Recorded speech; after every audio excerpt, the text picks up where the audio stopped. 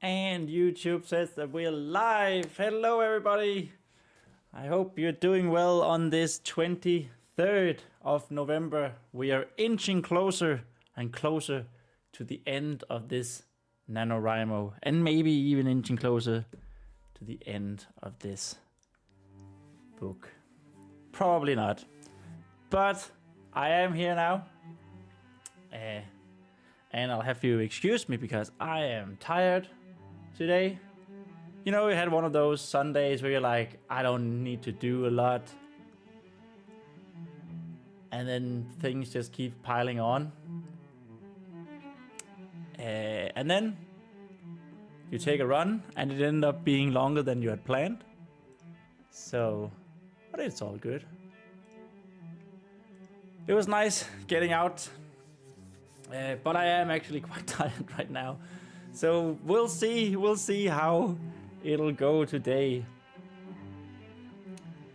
Hello, Miri. How are you today? Well, I was just talking about how I am tired after a day of chores and running. But I'm here. I hope you're doing good. I hope you have a Sunday that is without chores. That's real chill, real nice. Oh, I forgot my subscription comment. Boop. There it is. And we will do that.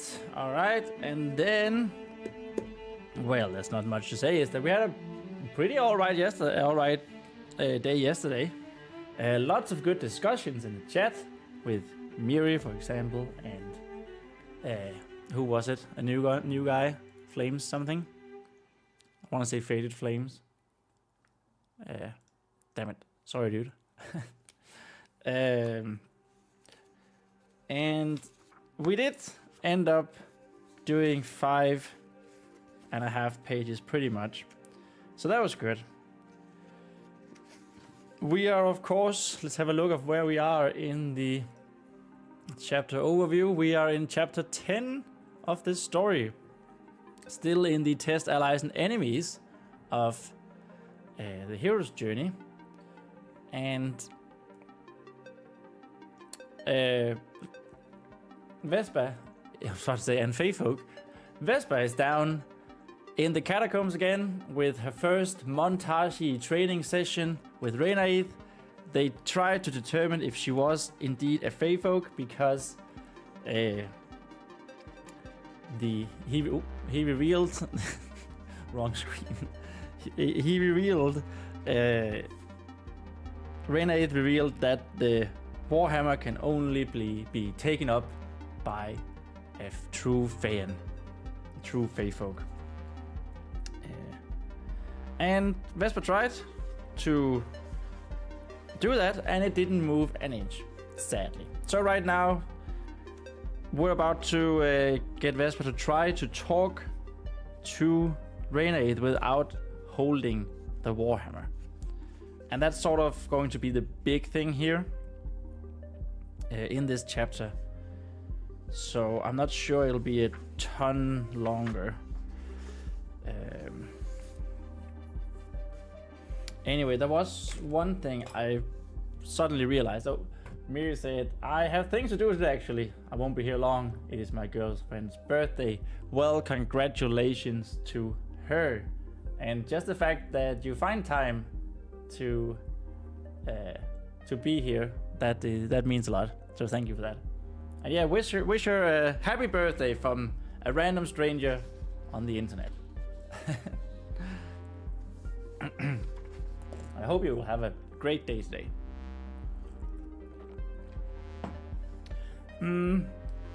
So there was one thing that I suddenly realized in the shower, as a shower thought. Down here where Vespa grips the Warhammer, she's not wearing her glove. For some reason, she's not wearing her gauntlet. I mean, come on. The gauntlet is an integral part now to Vespa's person, so of course she's going to be wearing it. Her left hand, so here, I'm just going to comment that gauntlet. And then we're going to act as if nothing happened, as if it was there. Miri says, I wanted to stop in for a bit. I love watching you write. Please, my heart can't take that. Thank you so much.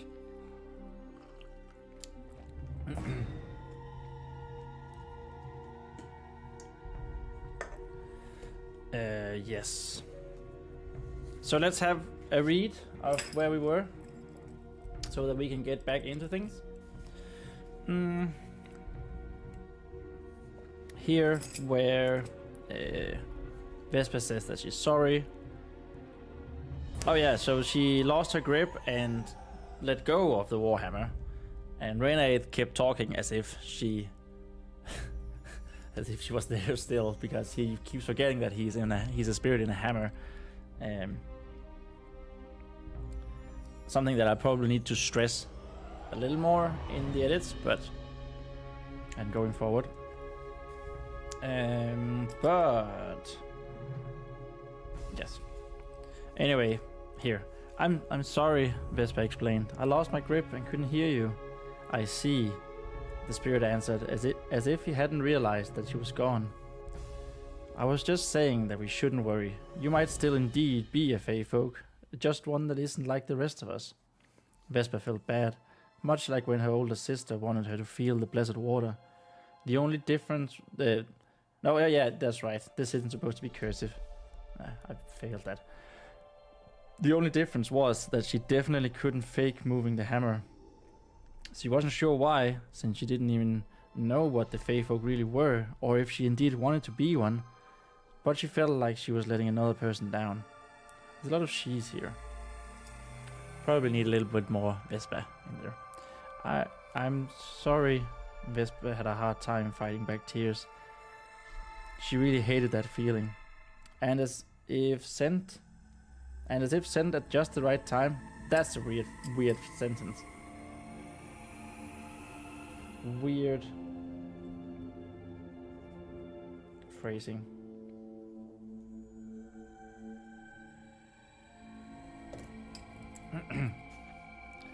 Lemon came flying to sit on her crimson head, whistling comforting tweets that Vesper couldn't help but smile at. There's no need to be sad, Rena reassured, nor a reason to apologize. You are not the first to have attempted to pick up this warhammer and have failed. I feel like there shouldn't be a... Oh my god, that's such a fat... It's basically just... What do you say? That's basically just a... just a line. It's such a fat writing.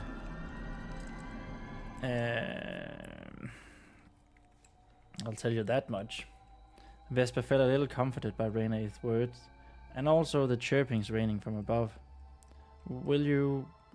She timidly began to ask. Will you still tell me about the Fey folk? Even if Vesper wasn't sure that she was one of them, she still found what the spirit had told very interesting. If you would indeed still like to hear it, then yes, I will tell you everything that you want to know. Vesper thought for a little about what the things were that Rena had told her about. She opened her mouth to ask, but was once again interrupted by him. Before you ask, Rena said in Vesper's mind, I have another thing that I would like you to try out, as I tell you everything that you want to know. Would you be up for that? Vesper was unsure. She really didn't feel up for another failure, especially not if it included trying to lift or just move the hammer again. I'm not sure. Doesn't it involve the hammer again? She decided to outright ask. It does, was the disappointing answer, making Vesper's heart sink. But not in a manner similar to what you just did. Vesper perked up a little bit upon hearing those words. Then what did you have in mind? I want you to try and communicate with me. Vesper listened intently. not really sure, as the spirit took a rather dramatic break. She could almost picture him smiling. Without having your hand on the warhammer. The warhammer. And off we go. The warhammer. I'm pretty sure this marker needs to be changed soon. It's really only hanging on by a thread. Without having your hand on the warhammer.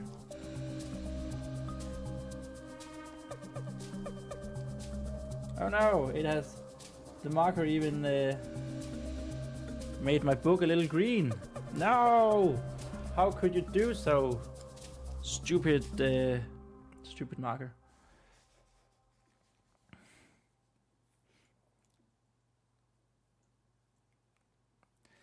Yeah, without having a hand on the warhammer. How would you do that, she asked.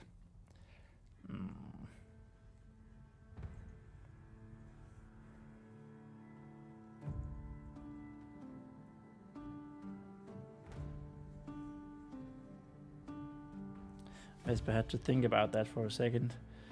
Vesper had to think about that for a second.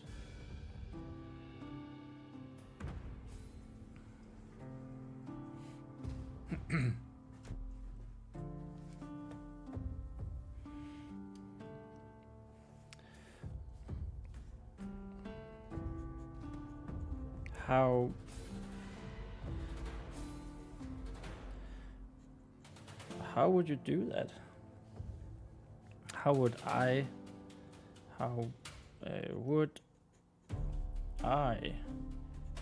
do that?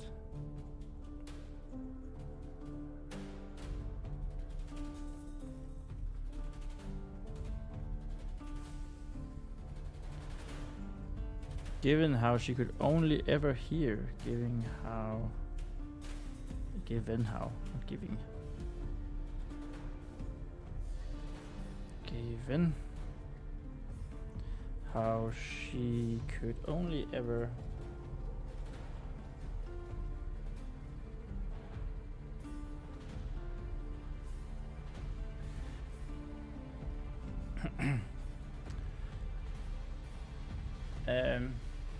oh, my neck is weird today. Weirder than it usually is.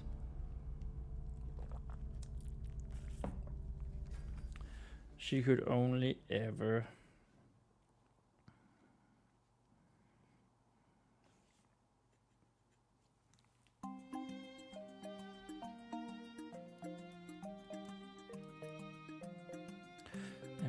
hear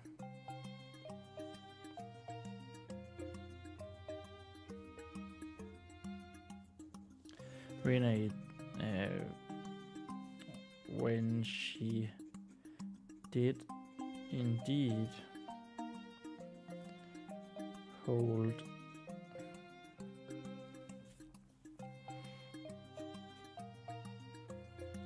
or touch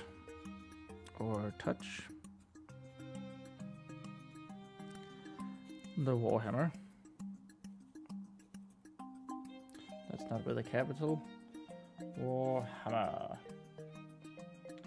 Hammer.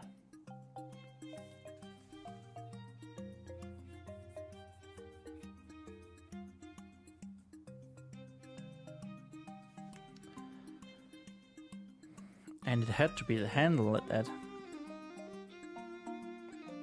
And it had to be the handle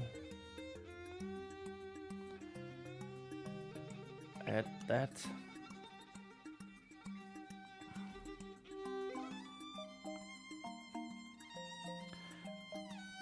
And not the hammerhead, the hammer's head. Not the hammer's head.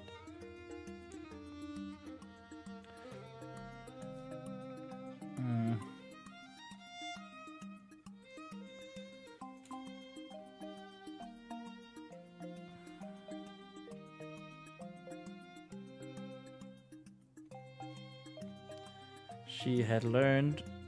So that's one way of saying, like, you know, something. She had learned something, but we didn't actually need to see it. She had learned. Quite the sentence I'm having here. Oh my god, come on, that's an E.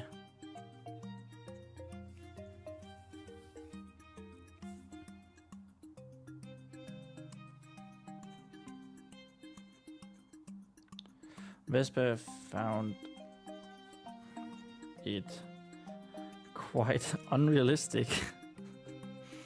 She's talking to a spirit in a hammer, but she's finding unrealistic that she won't be able to talk with him without holding the weapon. Let's go with unrealistic. It's funny, at least for now. Unrealistic.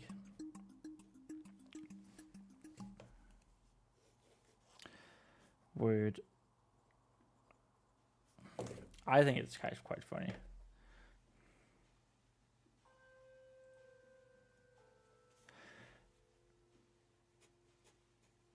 That, and then we can like juxtapose the two. Unrealistic, that she would be able to talk with the spirit.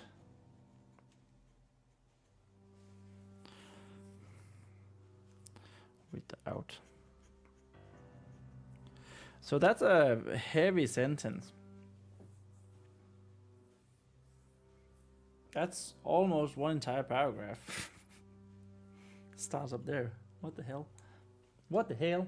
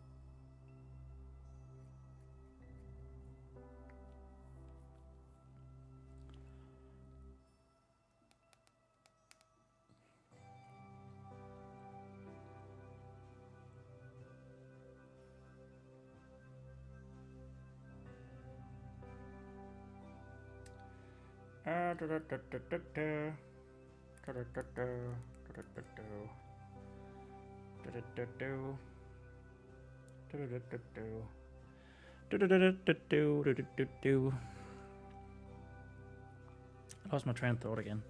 That was early today. 18 minutes into the live stream. And poof, it's gone. It's just gone. And it's gone.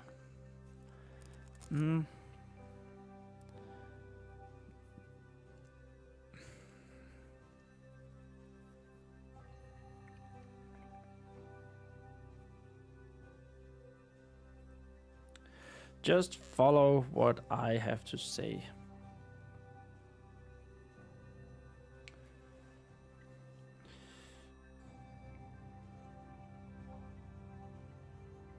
Just follow what I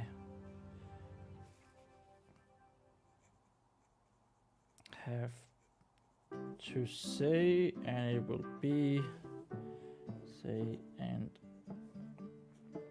I'm sure it'll be no problem. Sure it will be no problem.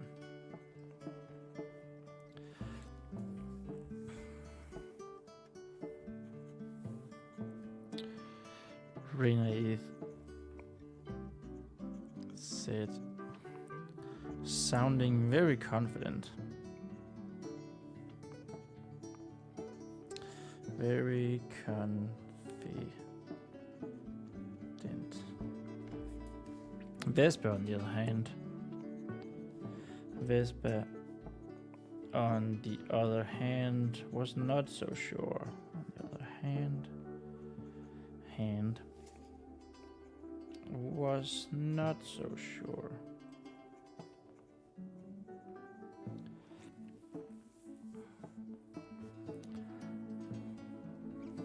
And she really wasn't up for another failure, and she really wasn't up for another failure.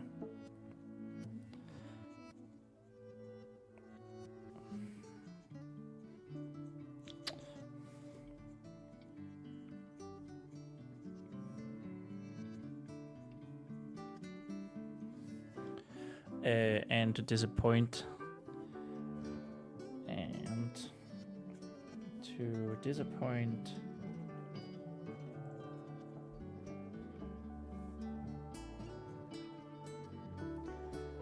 renade again.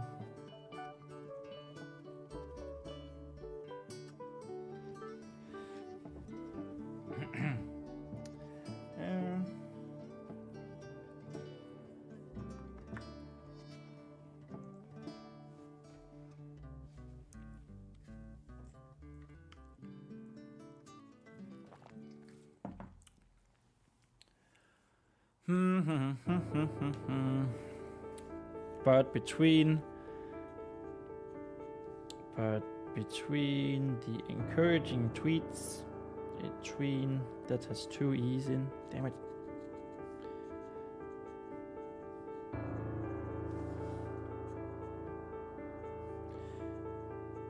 Oh my god, encouraging.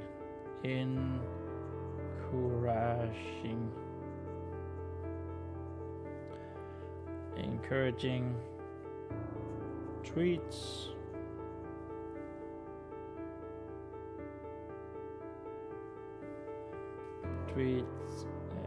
Of lemon on her head.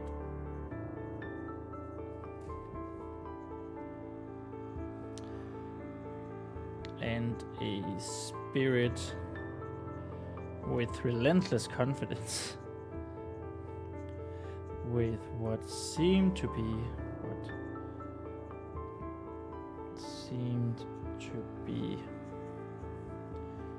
relentless confidence.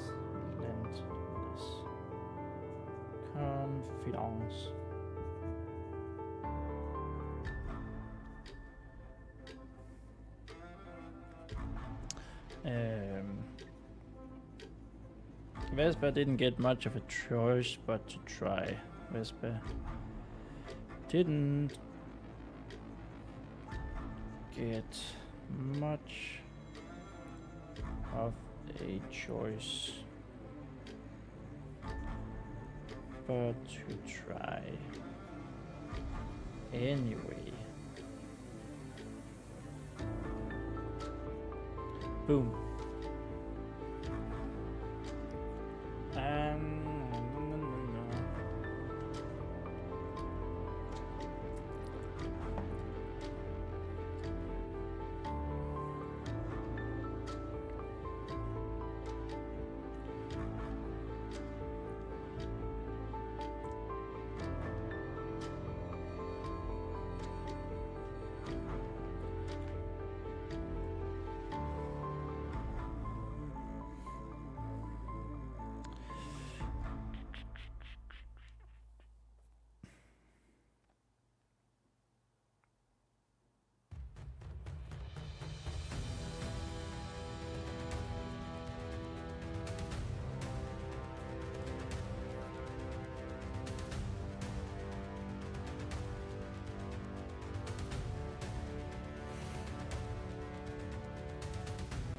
First, I want you to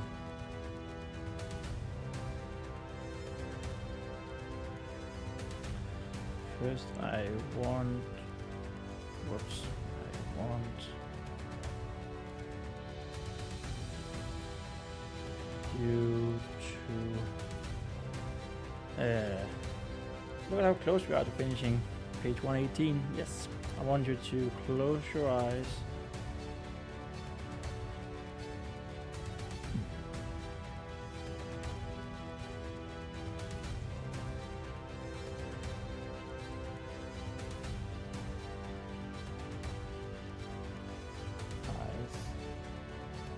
Take a deep breath. Take a deep breath.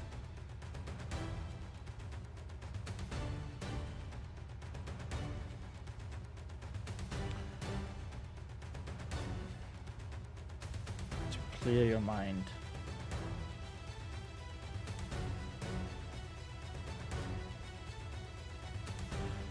Okay, so your is apparently a bad word today. Your, that's not an A, that's an O.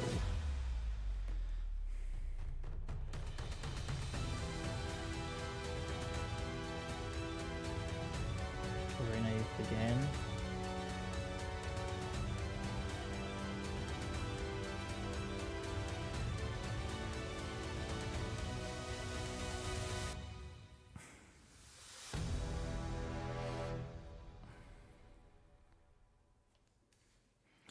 Vespa hesitated.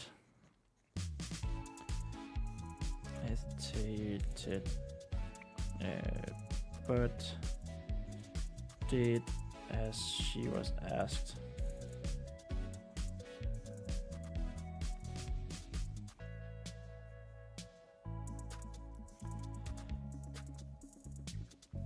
So we want her to fail at least once at this, and then Renee to encourage her.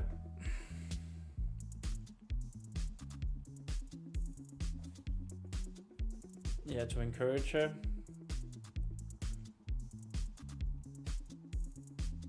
To try again. And then the way we're going to go about it is that Vespa has her glove on, of course, on the left hand. So Renee is going to ask her to just use the left hand, and she's like, "Can you still hear me?" "Yes, of course I can." And then, "But you're not touching me, your glove is touching me." And that's gonna be like a moment. I think that could be a good way of going further, right?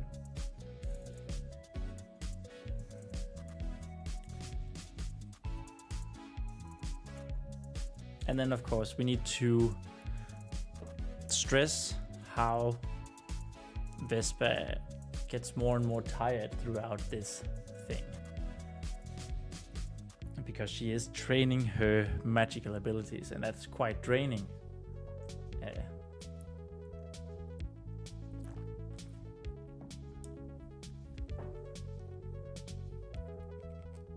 So there's a magical stamina in my world. It's not so much rule based, I feel like, but there is a stamina that I want, and it happened to, well, I don't want to spoil anything, but in Fly it happened to Vurusu, where she exceeded her stamina and did something she'd never done before, and then stuff happened. So we want something like this to happen here as well. Maybe I just wanted to get tired. I don't want her to like die or anything yet. What? I know. Spoiler.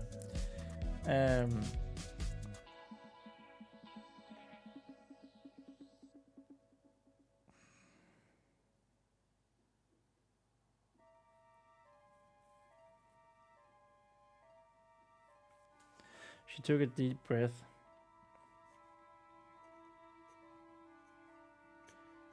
She took a deep breath of the cold, damp air.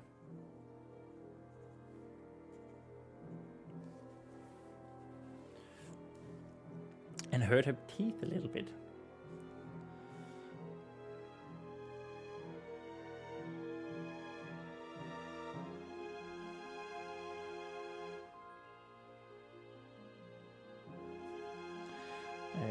Chill.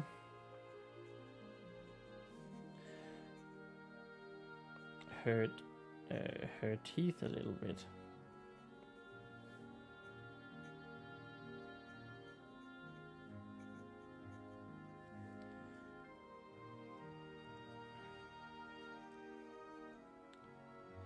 But it wasn't anything of note. Anything of note.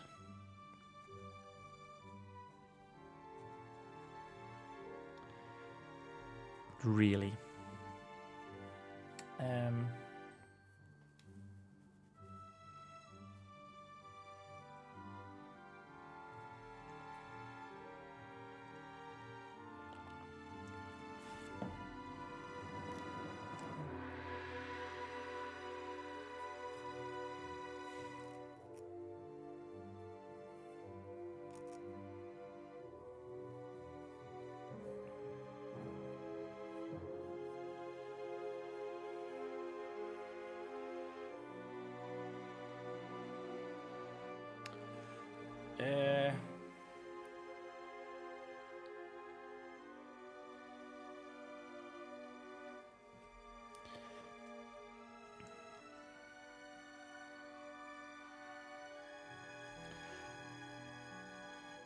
Soon her only thoughts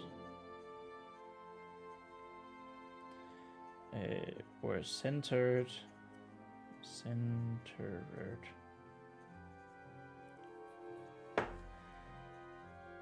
around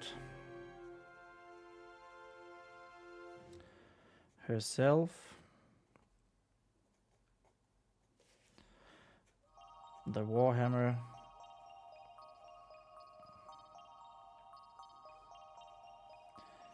and Renate within.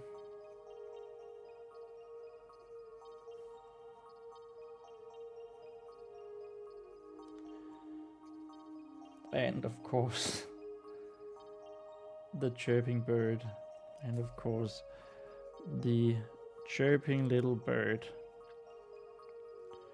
Chirping little bird.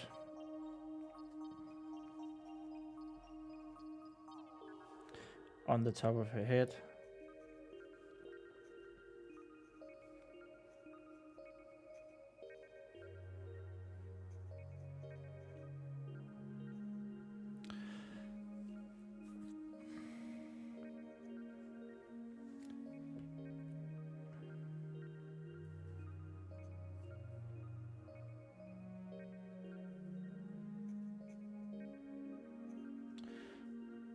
Who was hard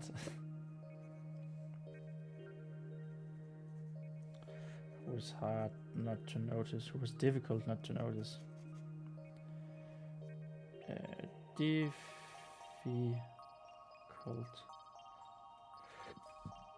not to notice.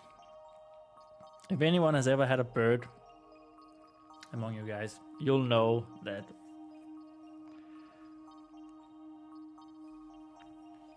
like when they start chirping happily, it's wonderful, but it's also happening all the time. when there's no, and that's when you know, like when there's no sounds, when there's no chirping, when there's no screaming, you know something is either wrong or up. Like they're doing something they're not supposed to. It's quite funny, but it is really all the time.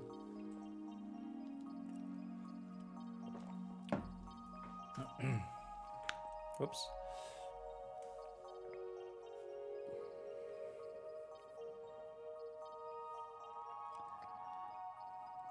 And of course,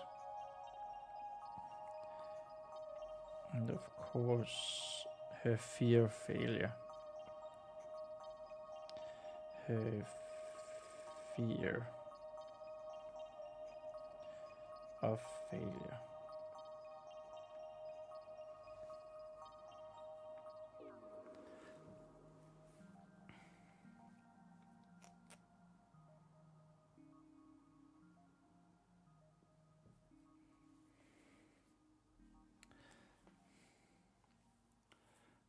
Mm-hmm.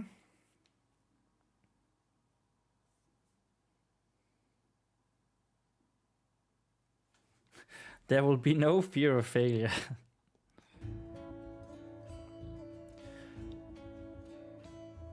There will be no fear of failure.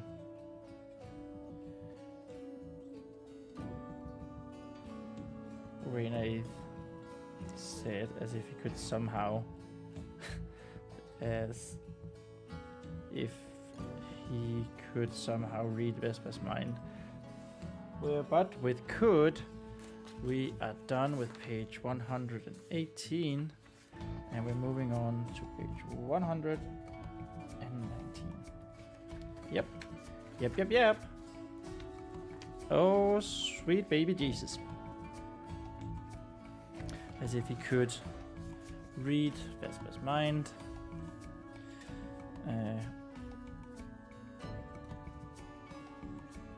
Read Vesper's mind. She did not appreciate being called out. She did not appreciate.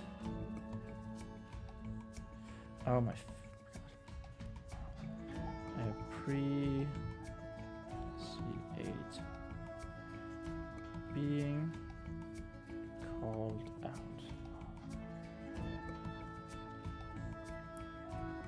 Even if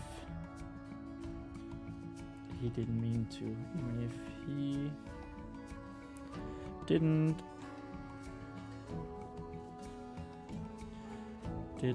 mean to.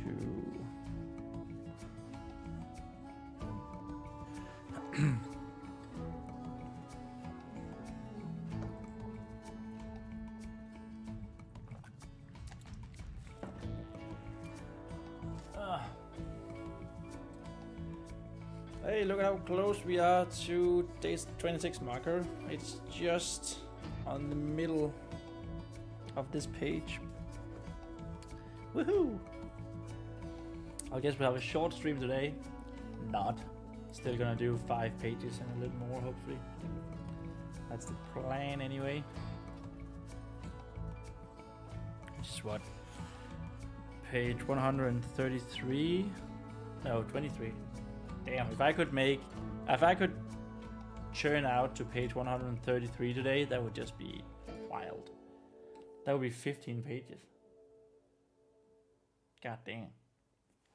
In one day, it's never gonna happen.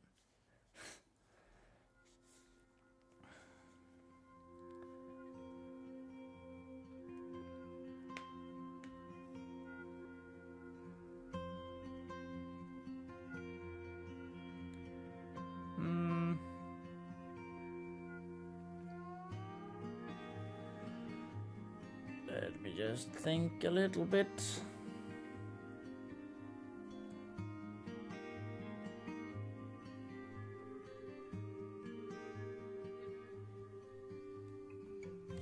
You know what I just realized? I know this sounds stupid, but I mean, look at our progress bar. How close we actually are to the 50,000 words.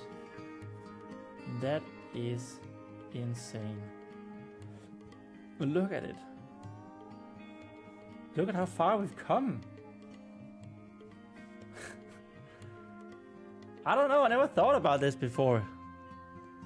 It's a little self-indulgent, I know, but what?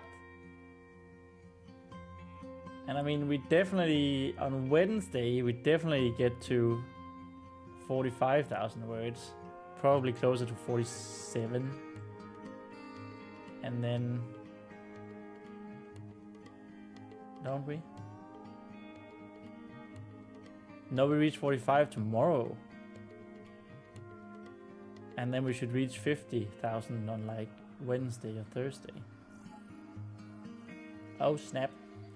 Oh snap-a-doodle. I'm just gonna write that down here. Look at how prepared we are today. I know it's crazy. Progress bar. Realization. Oh no! I just slammed this. Sorry about that. Okay, I think that's all right. I think it's all right, isn't it? Let me just check. Yeah, it looks fine. Okay, no more dilly-dallying. No more getting distracted by my own UI elements.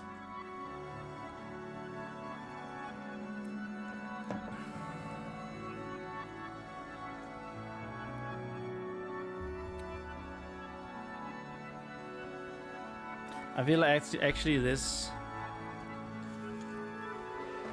passage here where we say Renee said as if he could read her mind.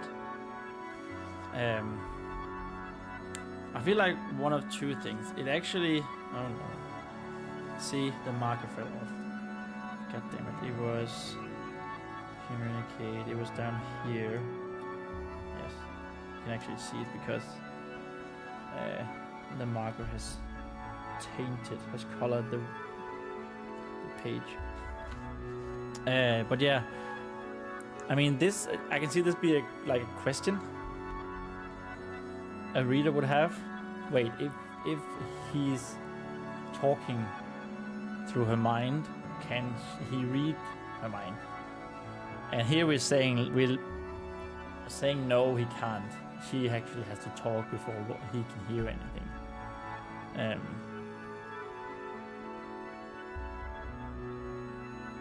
And yet we're still like leaving open some possibility, right? As if he could read her mind. Eh?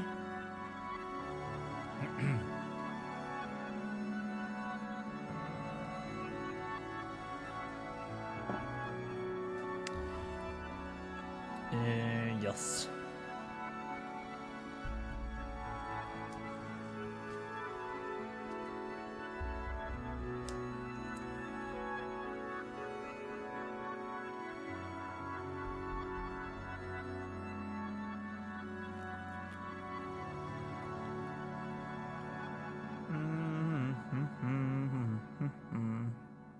I lost my train of thought.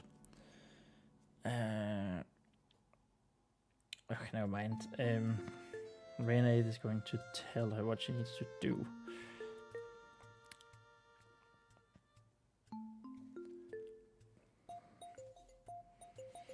He's going to reassure her. It will most likely not work. Most likely not work.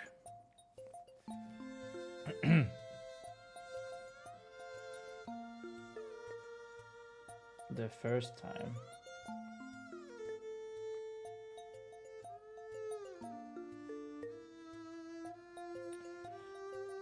He reassured.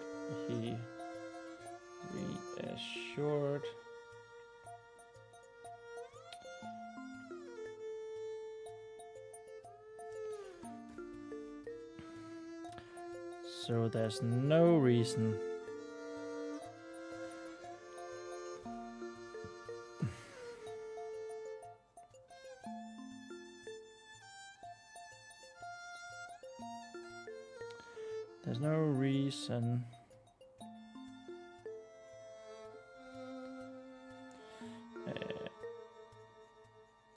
to get upset.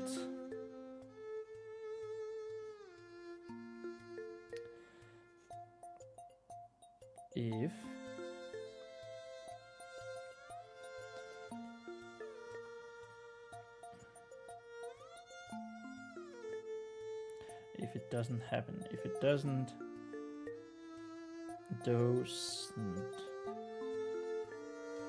happen, okay?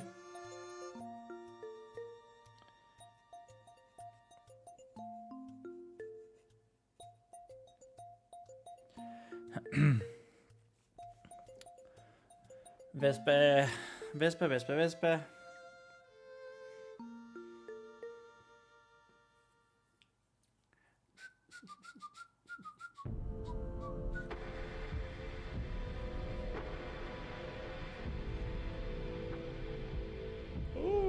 Oj, oj, oj.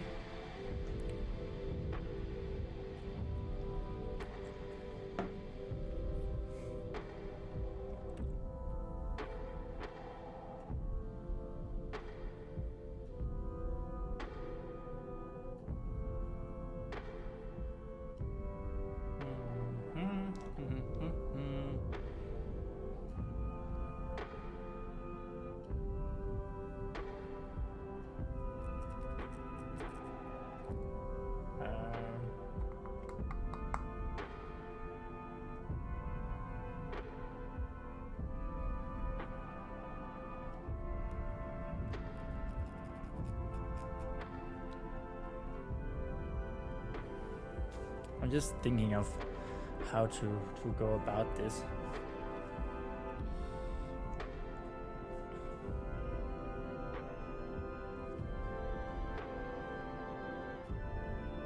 Vespa nodded.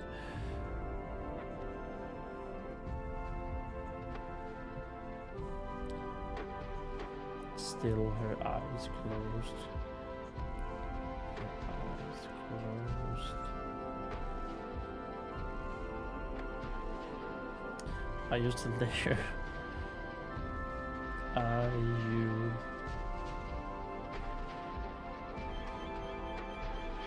still there? Renaid asked.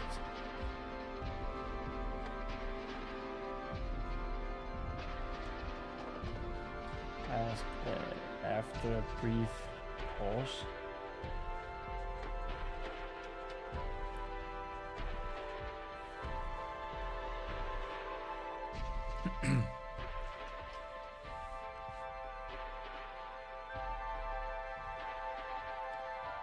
Making Vespa realize. Making Vespa realize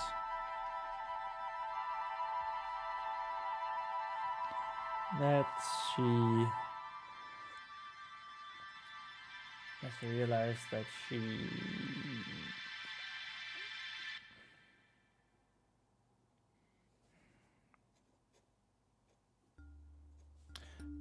she didn't actually answer him. Didn't actually answer him.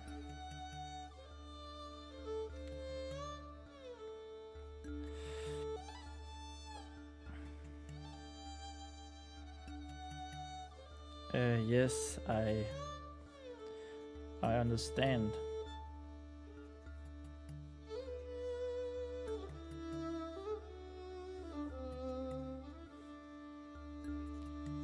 She said with as much confidence as she could muster.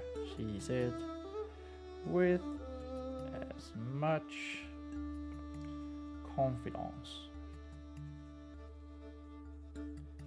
as she could muster.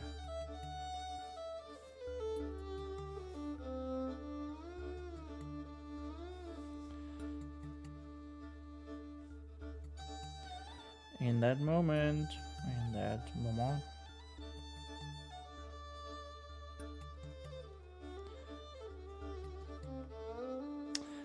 come on, moment. It turns out today's letter that I can't write is M. God damn it.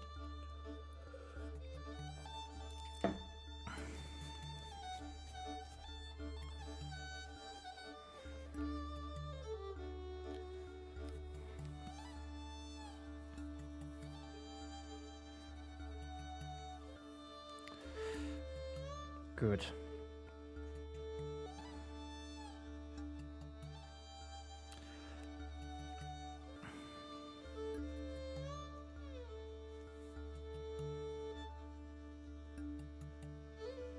Renaid answered.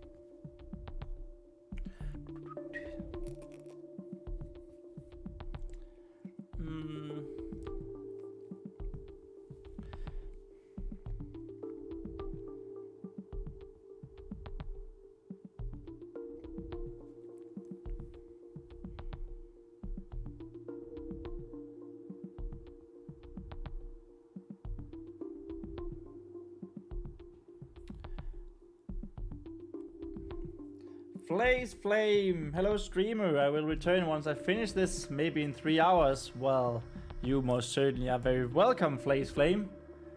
Good to see you back, and I will be here in 3 hours, at least for another hour by that point, maybe 1.5 hours. So awesome, good to see you, good to see you on the grind.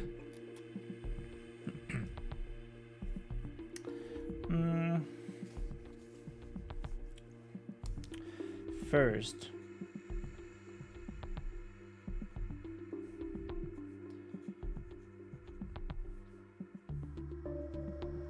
tell me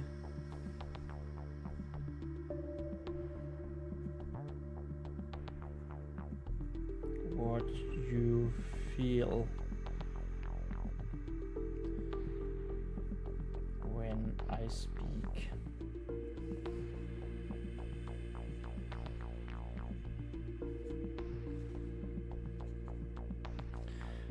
We will need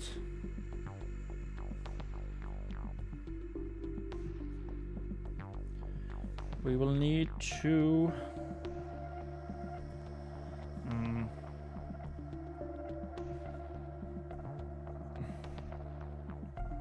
remember that.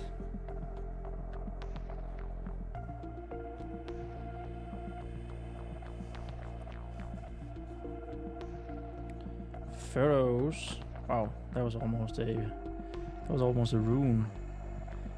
Furrow. Damn it! Come on. F. Furrows began to deepen in Vespers. On Vespers' forehead. On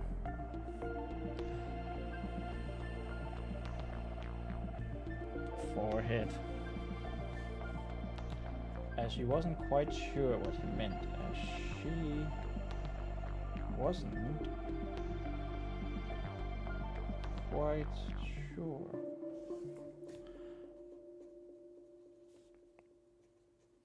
what he meant.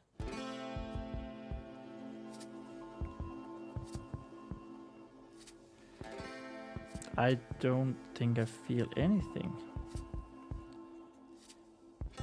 I don't think that I feel anything.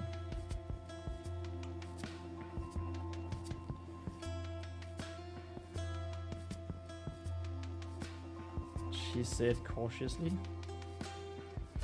Cautious.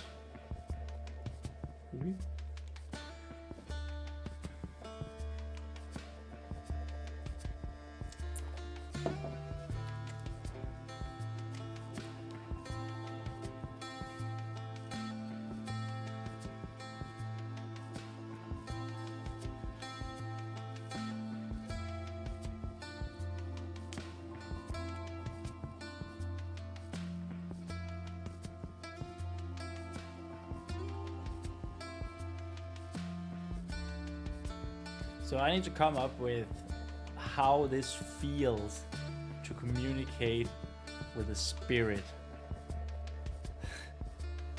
Shit. It's gotta be something about a connection, right?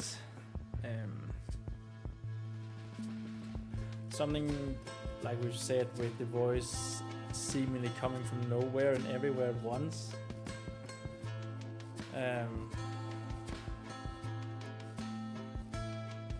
Something along those lines.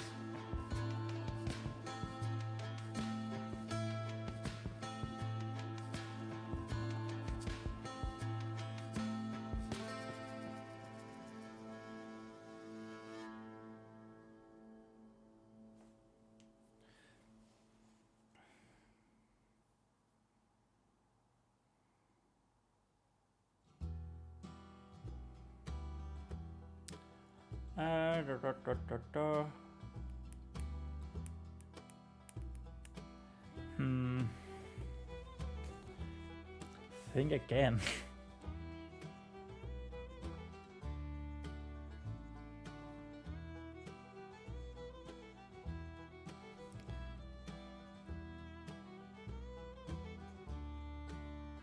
The spirit said.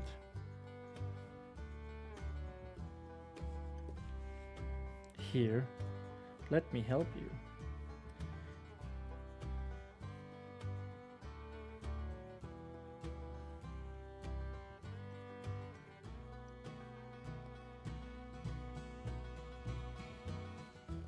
When you speak,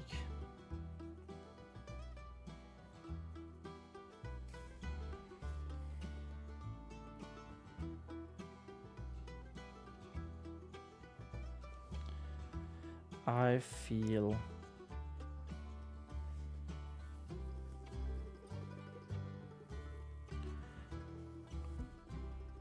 Rena is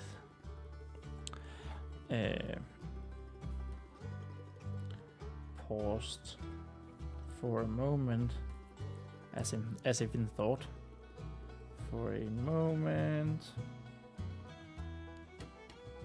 as if in thought.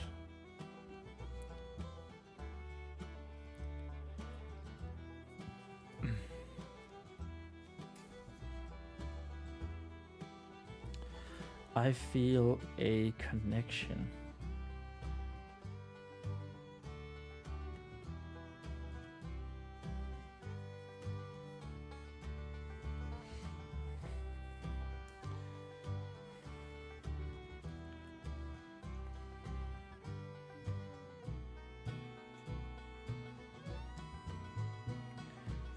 I feel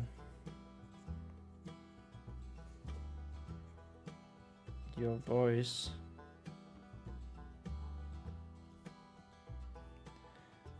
like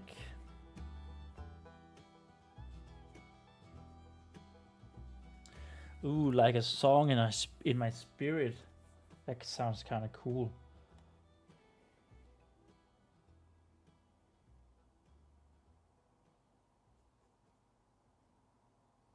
Like a song.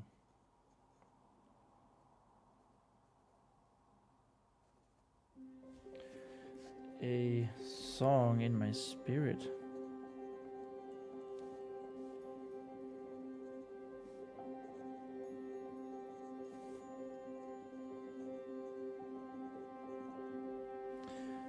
In my mind. In my mind.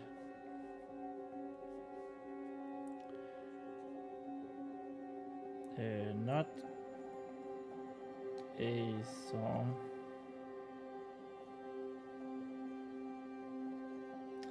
Forgotten songs. Right there. Isn't that just like chef's kiss? Yes, that was of course my intention all along. It definitely wasn't as an homage to A Song of Ice and Fire, and also the fact that stories history used to be often was delivered through songs before the written media. History and story.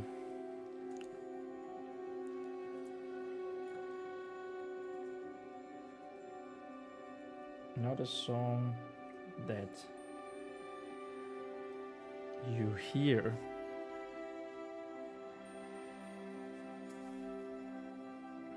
Like you normally would. Like you normally.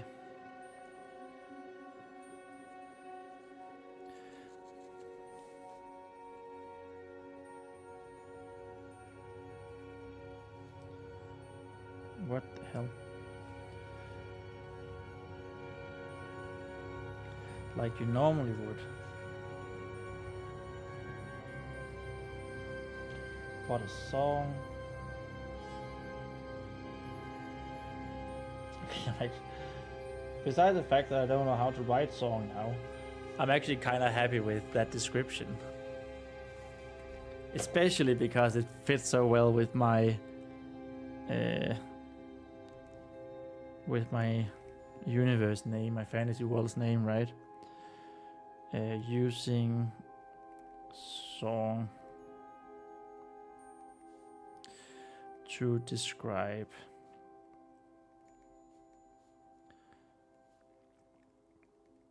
interaction.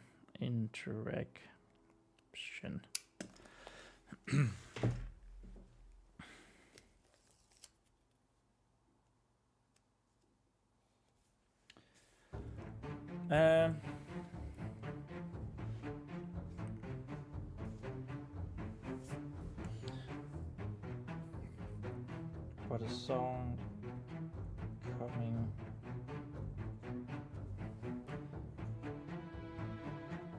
from what's an O? From nowhere and everywhere at once.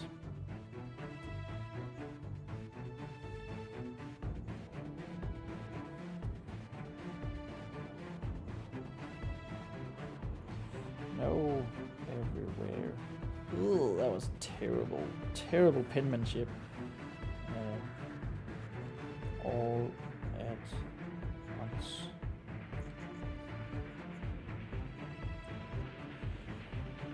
And that's something that Vespa can definitely relate to, right? Bam! Right there. Oh my god.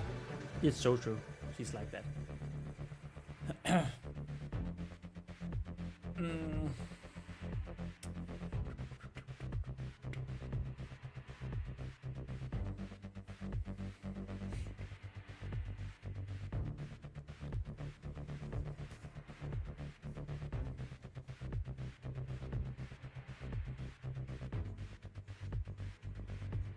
Suddenly, Vespa's eyes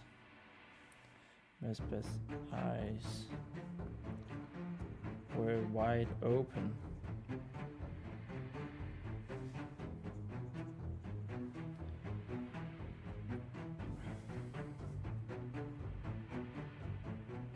They shut wide open.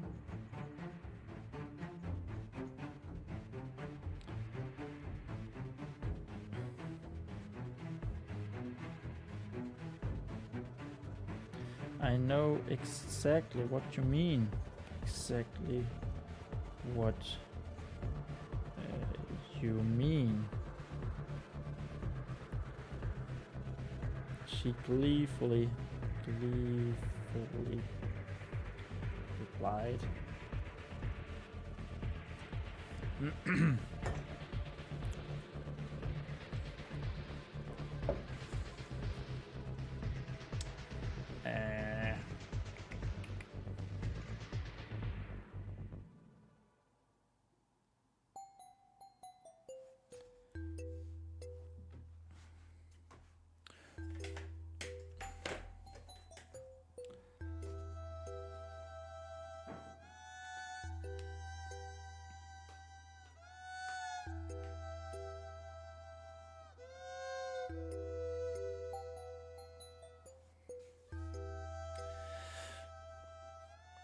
Good.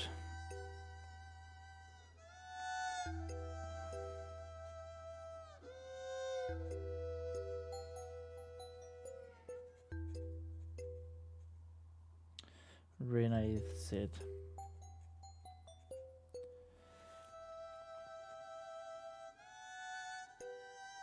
Anything else?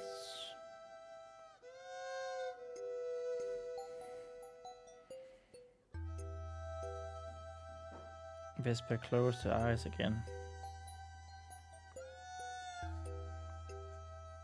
Her eyes again. And concentrated.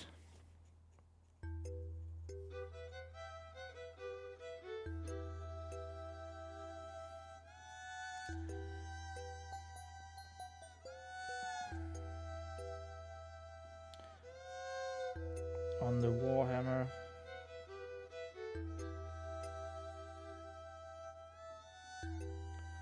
On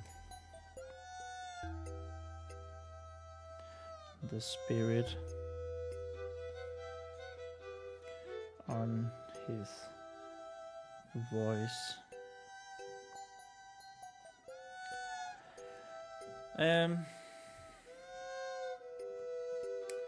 I kind of want it to be like a warm feeling, I think.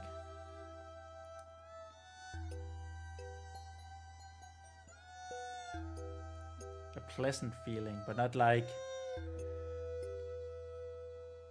a love or anything, but just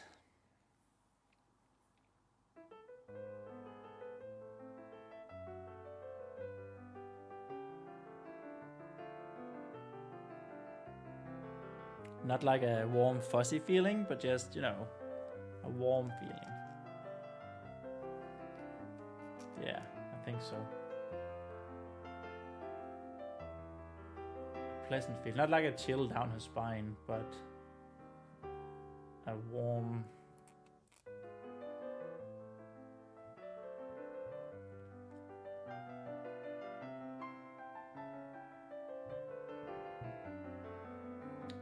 feeling, but not like, I guess we could sort of relate it back to, I'm not going to find it, but relate it back to what Afaya said when she tried to get Vespa to feel the blessed water.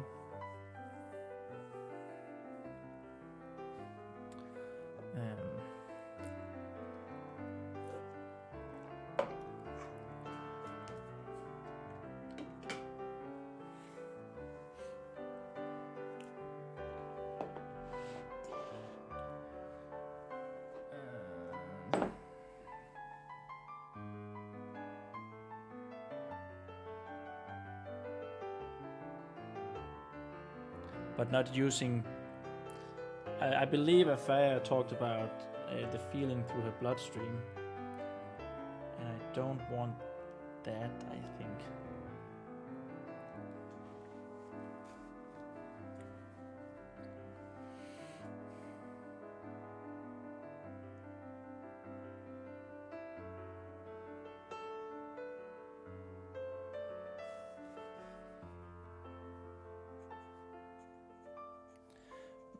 Maybe it's like a tingling sensation in her hand.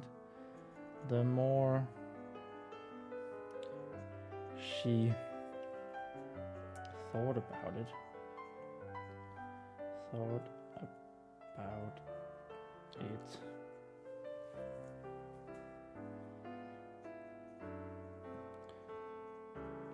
the more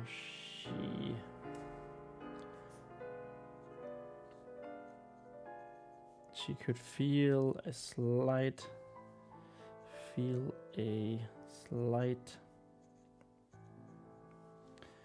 tingling sensation, tingle in her hands and fingers.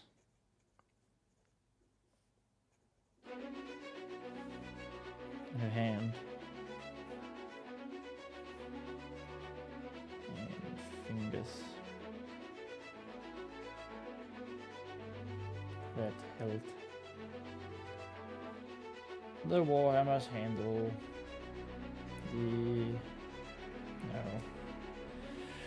the Warhammer's handle.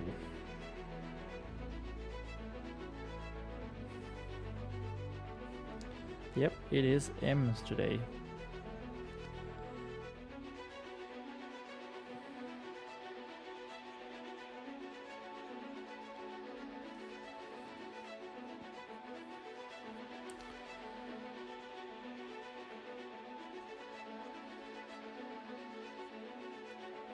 My hand feels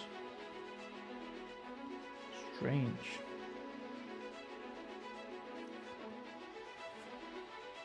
Was the best way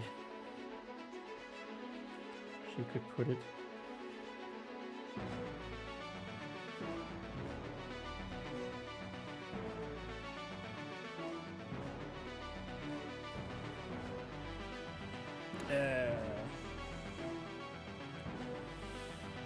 Strange.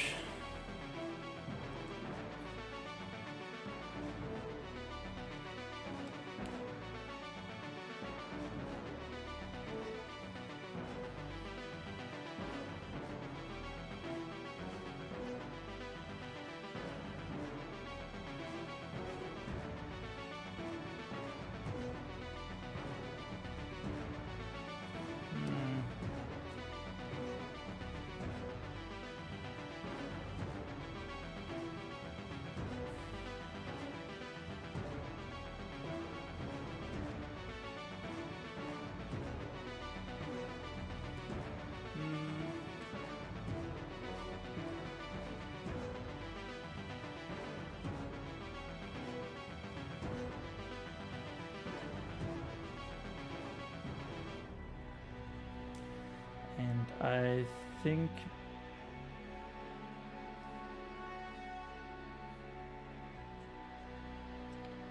that I can feel a strange,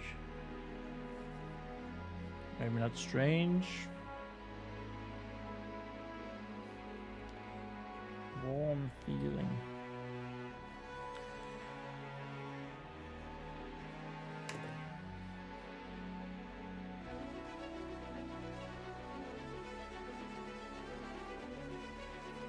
Warm feeling streaming.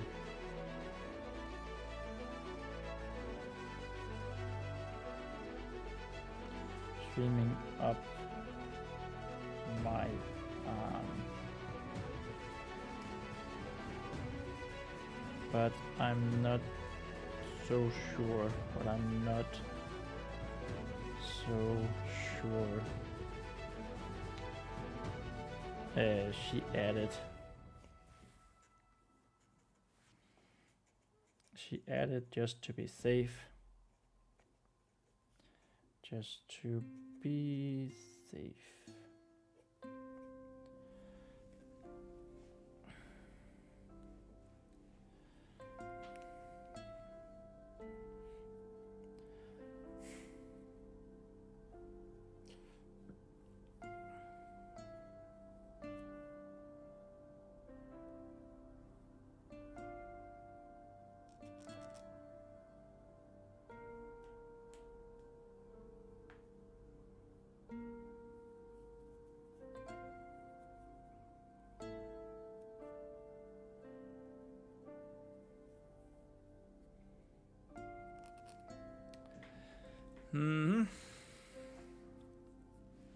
I see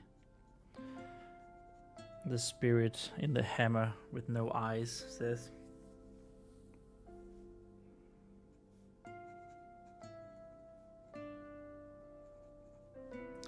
Renee concurred. That's a word, but I don't think it's what I want. Concur, that's like agree. Yeah. Doesn't exactly fit. Hey, look at that. We're soon at the end of page 119. Whoop, whoop, whoop, whoop.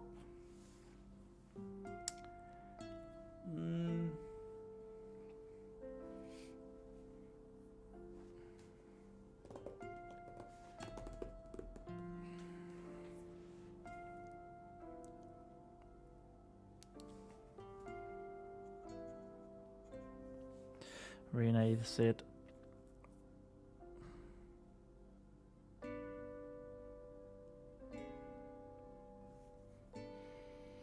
hold on to that feeling. On to that feeling.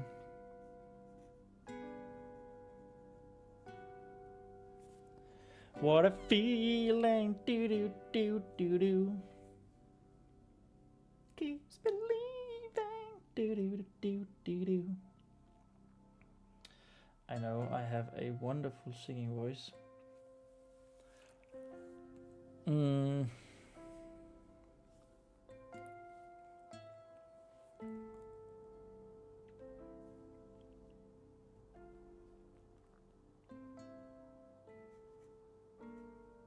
Remember it.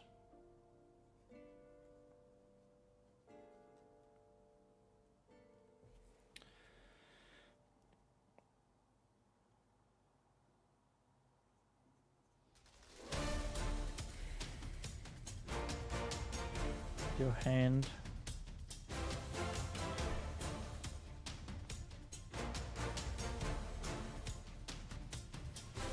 Your arm. Okay, there's also something about your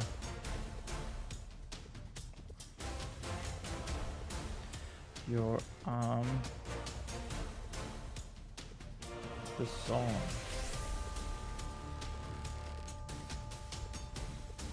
All of them together. All of them together.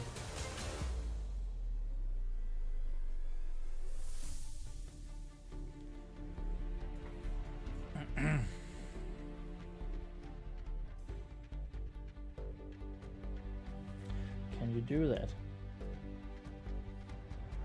Can you do that?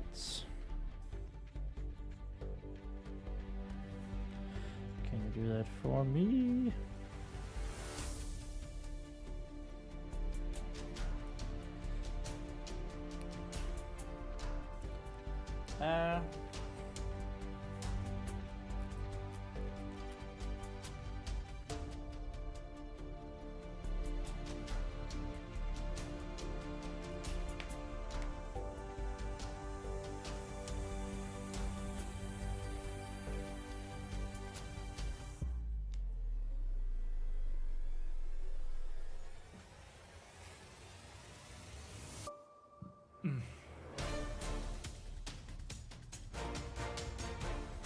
Can you do that for me? Vespa tried her hardest. Vespa tried her hardest.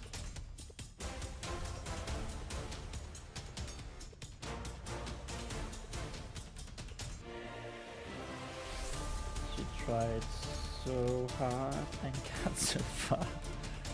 She tried so hard.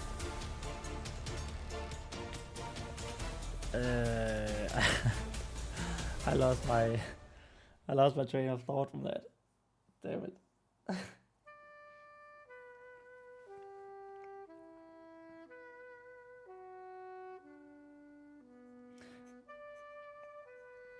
That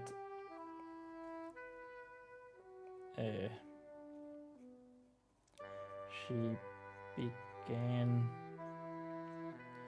to flex every muscle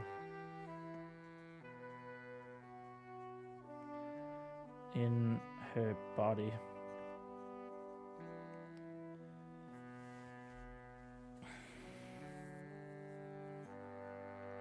Yes, I think so.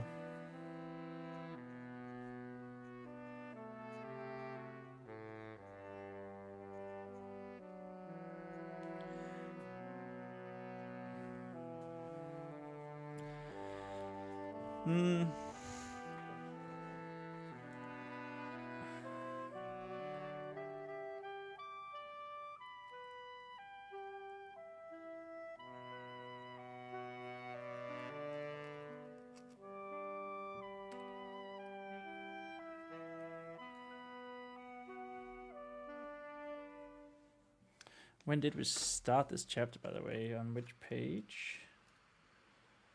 Was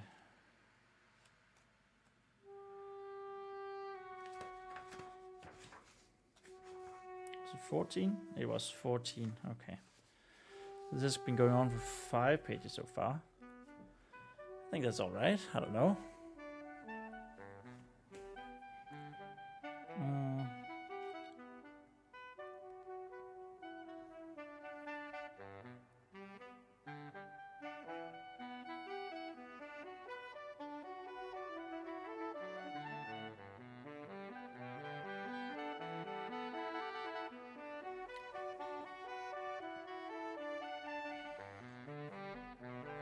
I see.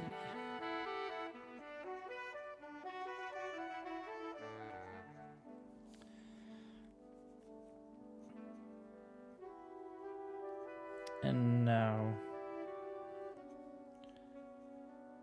tell me what you would like. Tell me what you would like to hear about. You would like to hear about.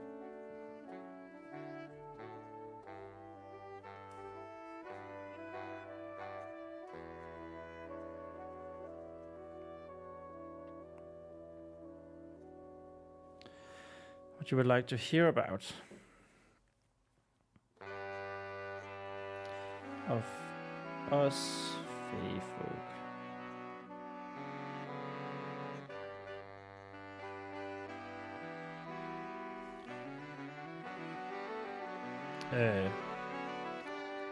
in a moment, in a sudden moment, suddenly.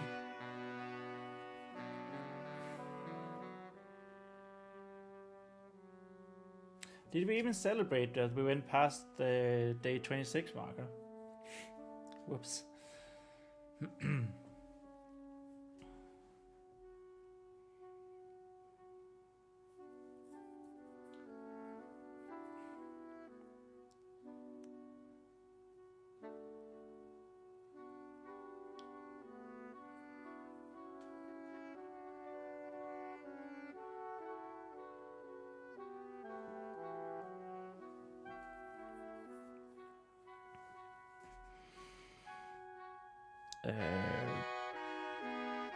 That question.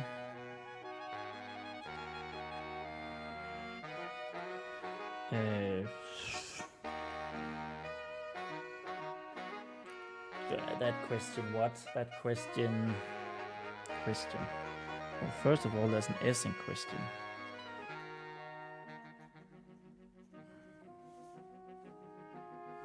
That sudden question.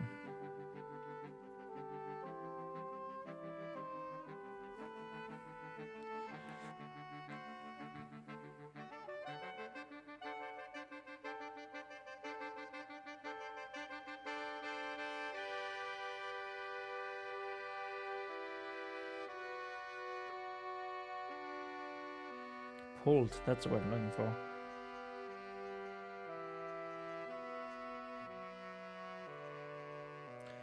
Pulled Vespa out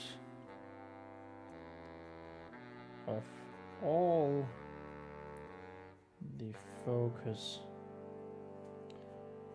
that she had just gained. She had just gained.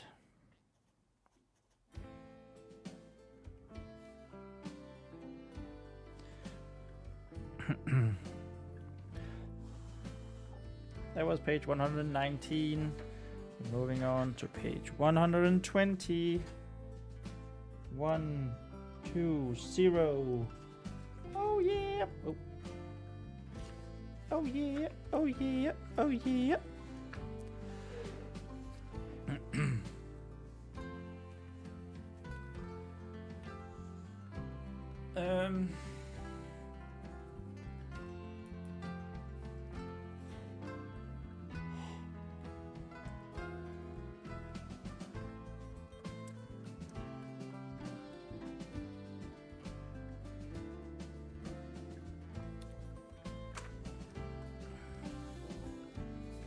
Actually,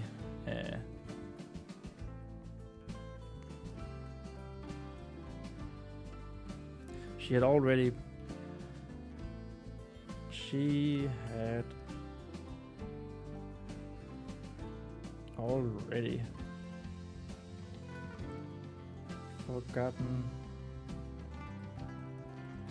all about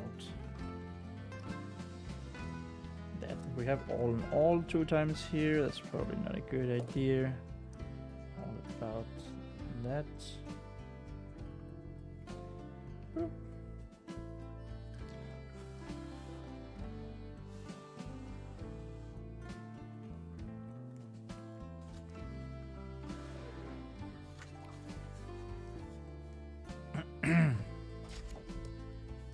I guess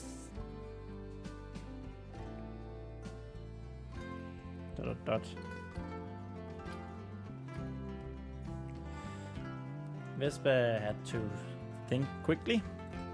Vespa felt like she had to think quickly. She had to think.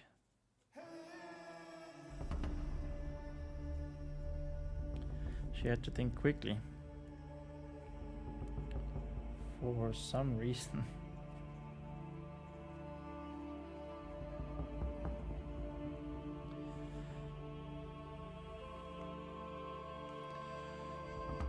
Can you tell me about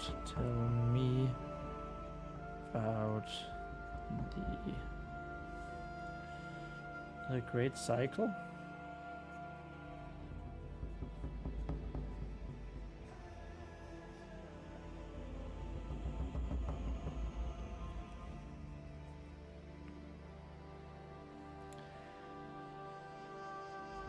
She remembered him talking about that one moments ago. She remembered.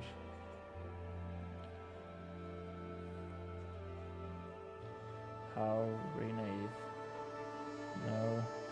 Renaith.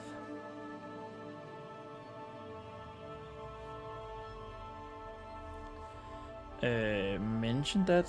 Mentioned.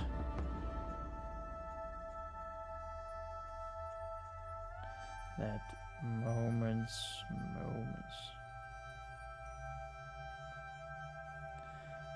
Ago. Maybe earlier.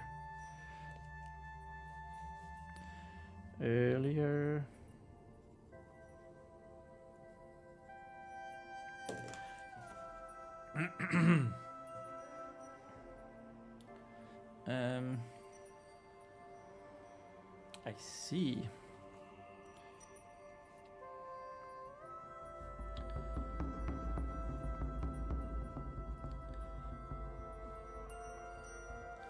Renate answered. It will be my pleasure.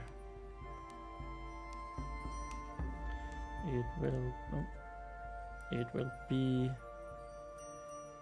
my pleasure to tell.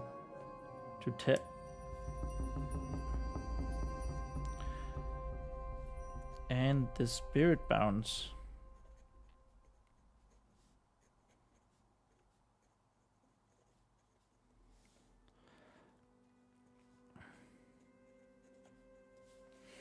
Vesper suddenly interrupted.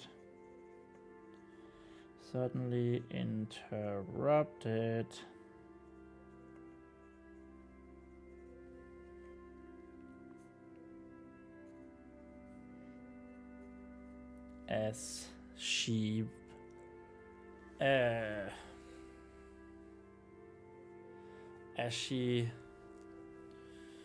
not remember. Do we have another word for remember?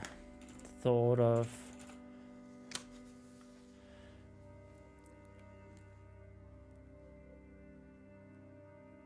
As she recalled, reminisced, recognized. We could say recognized.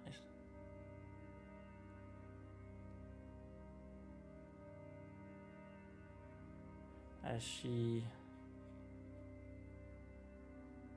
recalled, recognized. Let's say recognized, just to be different. As she recognized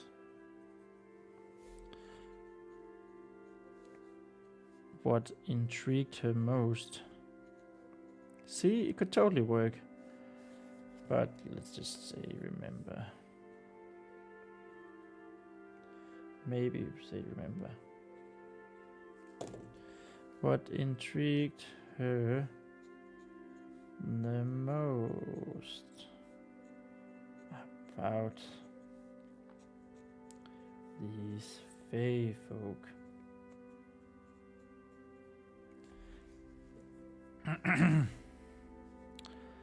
I see.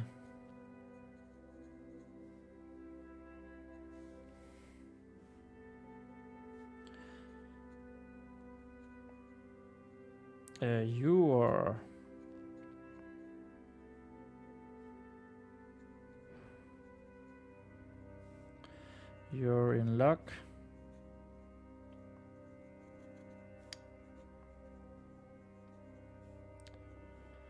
Those two. Those are intricately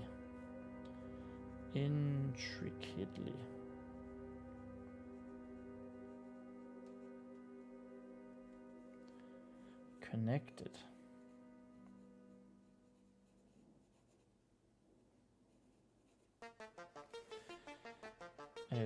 The spirit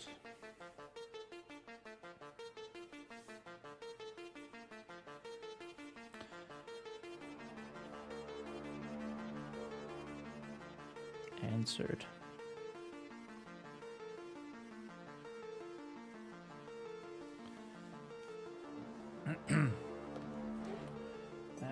I just want a little bit of tea.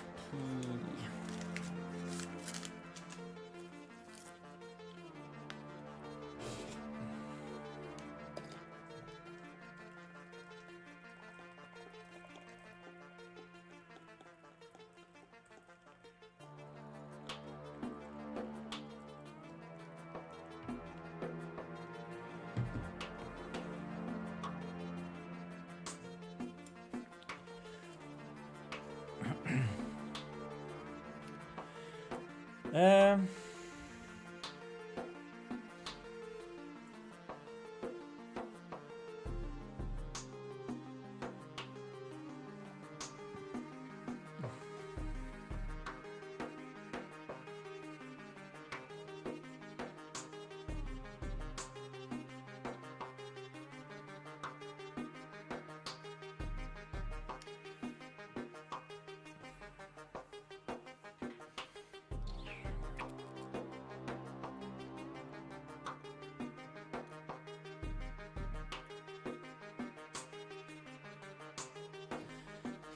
Vesper held her breath. Vesper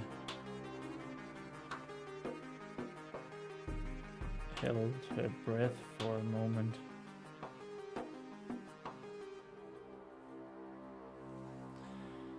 For a moment.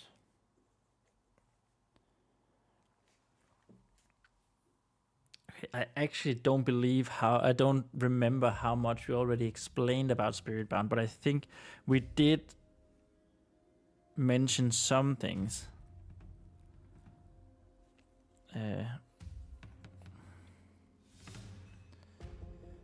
How much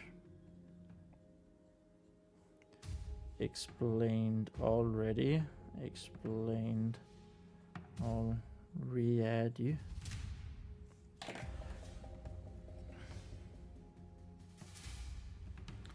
Because if we go back to the chapters overview, definitely down here, he definitely talked about the spirit bounce and lemon, right? We all remember that.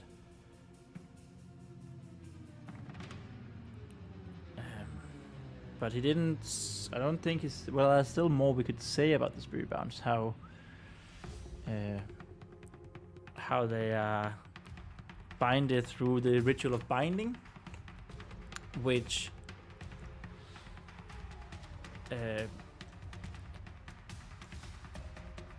something that Lemon and Vesper are going to do accidentally later.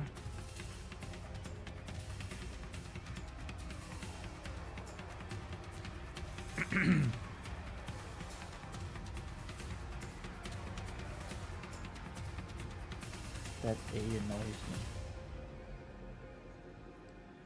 A moment.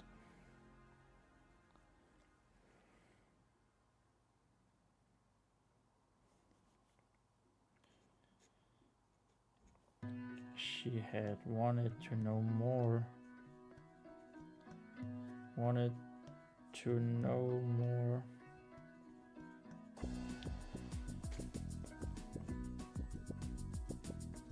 About the spirit bounce.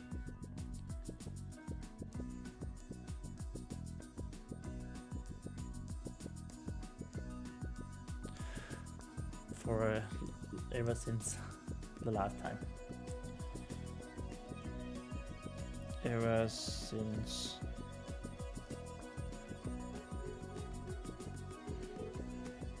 Reina told her about them. Told her about them.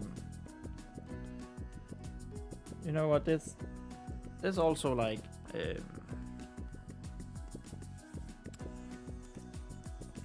actually we're going to introduce magical training, ritual of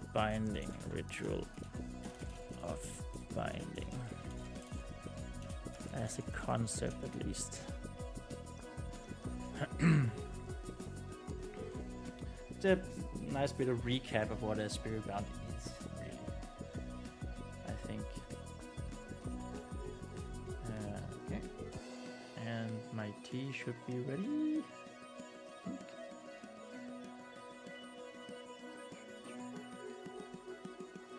Damn it.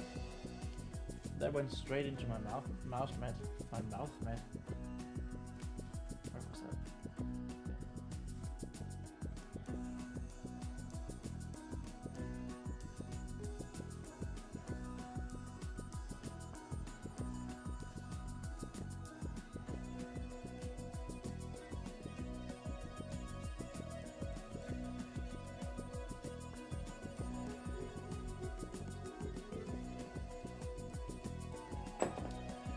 All right.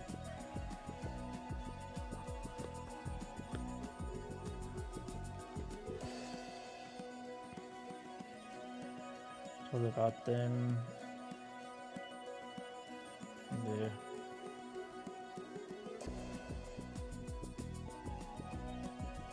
first time.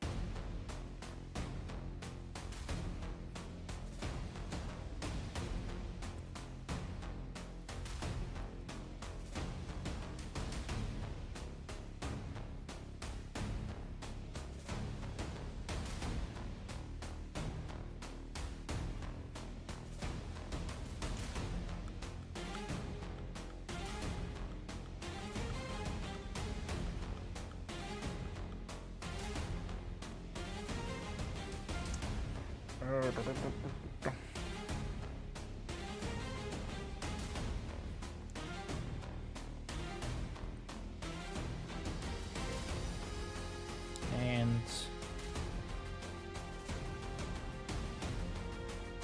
while I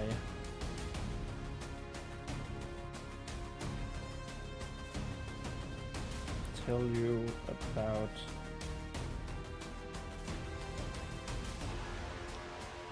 those two,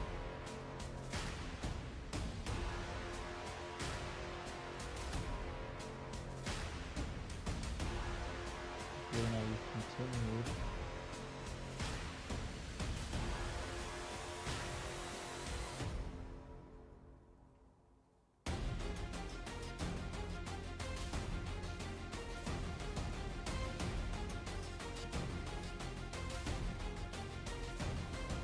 I want, that says, does not say want, I want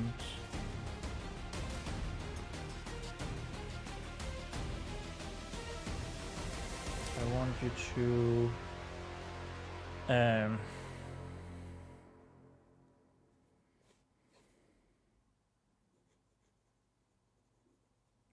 to think about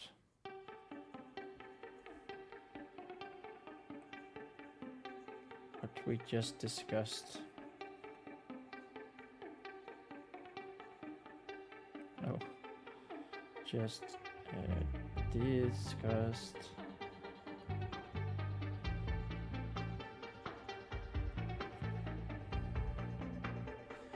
the feeling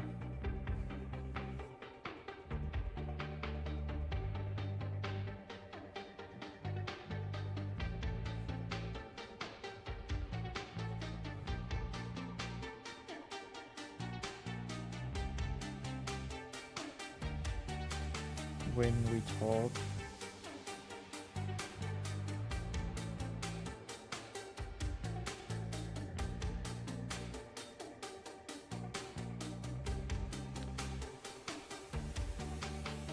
Okay.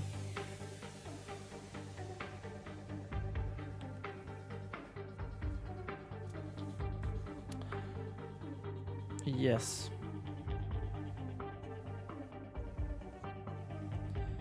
Vesper said, and didn't just nod this time, and didn't just nod this time.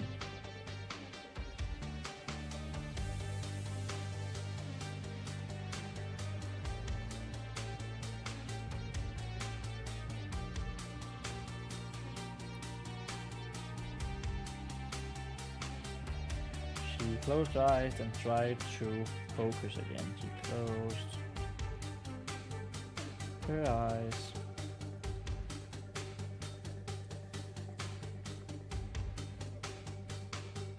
And tried to focus again.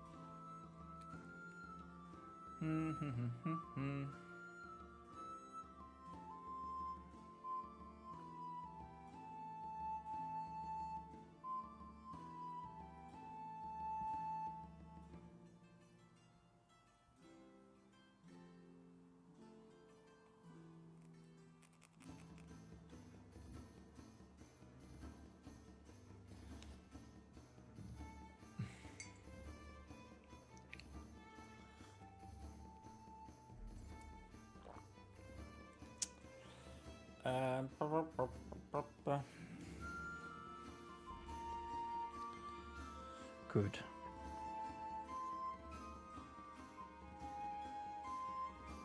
Oh, good. Very good.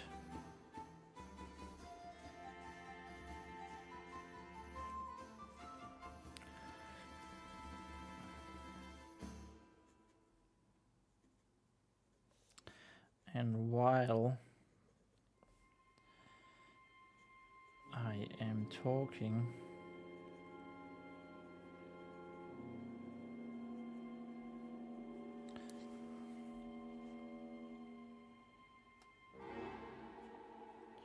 I want you to let go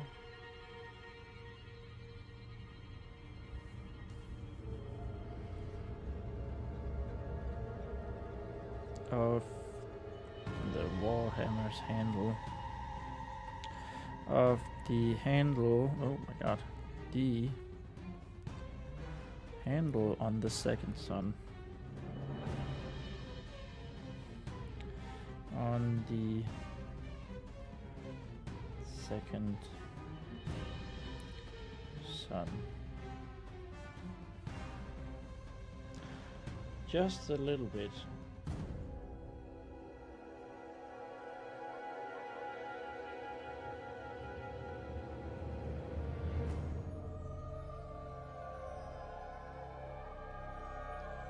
Nothing more.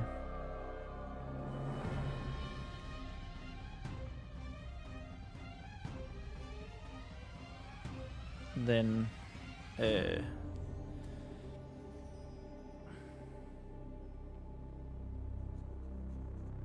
letting go ever so slightly, ever so slightly.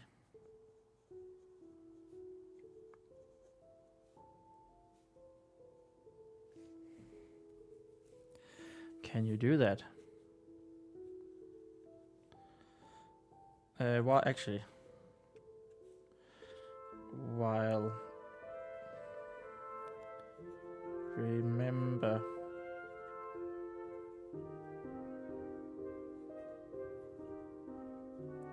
while remembering the feeling.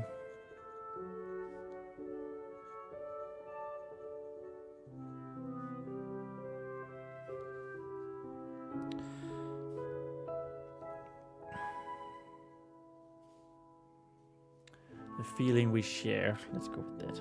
We share.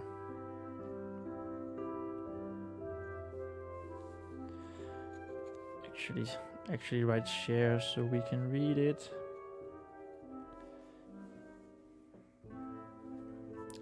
Can you do that?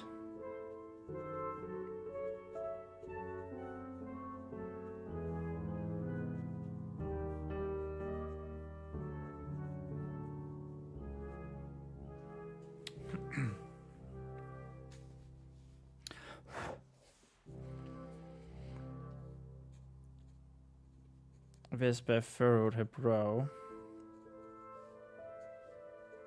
Her brows again. I don't know. I don't think there's an S on brow. Again.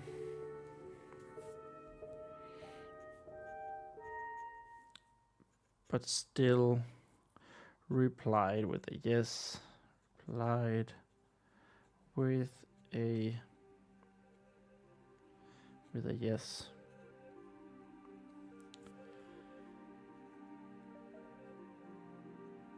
Even if the nervousness, the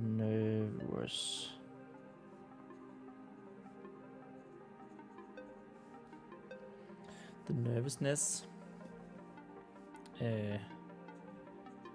was creeping in.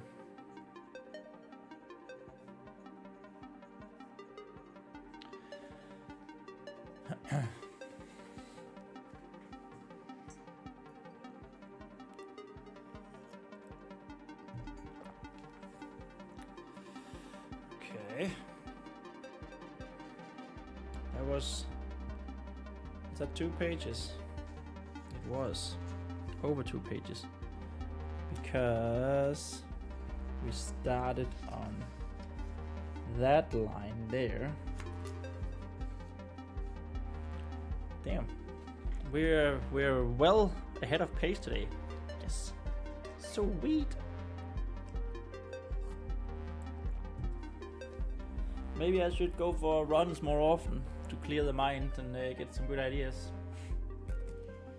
Get the flow going, the blood flow and the word flow. And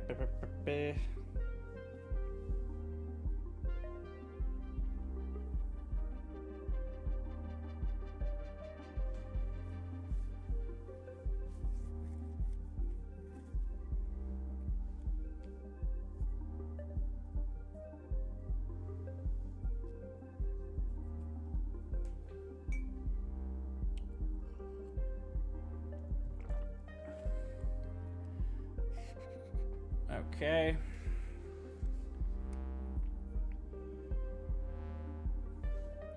Furrow it. Her brow again. Even if the nervousness was creeping in.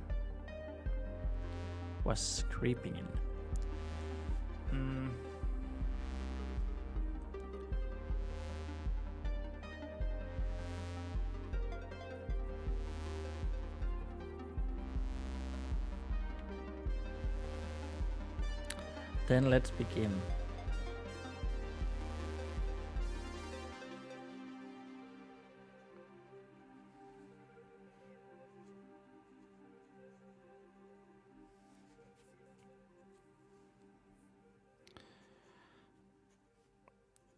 Renee began. Renee said,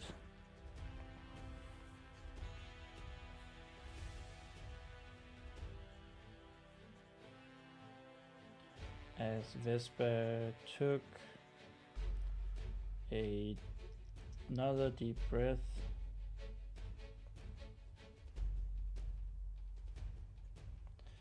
another deep breath.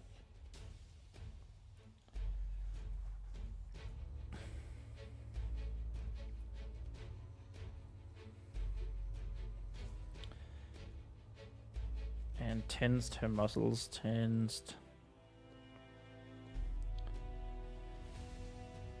her muscles.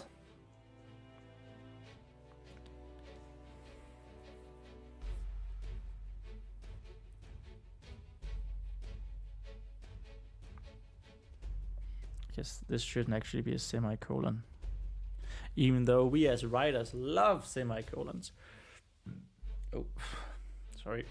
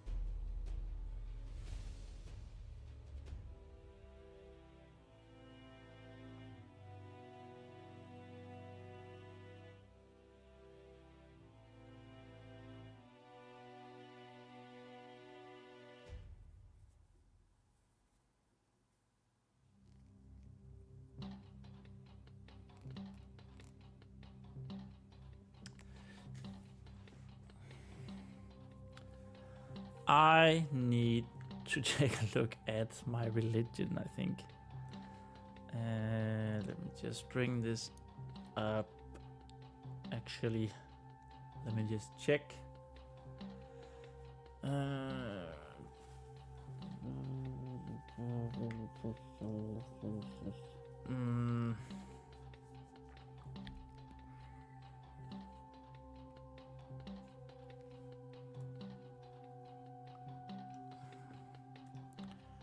Should be all right there.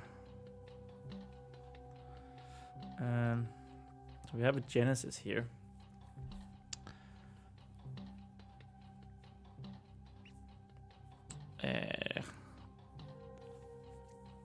Once the Amber Father and Umber Mother were inseparable as lovers should be. However, from the skies a deep sickness fell into the Umber Mother. The Umber Mother is the earth, and the Amber Father is basically death in their religion. From the wound, a black rot spread. We don't actually have a name for that, but I think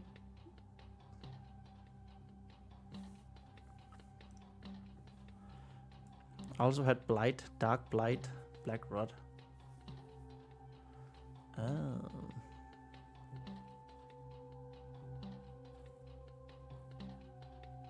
This, I just had a realization here. This could totally be like why the Faefolk were there in the first place. They think the black rot is coming. That the black soil of... So the black rot or dark...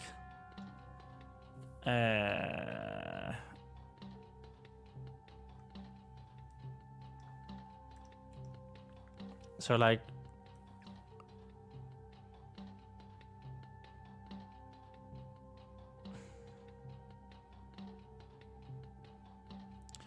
Like the black rot,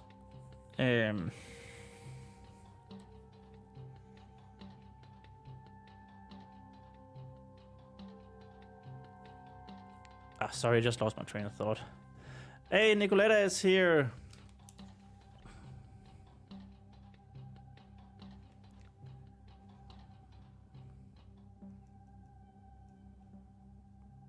Welcome to the stream. How are we doing this Sunday?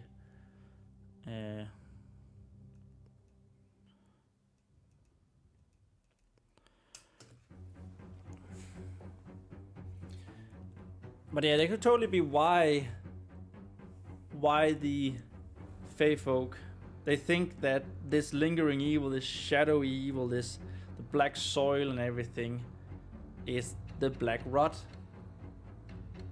That would totally make sense, actually. Bit of a revelation there. Anyway, devastated. Yeah, the black rot spread, which nearly took her life away. Devastated, the Amber Father chased his love into the realm of death. And exchanged his own life for hers. When the Amber Father sent the Mother back from the spirit realm, they inadvertently created the first of what would become the Great Cycle. Before returning to the world of the living, the Amber Father and Amber Mother made love a final time. In this act of love, the sprouts of the realm tree sprouted forth. Realm trees being spawned there, the roots of realm trees would come to spread to protect both the Amber Mother and the Amber Father in the two different realms.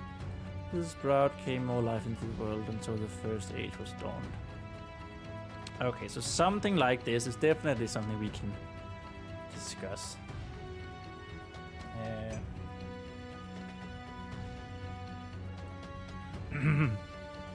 But yeah, hey Nicola.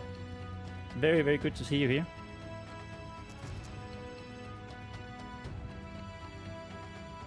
Are you back on the grind yourself today? Or are you just starting up?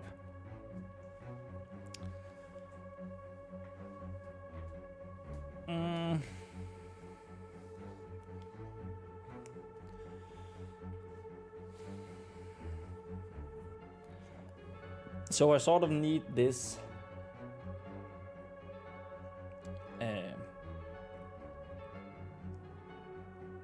to become like a story that one tells, you know, like Noah's Ark, for example, a religious story that one tells.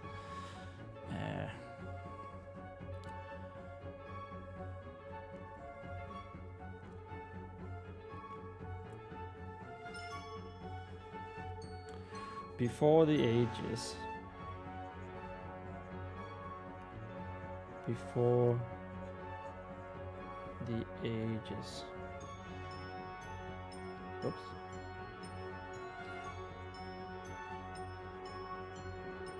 The Amber Father. Amber Father. And the Umber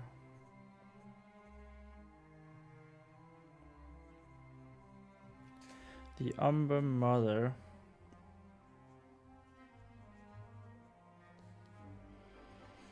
let's go with that inseparable thing. Were inseparable. No. Inseparable.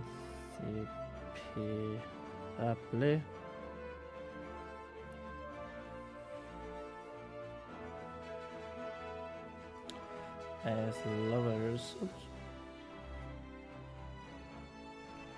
Come on, as lovers should be, as lovers should be.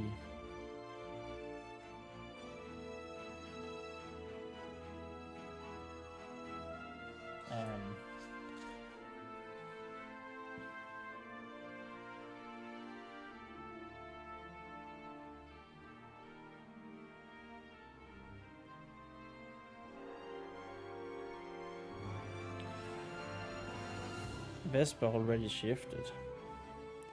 Vesper already shifted.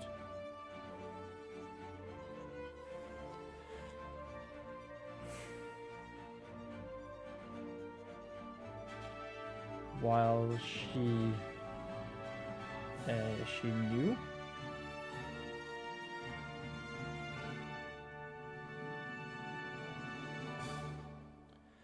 While she knew about the love between a man and a woman, a man and a woman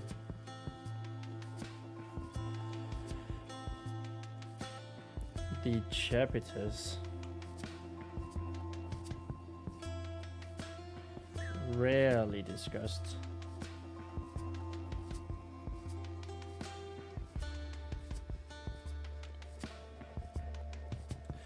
Rarely discussed anything.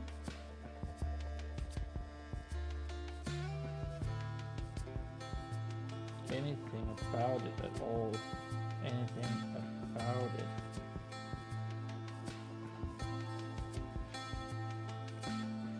At all.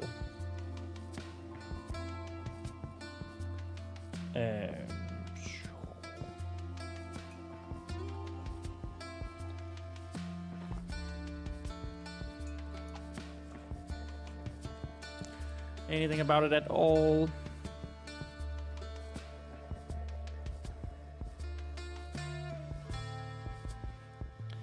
And if they did, it was when talking about the broken pillars. And if they did,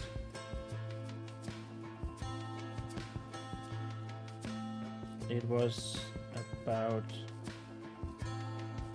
the broken pillars.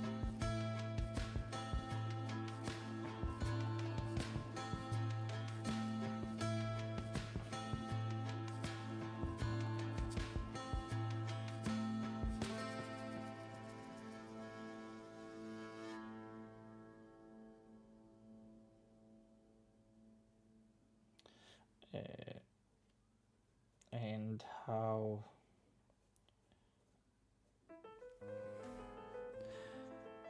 the act could prevent one's soul, prevent one from entering heaven, entering haven, as I so good thinkingly have called heaven of the broken pillars, from entering haven.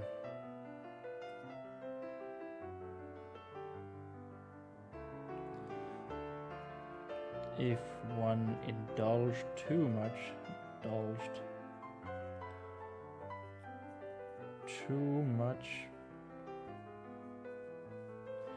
I don't know about that word.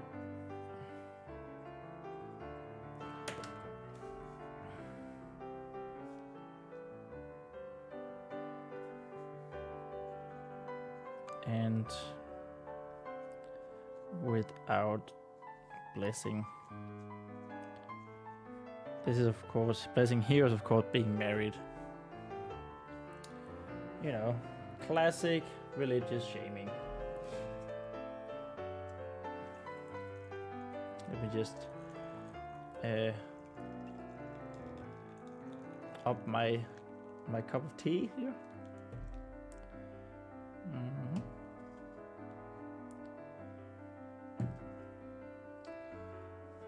Yes, wonderful. I missed I spilled some water. I think it was just water, luckily.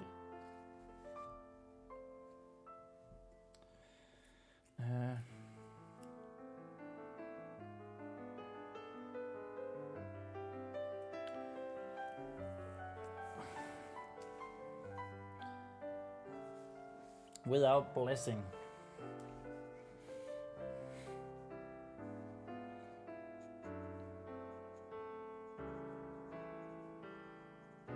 However, a sickness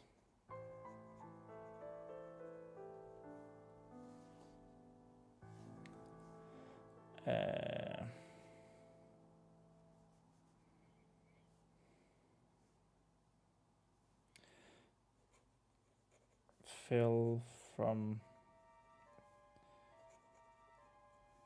the skies and into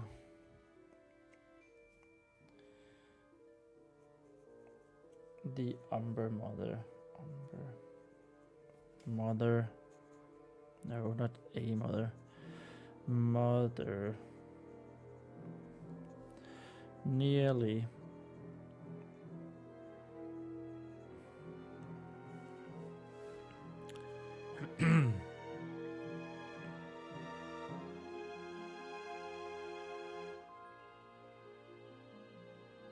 Nearly breaking her on impact. Maybe that's a bit weird, a bit harsh. Maybe just wounding her.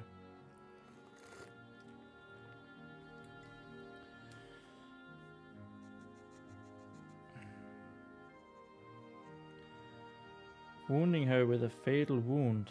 That sounds weird and religious, doesn't it? Wounding her with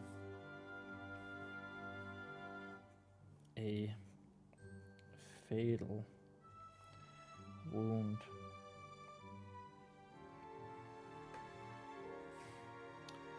I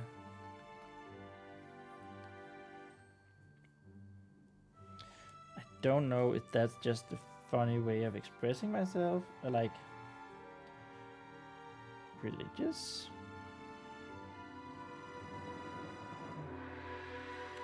Or if it sounds too stupid.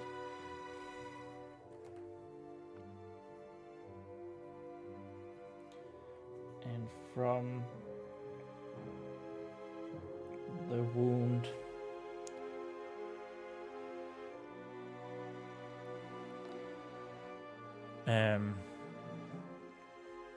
a black rot. A black rot.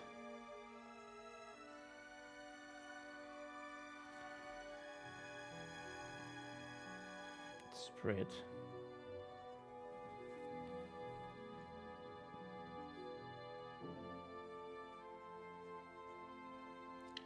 Very much like, very much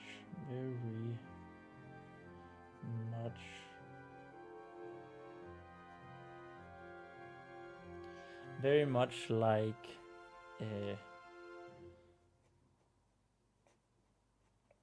what turned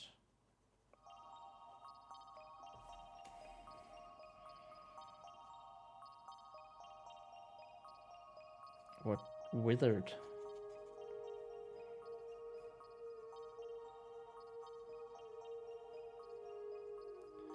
Withered this valley.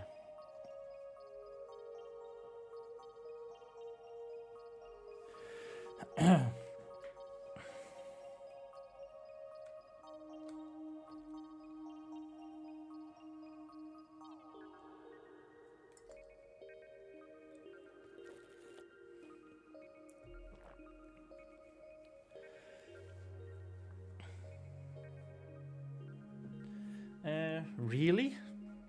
She's going to ask, you could ask.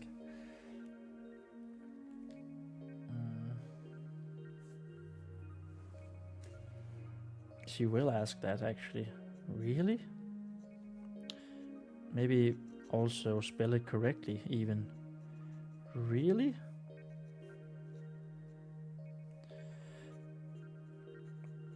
Vespa asked in astonishment.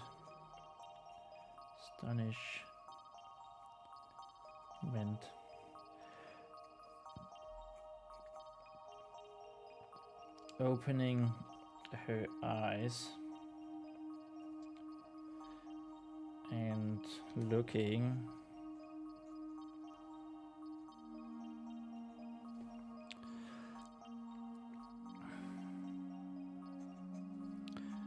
at the Warhammer.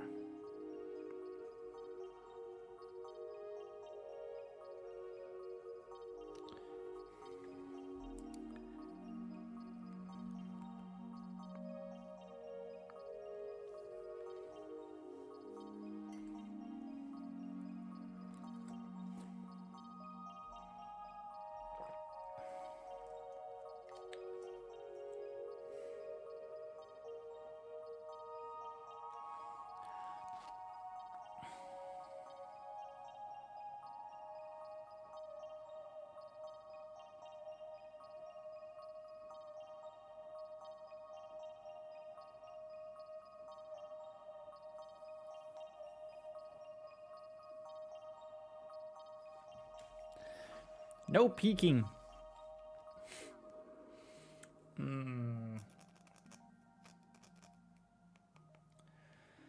No peeking. No, no, no.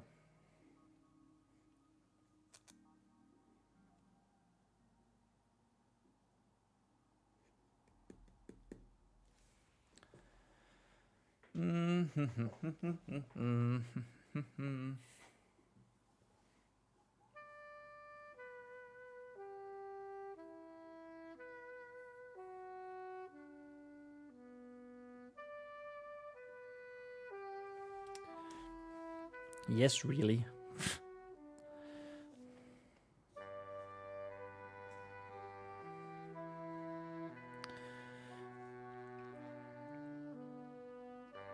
That doesn't sound like focusing to me.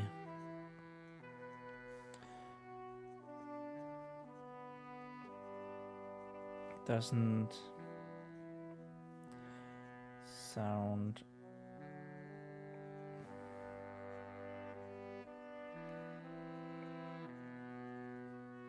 like someone trying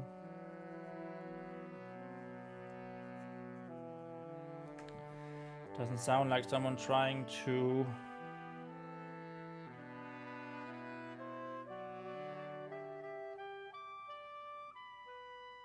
expand their abilities. That sounds very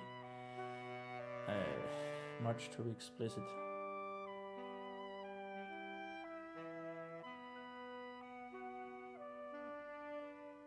Trying to do what we asked. To do what we agreed.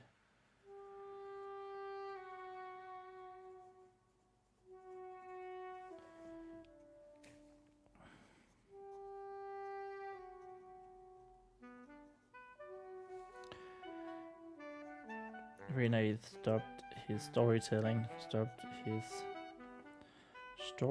with a snark.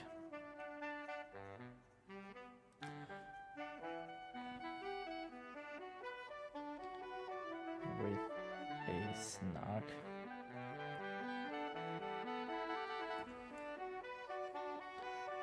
A word, phrase. Come on, this is a good one.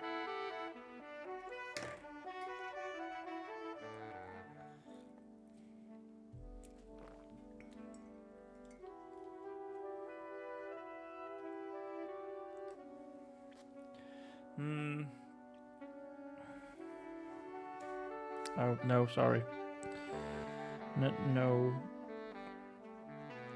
Sorry.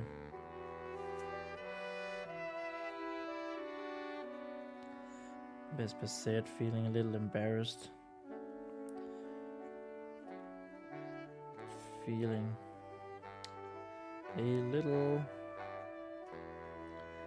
embarrassed.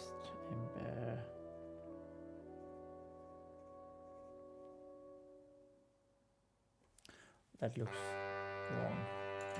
Embarrassed. Yeah, it's with two S's, right? Embarrassed.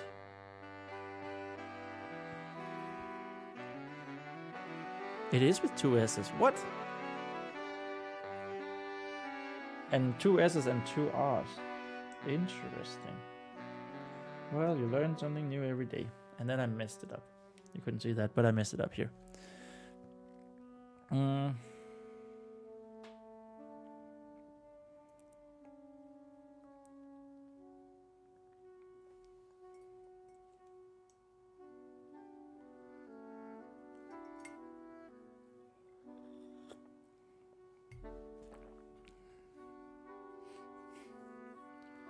Feeling a little embarrassed.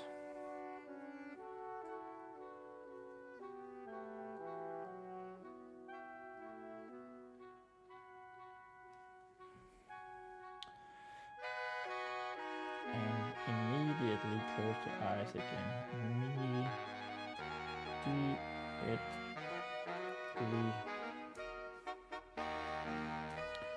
closed her eyes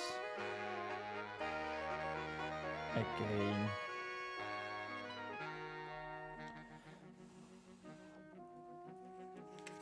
That was page 120. Oh yeah, we're doing fine today. 121 is coming up next. Just fanning it a little to dry out the ink.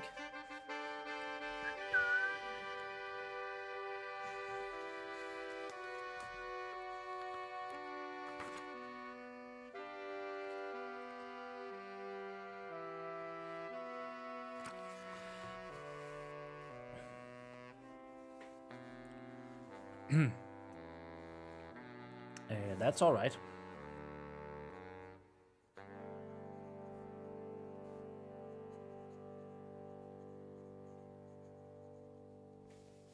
That's all right. Renate set.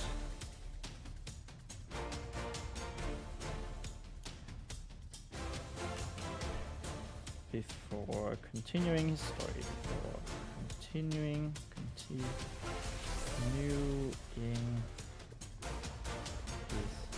story.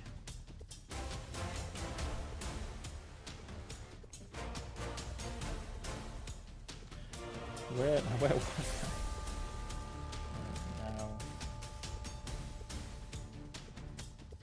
where was I?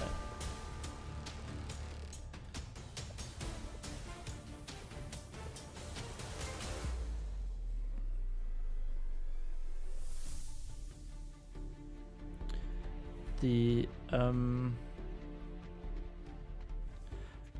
umber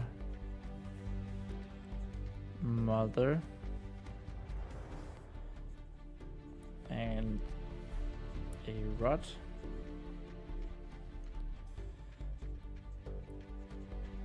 Vespa replied, opening one eye briefly, opening one eye briefly. Totally say briefly here. Briefly.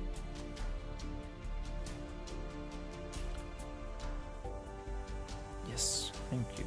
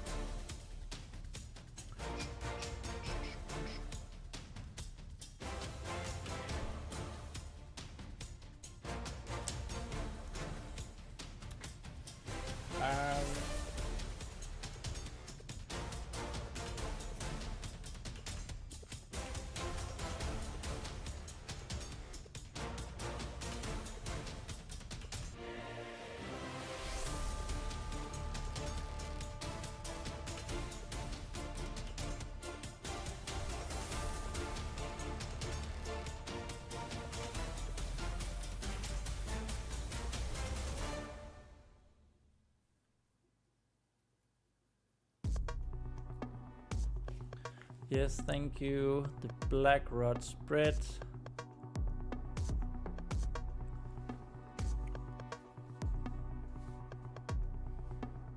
I guess Renate continued his story, should be down here. But whatever. Continuing his story should be down here.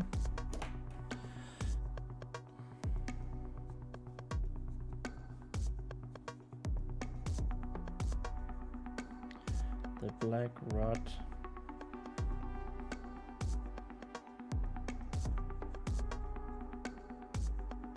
spread rapidly.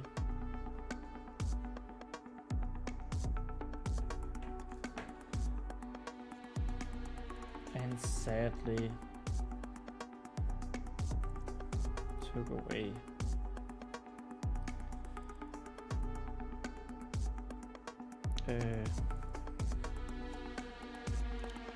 the life of the Umber Mother.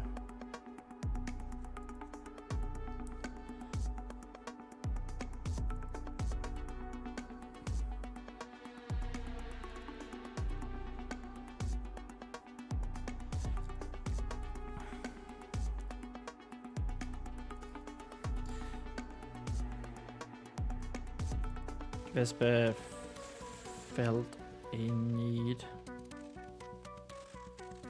to comment on the horrible thing. To comment on the horrible story.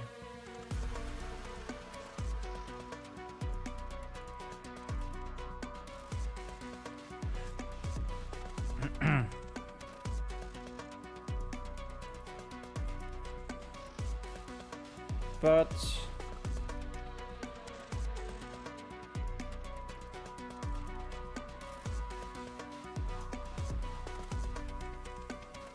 resisted.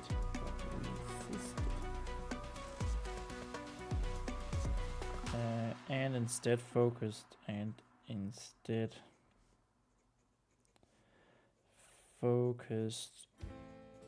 on the task at hand.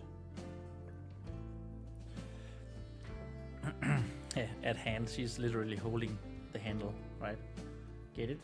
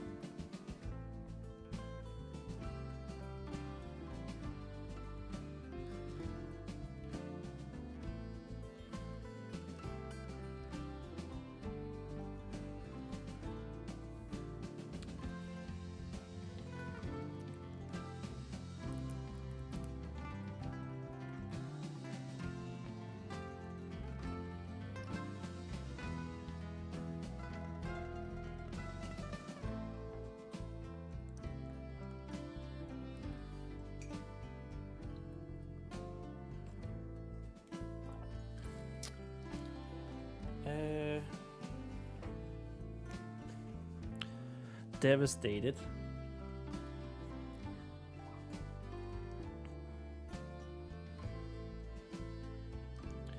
Damn it.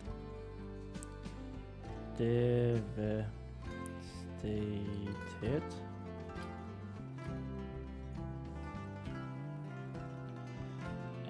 The Amber father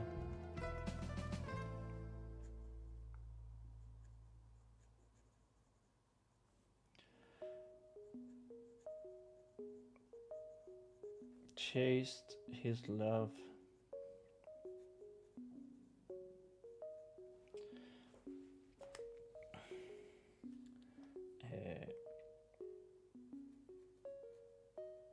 into the realm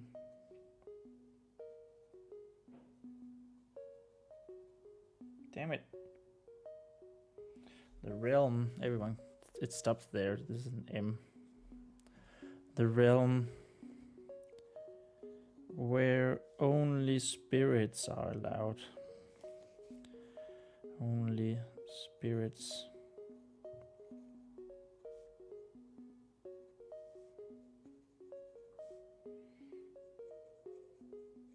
are allowed.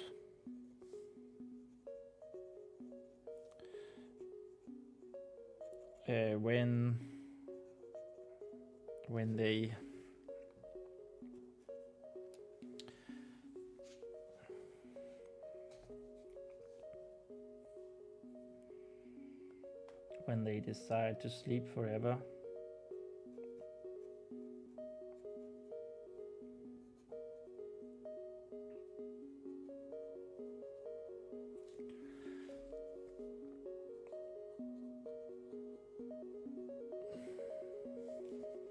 Decide to sleep. I mean, I'm not sure of this. Figure it out. But that's mostly like, because it is called the amber sleep,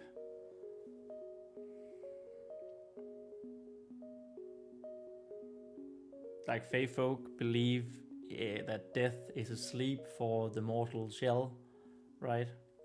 Or a sleep for the spirit, I guess.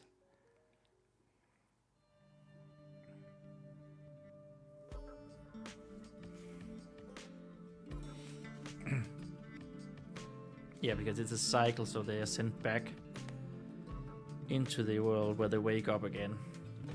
So, yeah, that totally makes sense.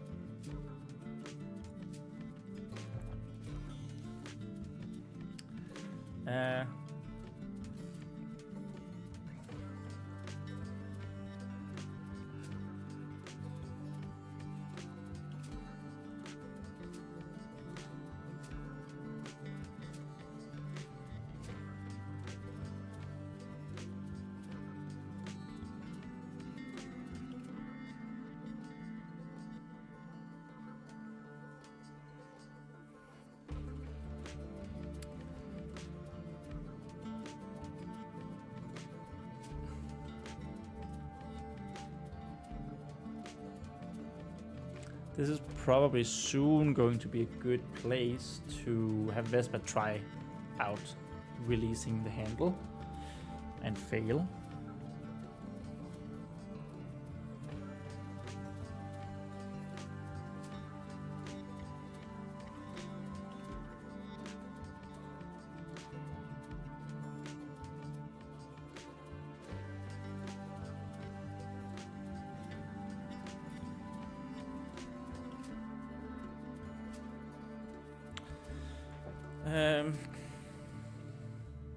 Okay, like I said, what was it? Was it 13, 14? It's 14 when this started. Like I said, I thought this was going to be a really short chapter, and now we're 14 pages. No, not 14. We're 7 pages in already, and I don't know if we're like halfway there. Probably not, but something like it. It's probably going to be like a 12 page chapter again. It's supposed to be like a montage chapter. These little breaks of the real action.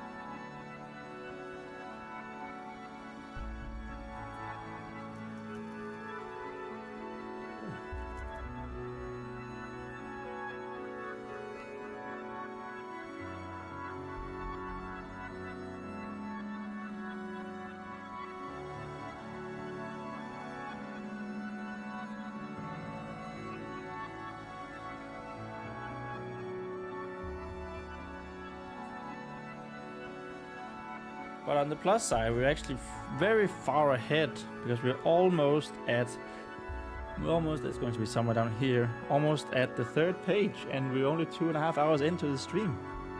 It's actually pretty wild. And I had such a late lunch/dinner that I don't think I'll take a food break today. I know, that's wild.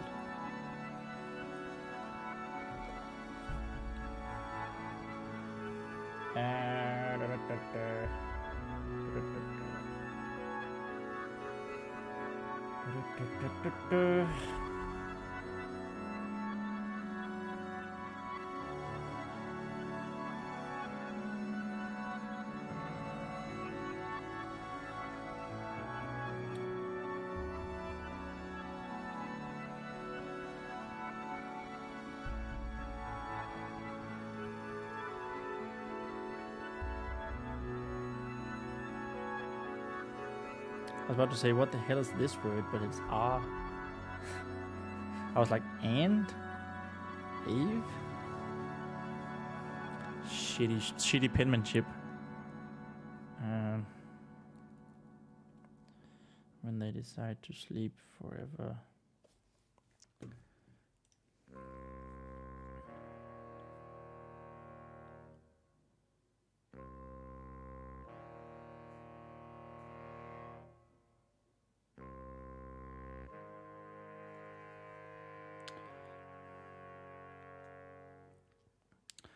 So yeah, we need to have the suggested love into the realm of death and exchange his own life for her here when he found her.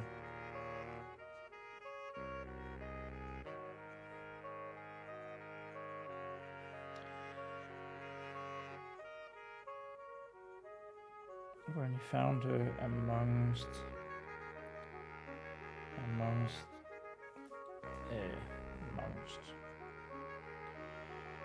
fields of amber.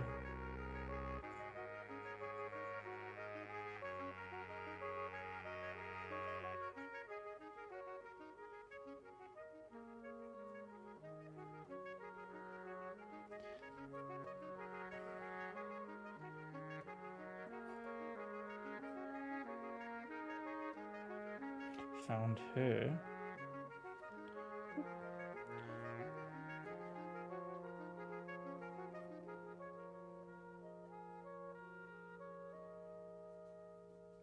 He decided to give his own life,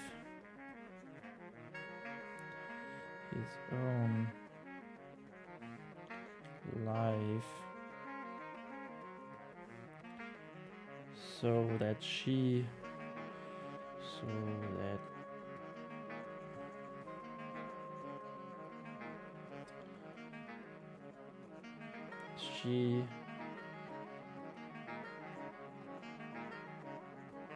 could return where she belonged.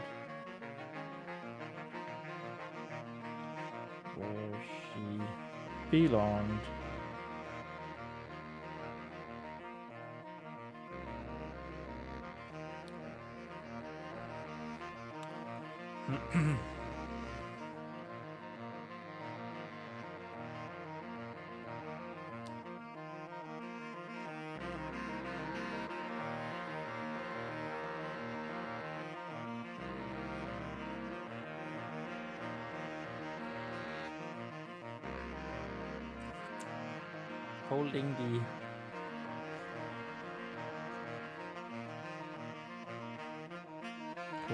the handle tight.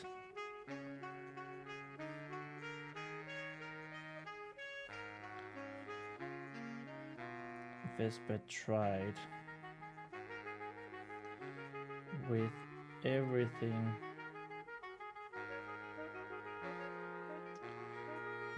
she could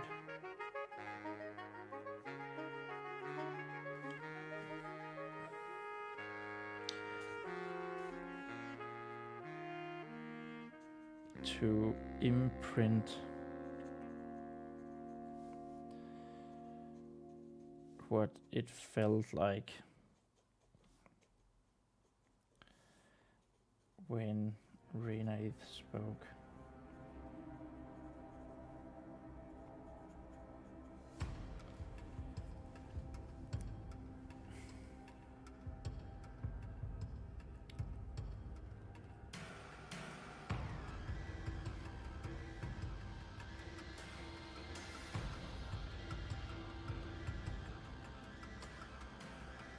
The tingling in her fingers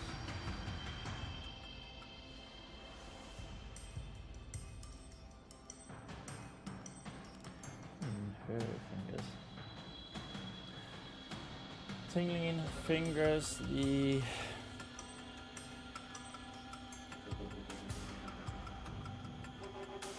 slide. I feel like we've used slide a lot. Repeat. Slight warmth that ran through her body.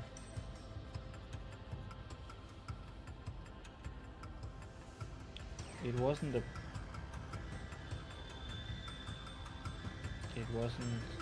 an overwhelming warmth.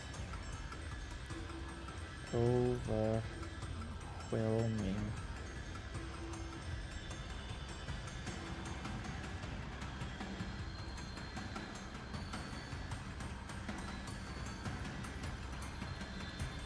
But it wasn't unpleasant either. It wasn't unpleasant.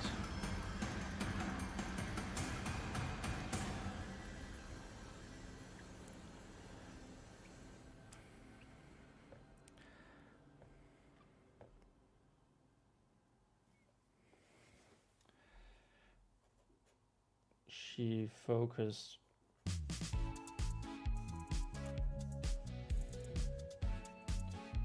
on the song.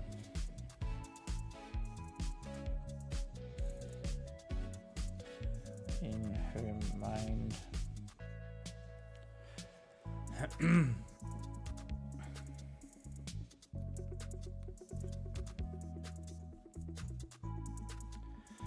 The one coming from nowhere and everywhere.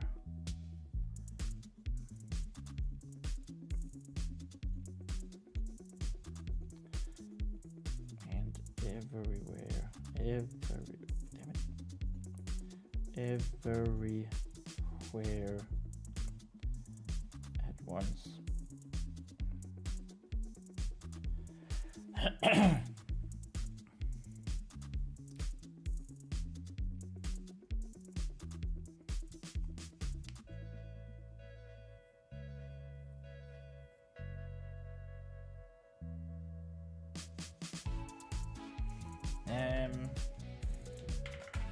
I think that was definitely 3 pages.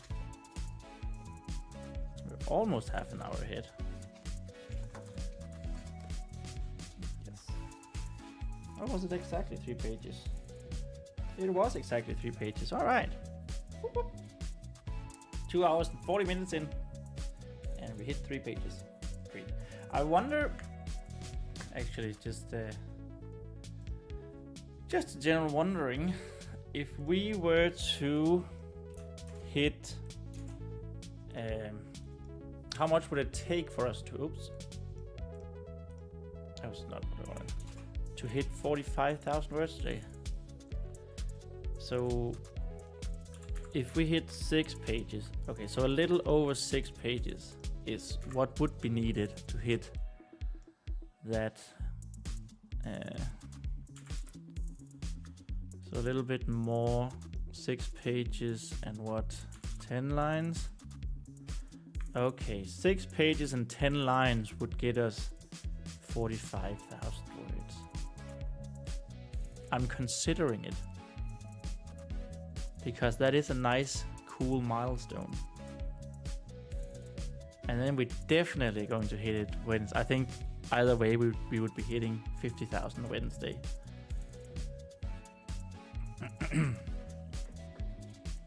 Okay.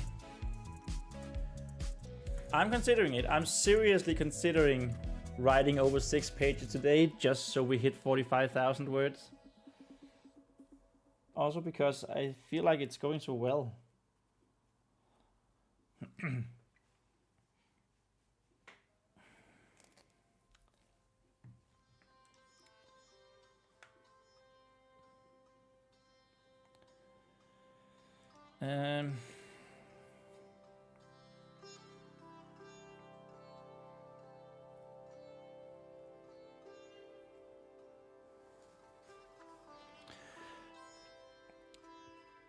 But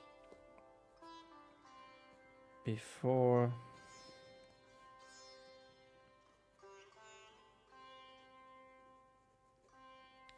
sending her back,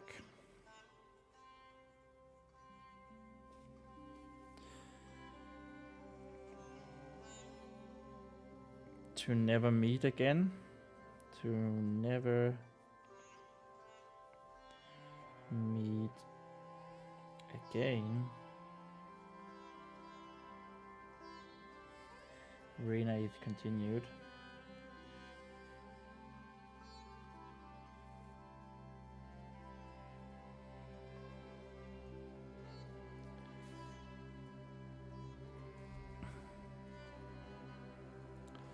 The Amber father and the Umber mother. Umber. Mother made love a final time.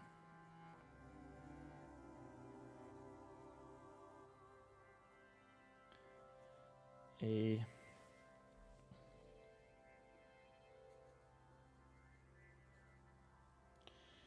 final time.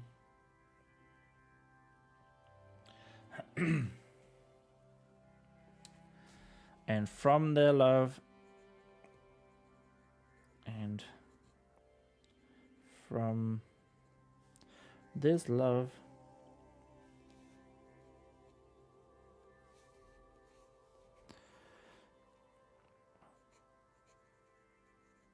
they spawned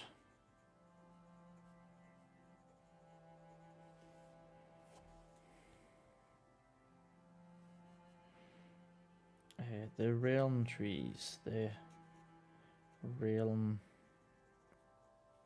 trees.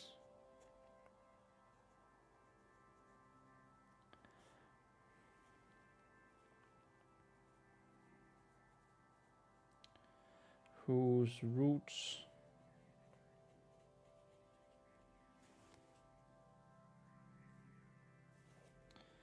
in both realms, in both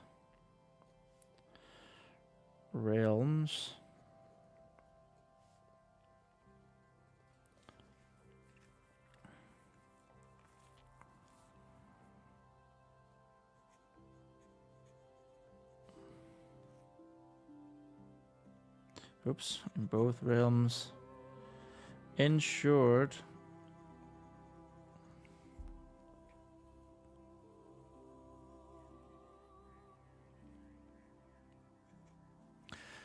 it's definitely something that should be rewritten, I feel like.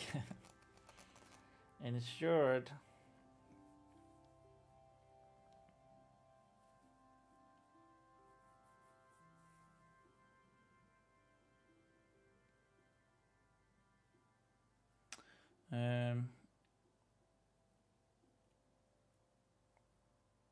they sprouted. Sprouted is better than spawned. They sprouted.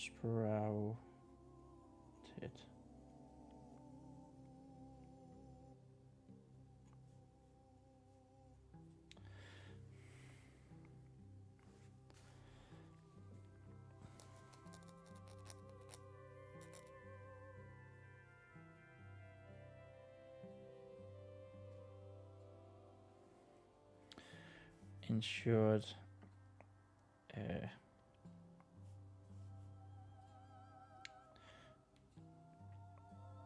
the protection, their protection,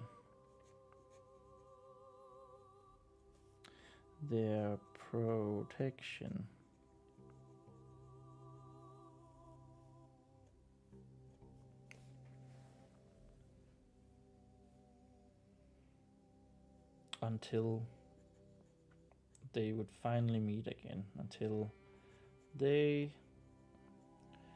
would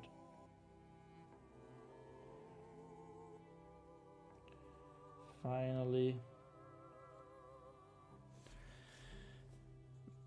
meet again.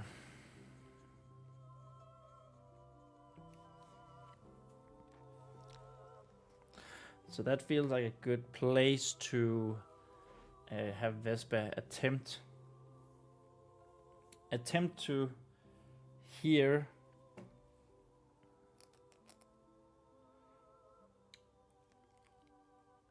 Rena without having her hands on the handle.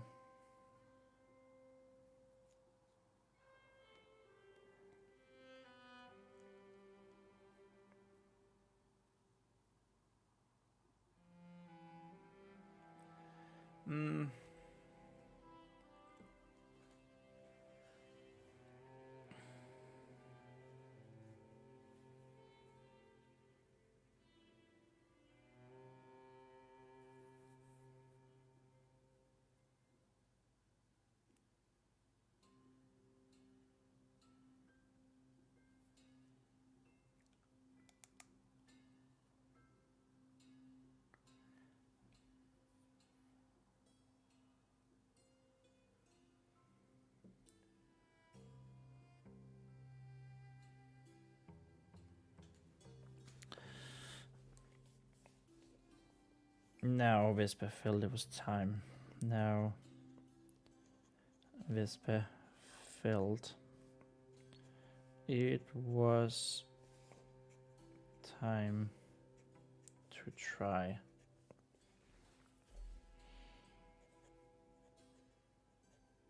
Pearls of Sweat had already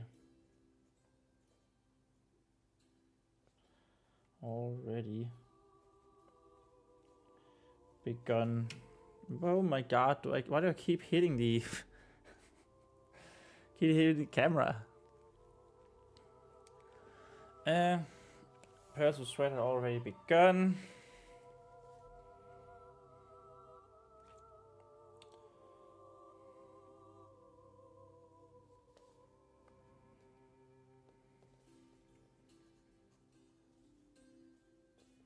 Pearls of Cold Sweat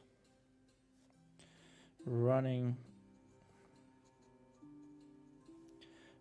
down from her forehead, damn it,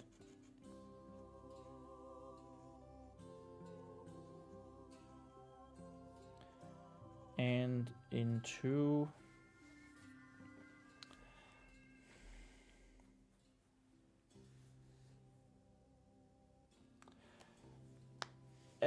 Jamie is here. Welcome to the live stream, dude. Answer to your title. I think so.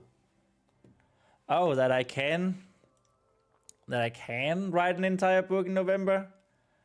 Well, I appreciate the cheerleading. I hope yours is going well. I hope your book is going slightly worse than my progress, so I for once will be ahead of you. Just to try it, then you can go wild afterwards. Please.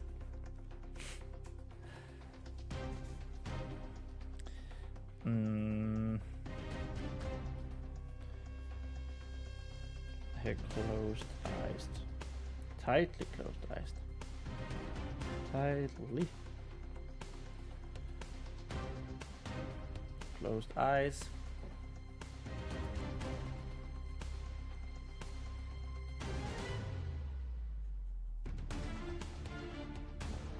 Her heart had also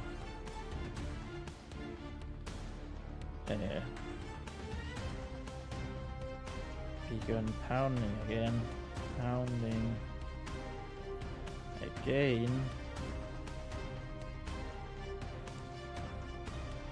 as she took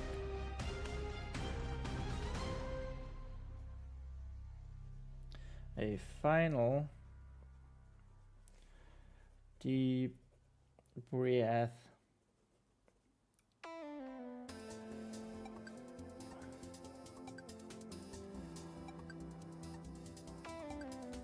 Vesper of the vigorous oath. She whispered in a last attempt to get her nerves under control. She whispered. Jamie says, letting your motorbike adventure beat my word counts just feels unnatural. I've been closer though. Damn you. This, Jamie, this will be the beginning of my villain arc. And once I attempt world domination, so you can all be forced to read my stuff, then everyone will point at you and say, why didn't you just let him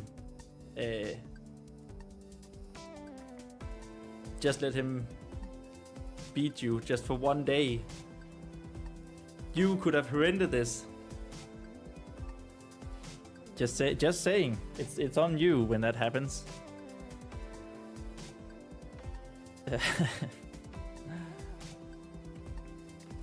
I'm gonna write that down, my villain arc. Around 02 54. My villain arc.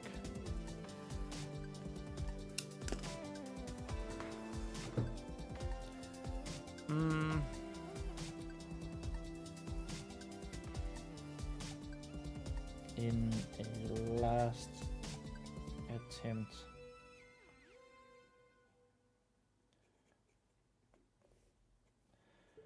to get her nerves under control,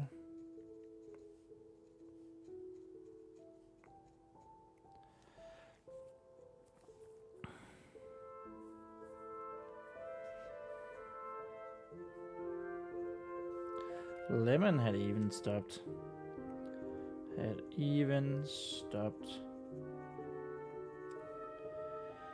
His chirping. Damn it. His chirping. In anticipation. That can totally be on the page, on the line.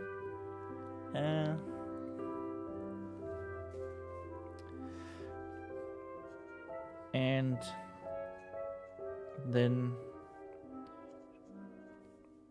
she let go of the Warhammer's handle.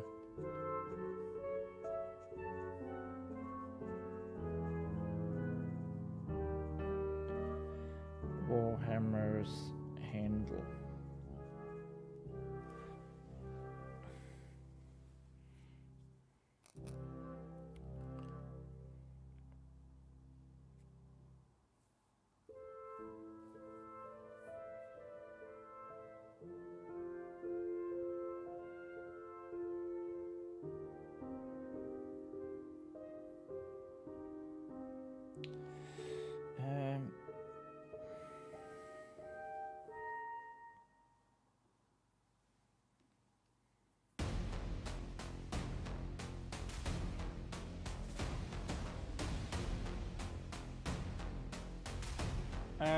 Look at how close we are to ending page 121. Woo! Woo!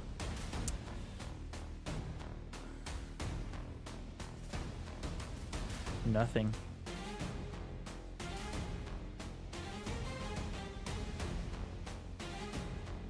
Nothing but the slight hum and shake of the hammer.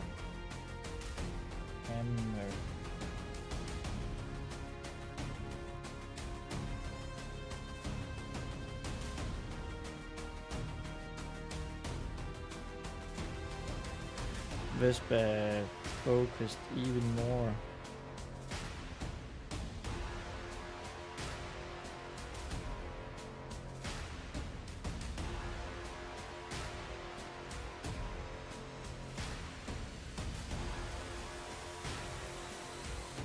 She desperately, maybe that's a bit too much.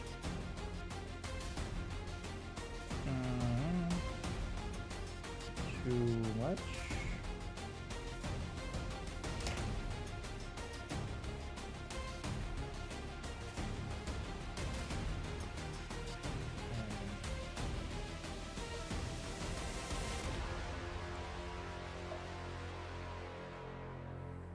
She desperately tried to remember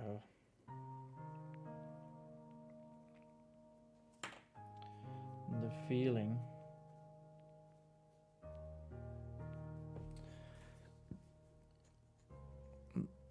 The tingling, the warmth, the song.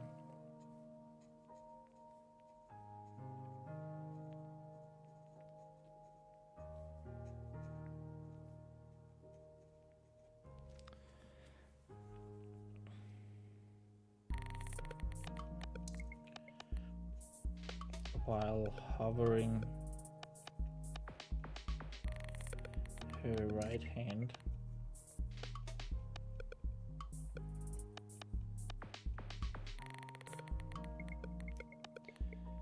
just above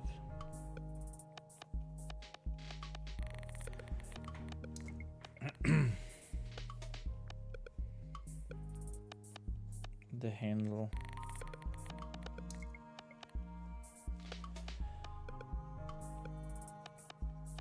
But nothing seemed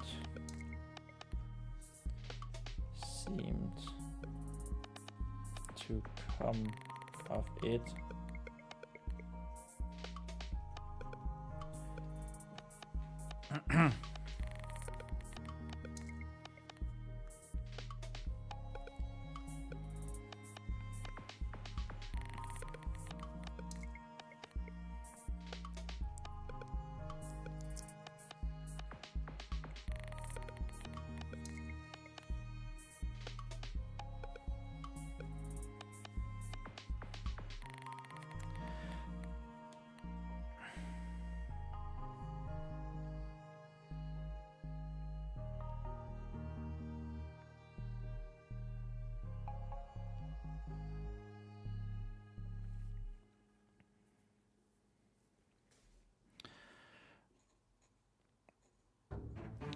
She let go of her focus, let go of her focus.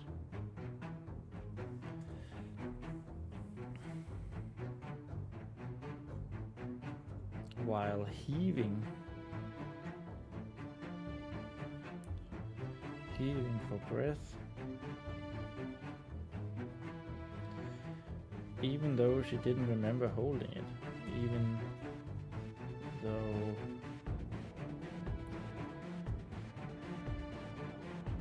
she didn't remember holding it. Remember holding it.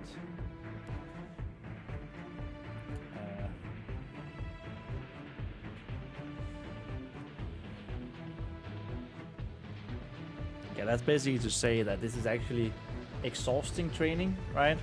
This magical stamina she's training.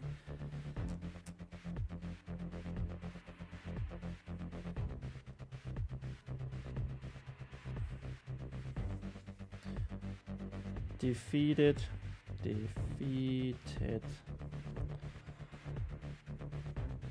Vespa grabs the humming warhammer again.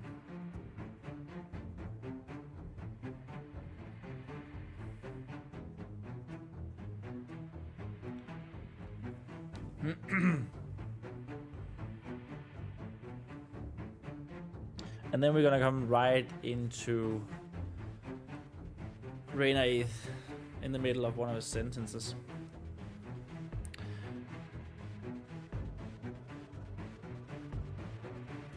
First age.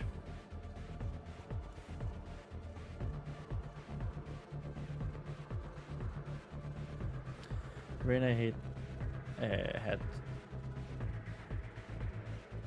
just kept on telling the story, it seemed. Telling the story, it seemed.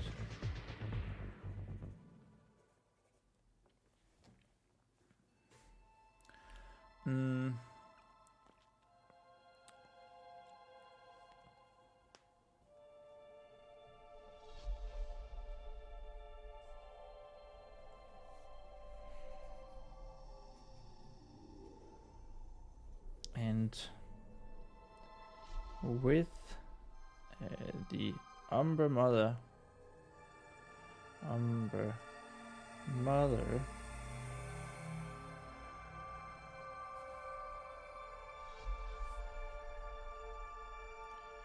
back in our world,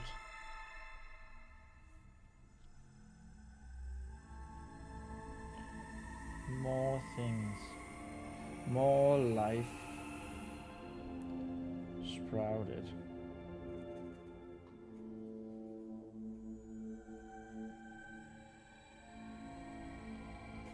Including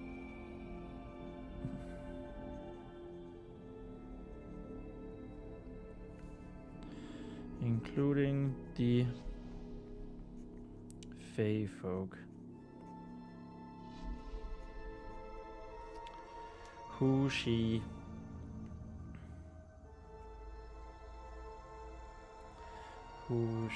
tasked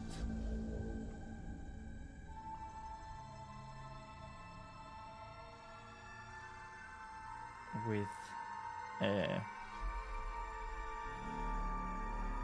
nurturing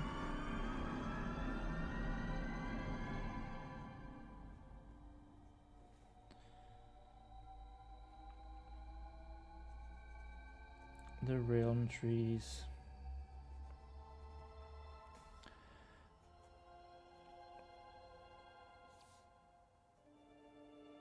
and and the forests.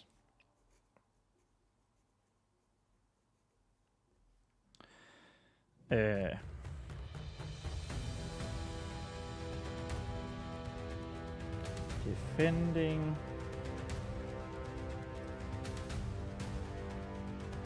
them from, and then Vesper's going to interrupt here. It didn't work.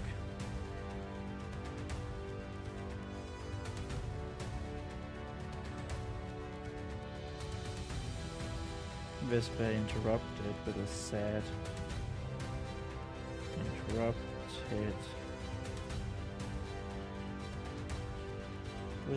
confession.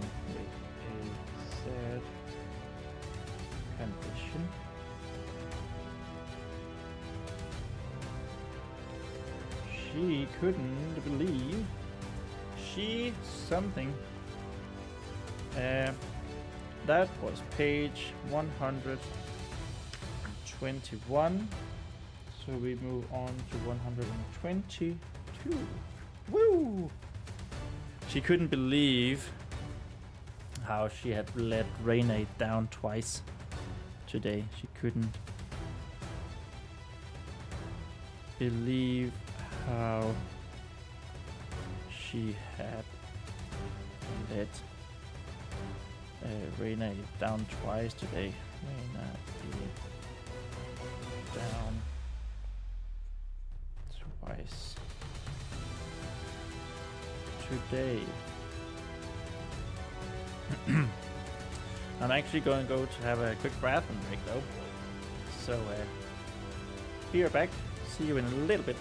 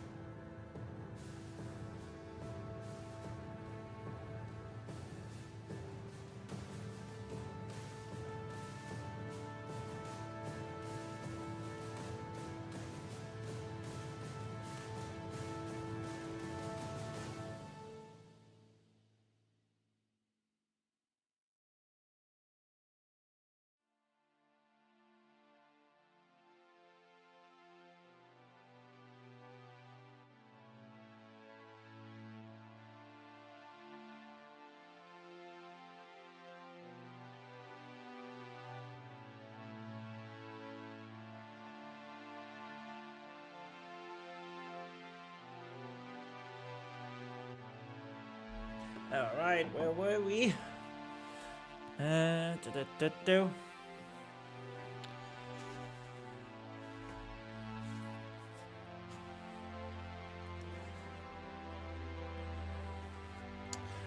Not to worry. Not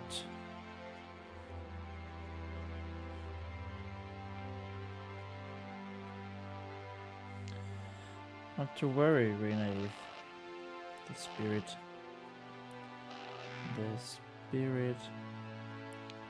said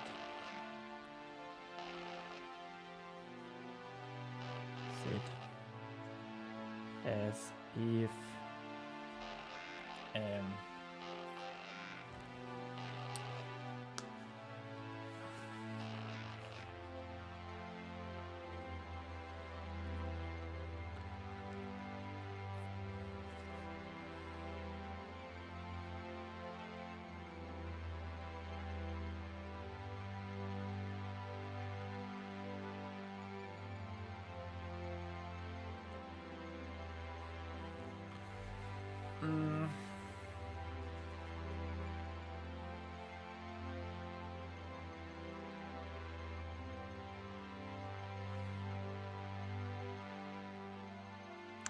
she said it as if he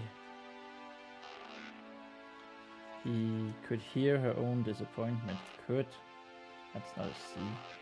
Could hear the disappointment.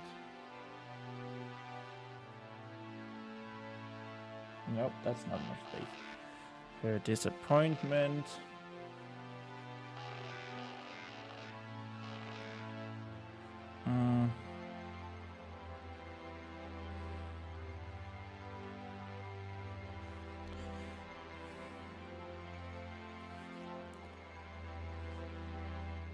In her voice. I guess it's not her disappointment. Word.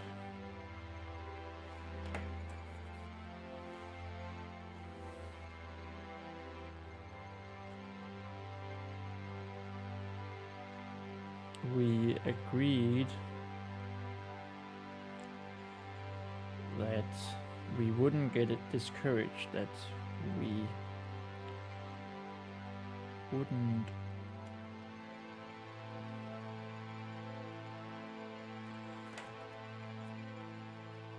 get discouraged. Discouraged.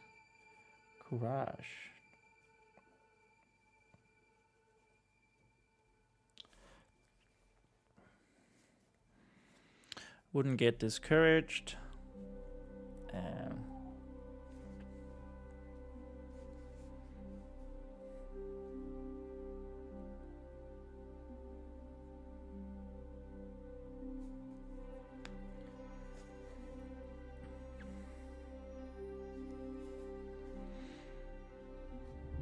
If it didn't work,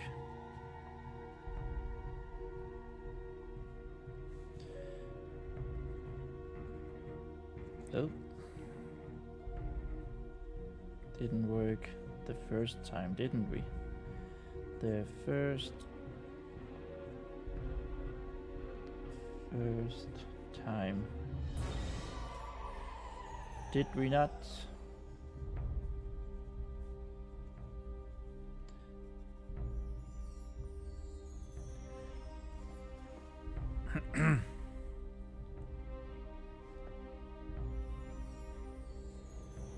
That's supposed to be a question mark.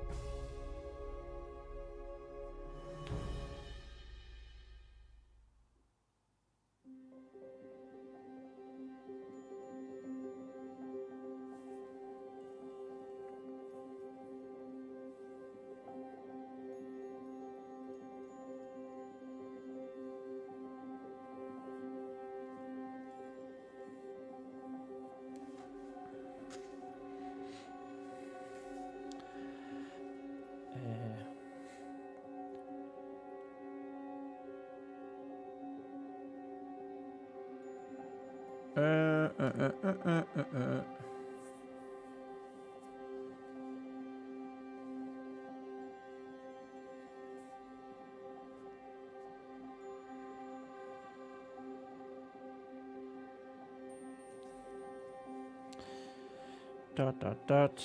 Yes. Vesper replied with a sniffle.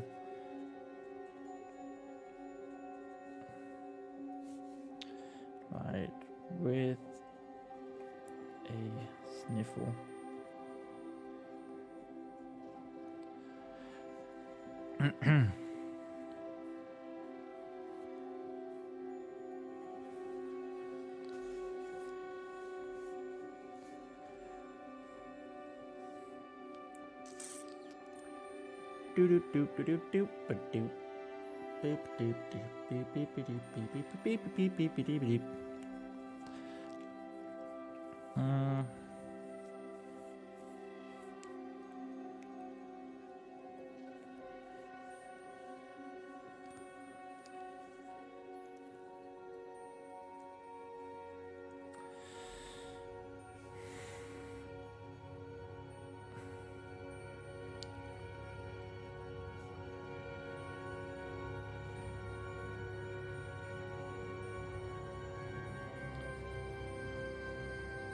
But all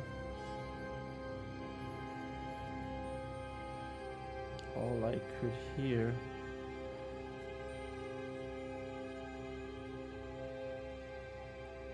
was the humming.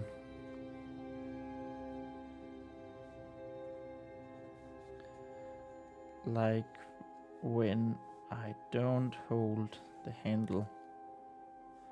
When I don't hold the handle.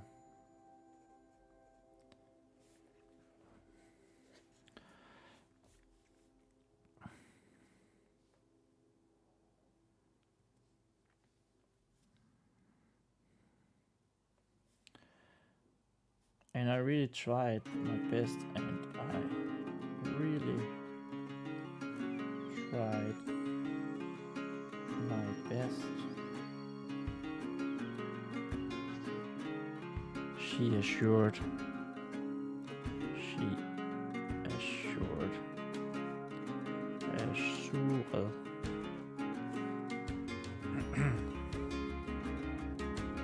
I feel.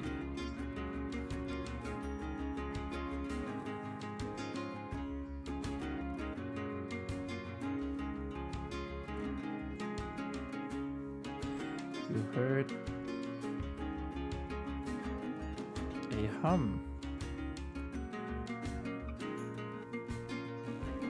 as I was talking, as I was speaking.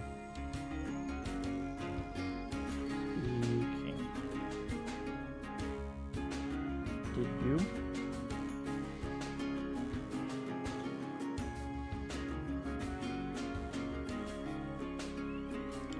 Reina asked, oh my god, stop doing cursive. Asked with interest.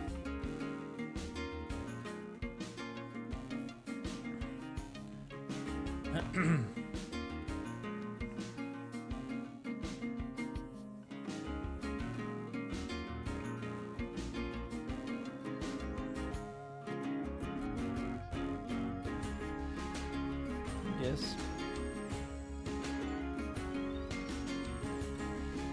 I think I always hear that. I think that I always hear that.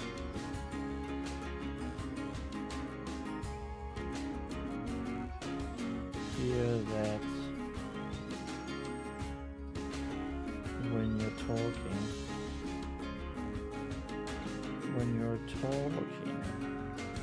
So something I just sort of realized, like we can use, so he's very old and she's very young, right? Good contrast. So there's a contrast a little bit in how they speak. good contrast.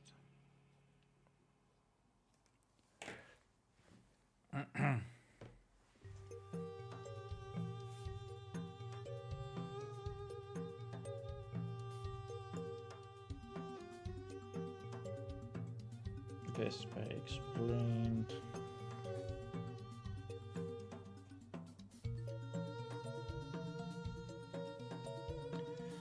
But couldn't see why that mattered. Mattered.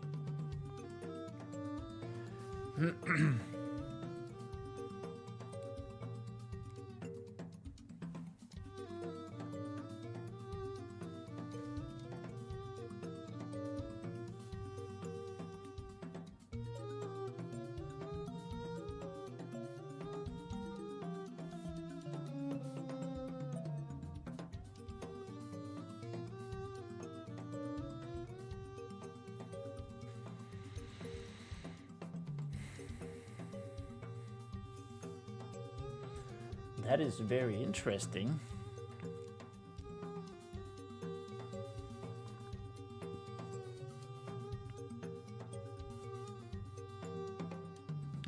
Not everyone.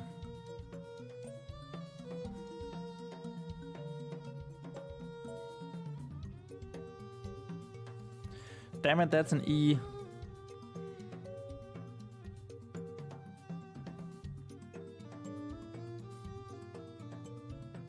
Can hear a hum.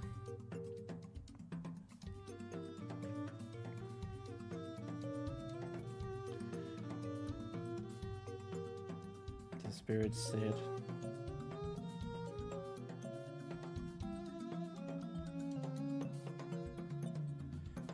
Something that gave Vespa a little more confidence back. Gave Vespa just a little confidence back. A little confidence.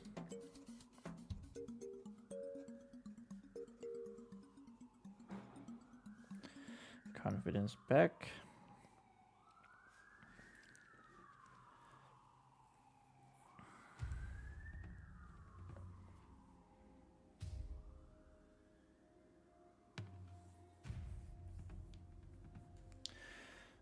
Should we try again?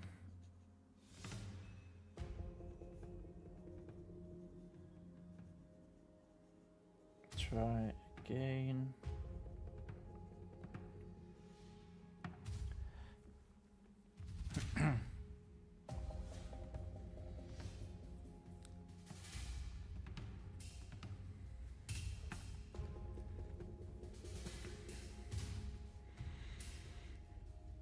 Vespa took a deep breath. Took yet another deep breath. And shifted on her knees. Shifted on her knees. To try and make herself a little more comfortable. To try and make herself a little more comfortable.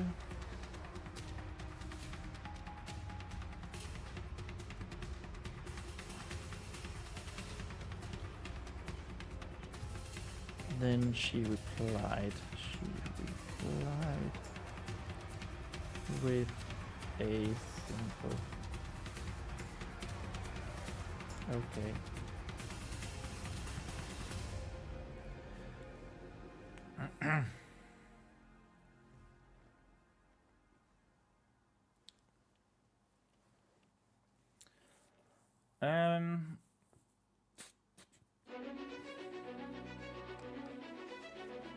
Okay.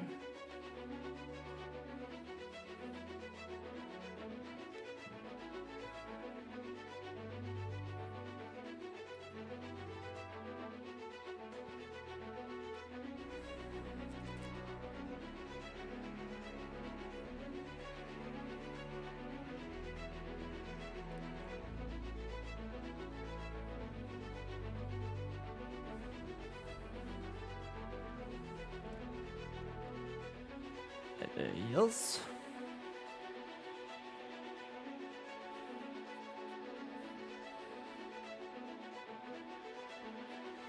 Good.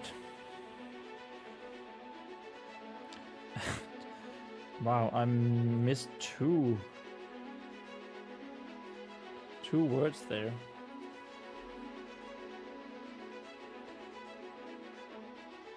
As she closed her eyes and tried to regain her focus, tried to regain her focus.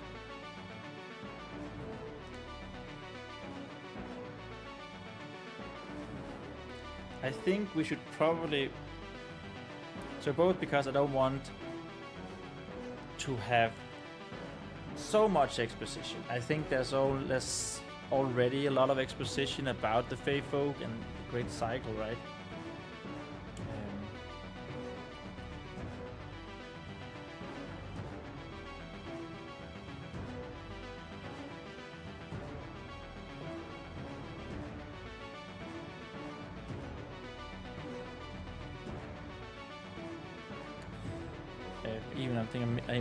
I even think I'm missing a bit.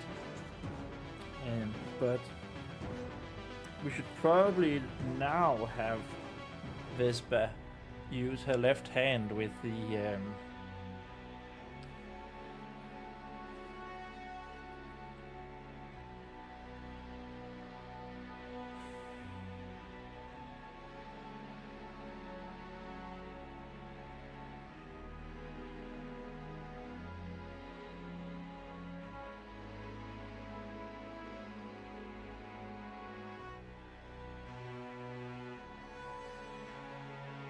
so we're sort of skipping a step. My original plan was to have another try, and then he would suggest using the hand with the glove on, with the gauntlet on.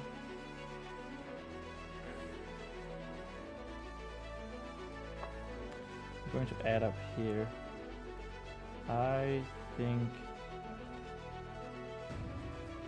that I need to have my hand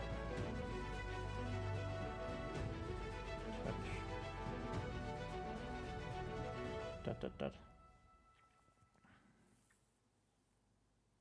the hammer.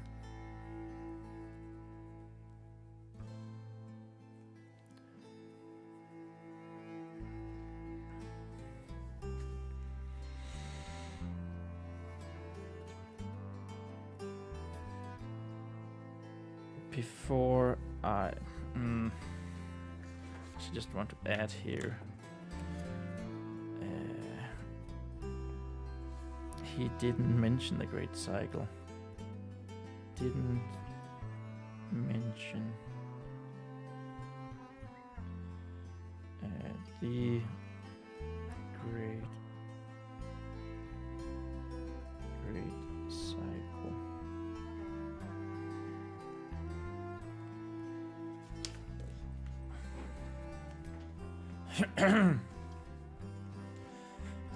Before we do, however,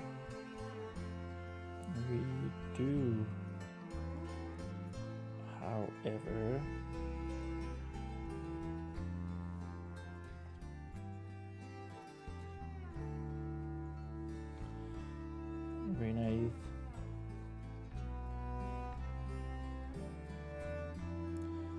clearly had another request. Clearly had another request.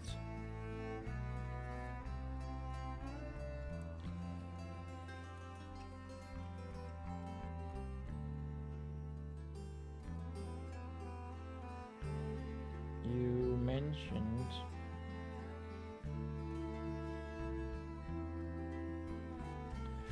mentioned that you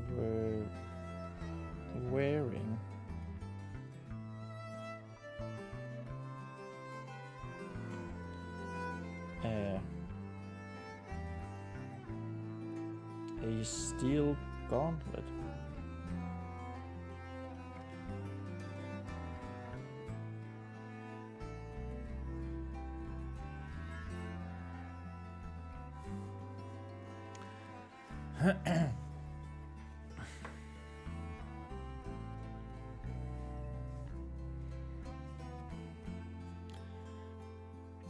Vespa was so proud. How did we start the... why do you keep calling me faithful? Okay. So it's just like we can definitely have Vespa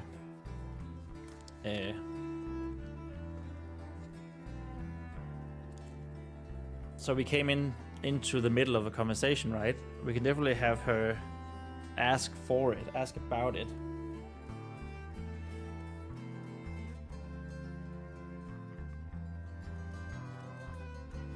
Or like have her tell about it as she got down there, got into the catacombs in the first place. Which we can lampshade here that's what she's done. I was so proud of her newly acquired.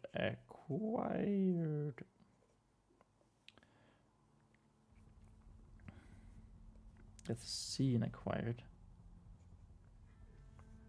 Damn it. Maybe even an... oh, damn it. Acquired C-Q-U-I-R-E-D. Acquired armor piece.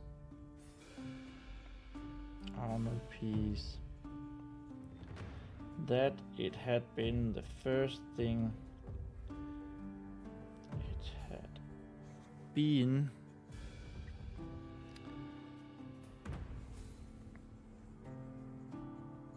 the first thing. By the way, we're definitely over 4 pages now. There. After a little over three and a half hours in. So that is pretty sweet thing.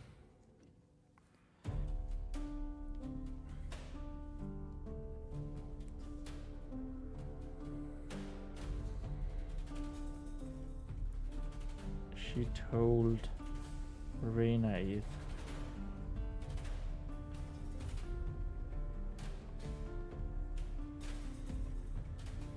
when she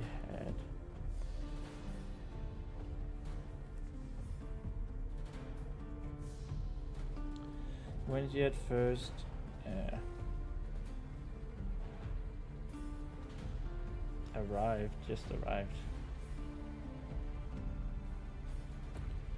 arrived in the catacombs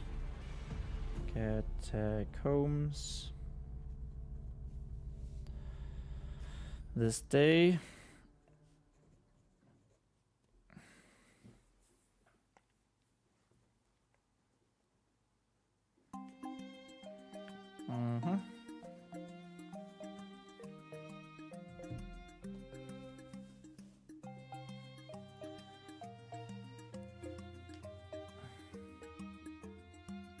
This day, that does sound a bit weird, doesn't it? Is that weird? I don't know if it is weird.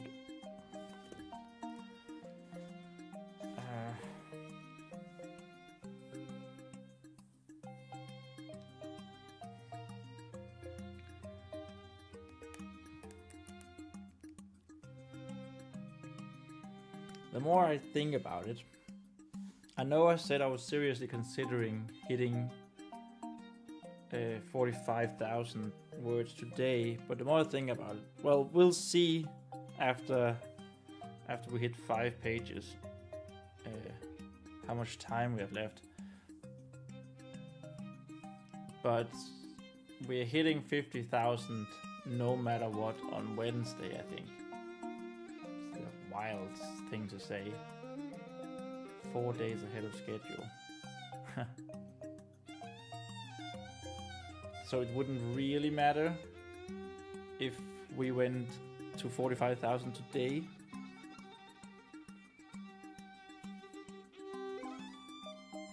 Like, unless we wrote a lot Monday, Tuesday, and then hit 50,000 at the end of Tuesday, but I don't think that's gonna happen. No.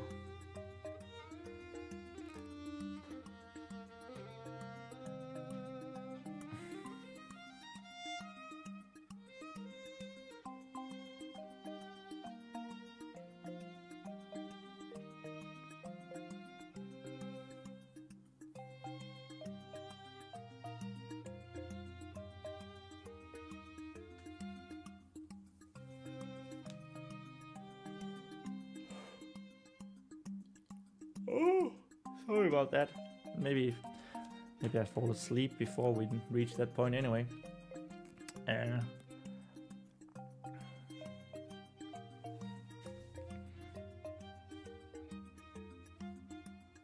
Yes, but it's for my left hand.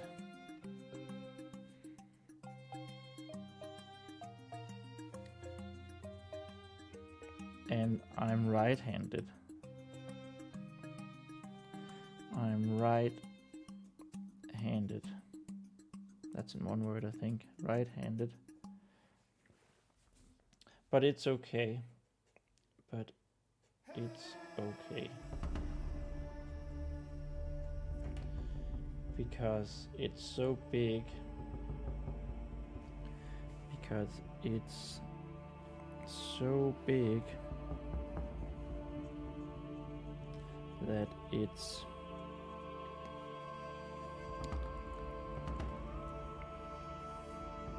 like a cool shield.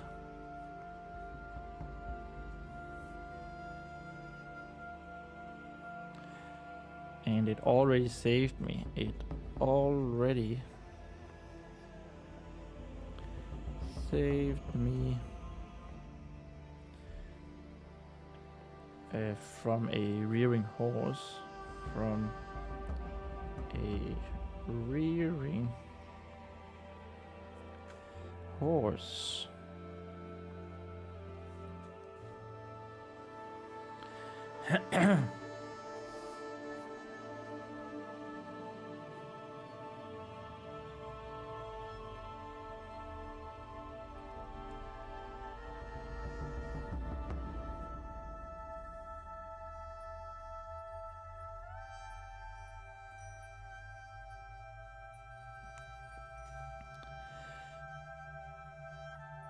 You should see the dent that was made in it. That was made in my gauntlet.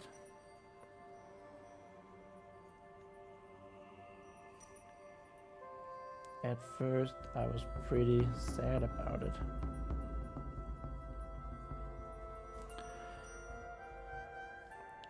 I was pretty sad about it. But then Chapitas, Bragi and Peter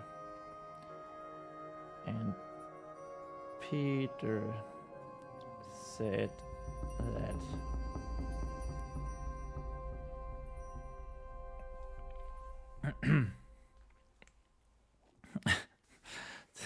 yes, you already told me that. Let's go with that. You already told me that. Rena interrupted.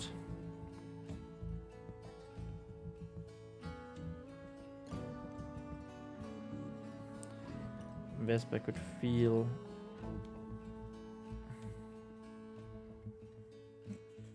guess it should be a new paragraph. A new, yeah. Vespa could feel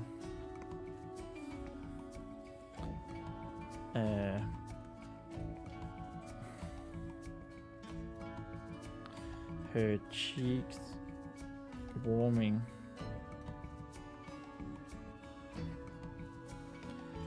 even in the cold damp air. Even in the cold damp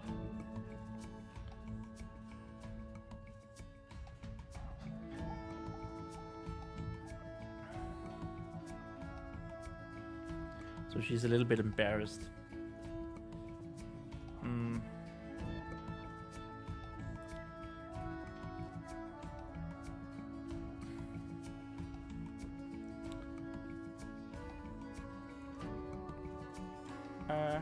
She's quite embarrassed actually.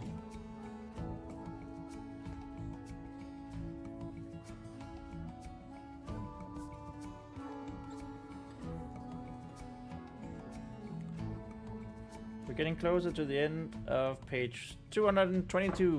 Whoop, whoop, whoop, whoop, whoop.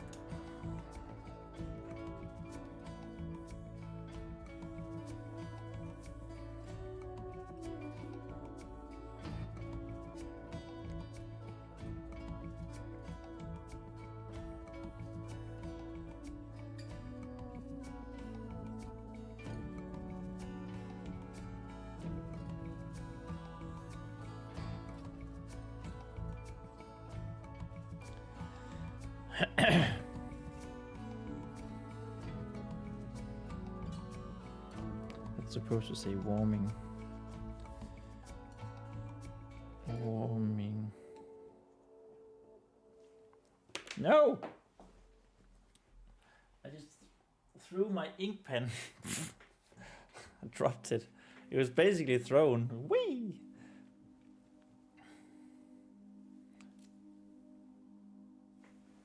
I think it inked my carpet. Whoops.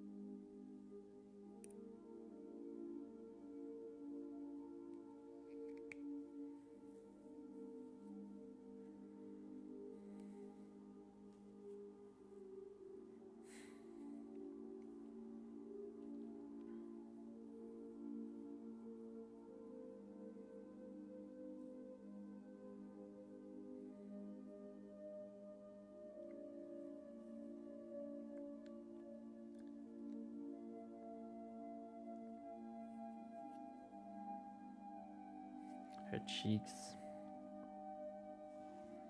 Not her butt cheeks. What were you thinking about?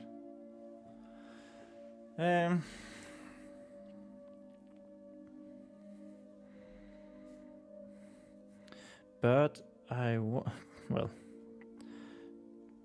my god. But I want you to try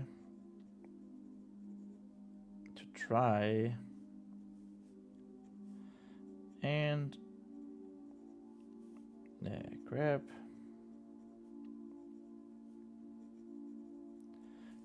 the handle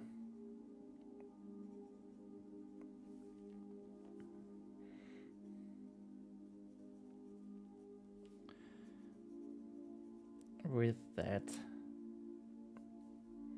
hand.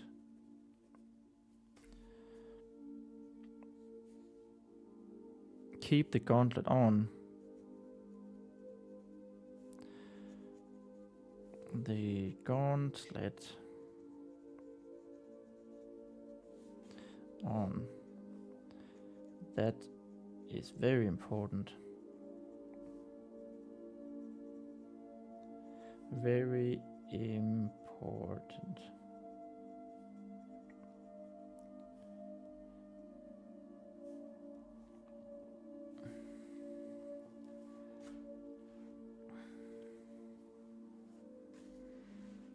I actually wrote but. Oh my god. That was not...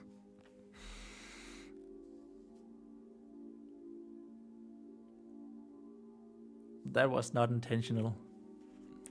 It's because I was making fun of myself.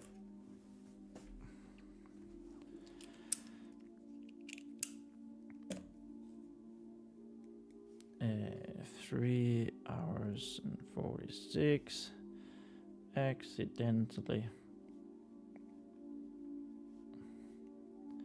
Writing. But.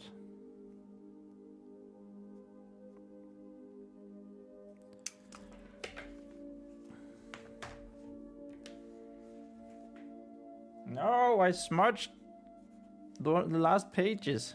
Damn it! This ink pen is just flying everywhere today. That is very important.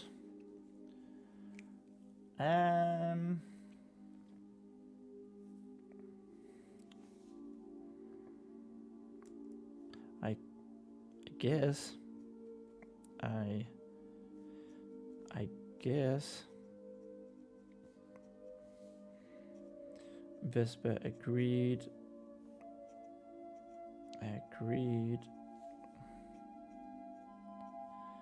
Though she wasn't quite sure why.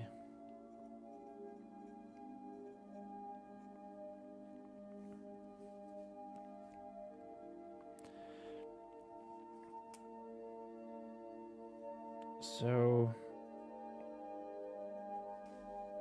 she let go of the Warhammer's handle.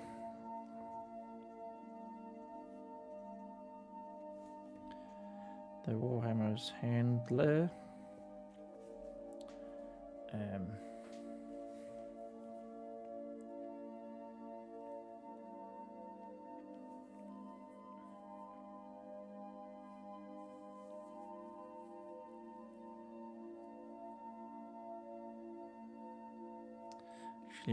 Maybe we should even mention when Renate said task with nurturing and healing.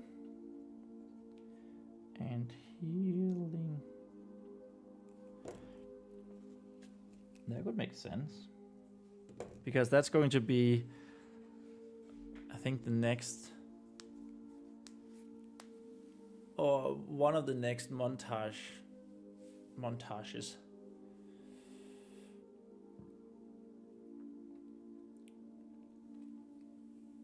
is going to be trying to heal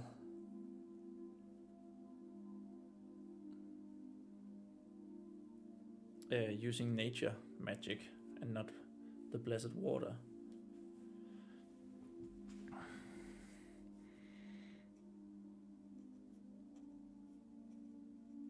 With her right hand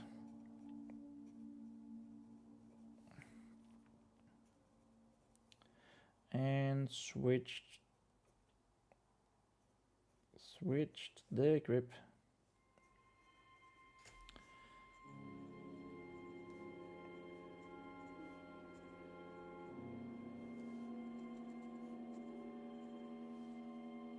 to her gauntlet covered left.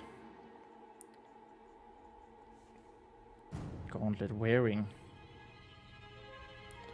Yeah, wearing is way better. Wearing left.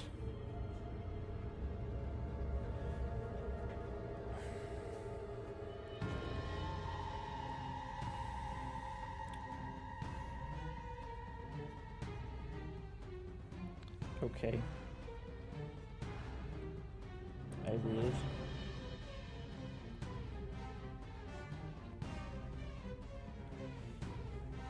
Good.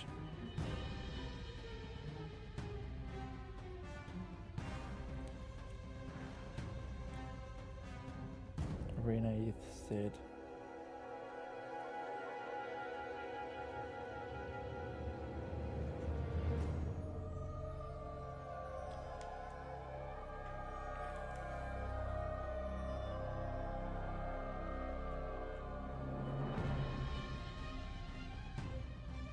With a tone that made Vespa feel like she missed something. Made Vespa feel like she was missing something. Feel like she was missing something.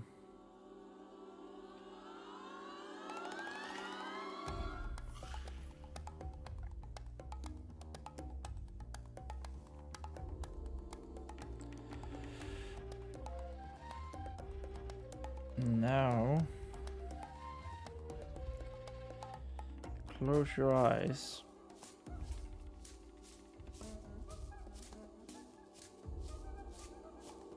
Your eyes. Take a deep breath again.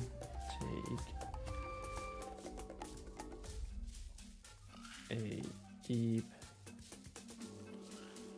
breath again.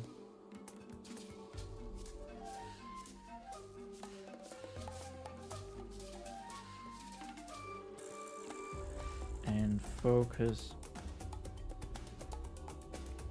on my voice,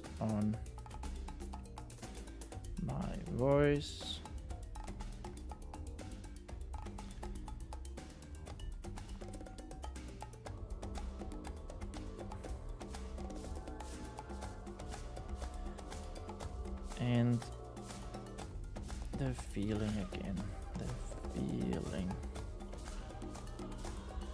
again.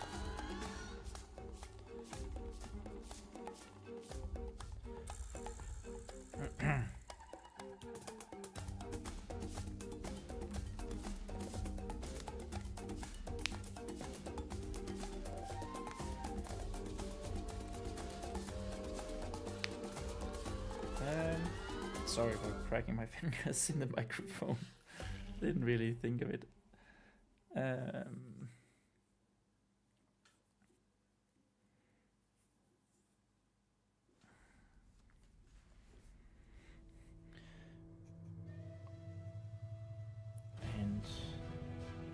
once again,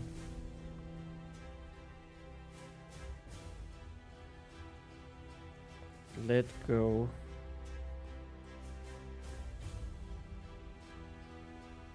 when you feel ready.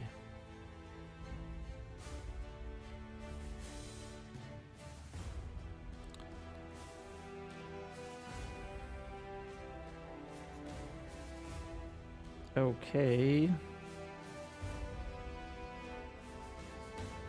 Vespa said and did what was asked, and did what was asked.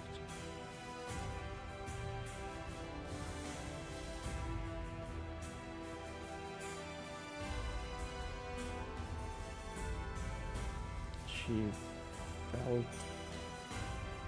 like she was sitting a little uncomfortable. She was sitting a little uncomfortable.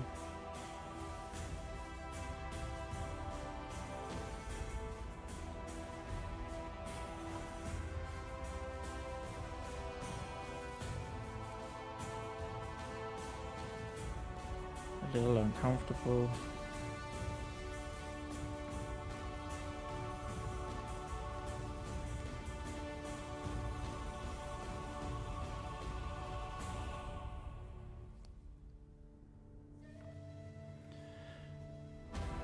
Now with her left arm extended,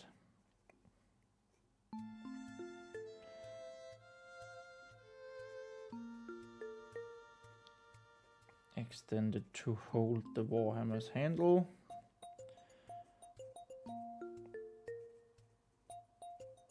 The hammer's handle.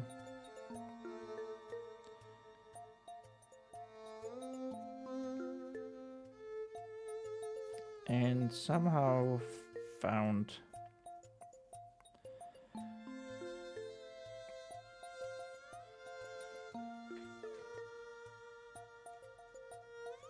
that her right arm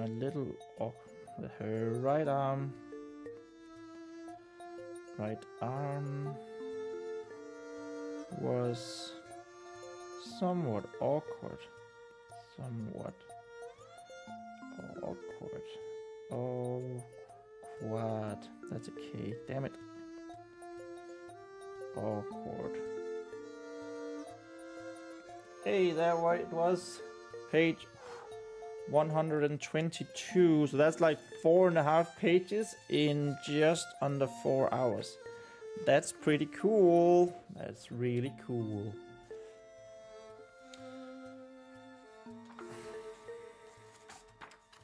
And somehow found that her right arm was somewhat awkward. Somewhat. It's a bit weird. Somewhat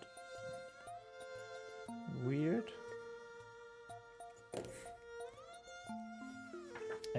123. No, we messed it up. Messed up the number. No. Damn it.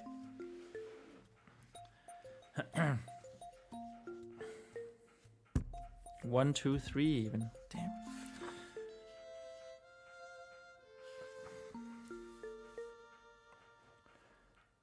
As she didn't know where to put it.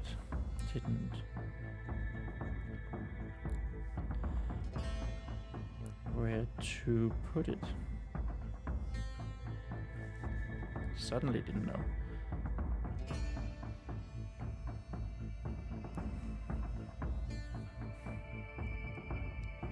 How far close are we to? Oh. 4 days ahead. Day 27 is like right there on the next page. Huh. That might be a milestone to reach instead. Just for funsies. That would mean tomorrow will be 28, definitely. Yeah. Alright. That might be the goal, I think. Since it's going so well.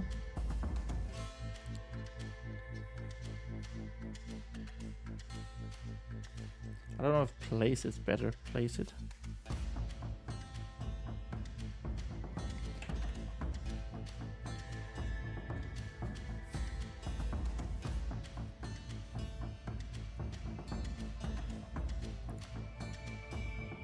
Hey, Miri is back. How's it going? She asked. It's going really, really well.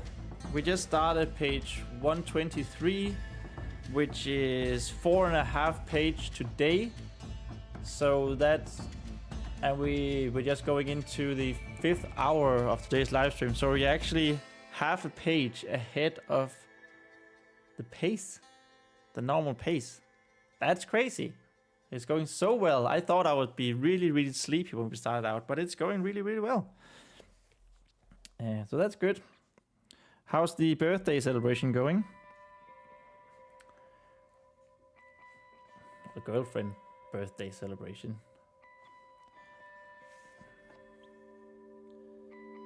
You don't have me distracting you.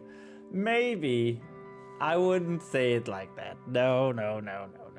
We did have some good chat discussions yesterday, so no. I would much rather prefer that. But the flow today, I feel like, has been better for me, and knowing what to write. So maybe it's a little bit of both, but I would never say you guys shouldn't be chatting and distracting me. No.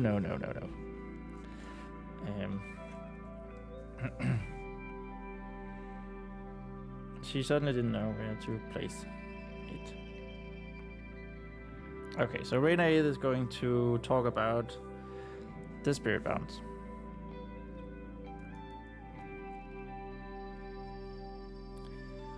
Well then.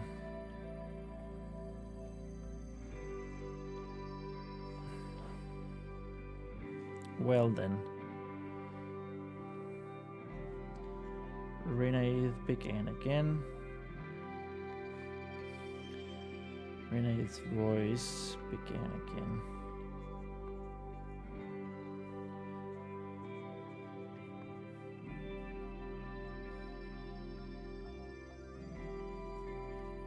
Let's continue.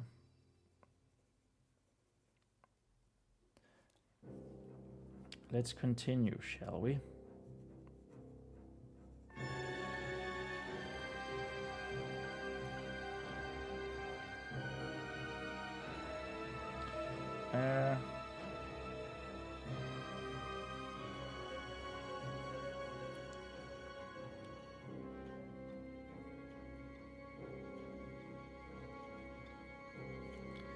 When we die,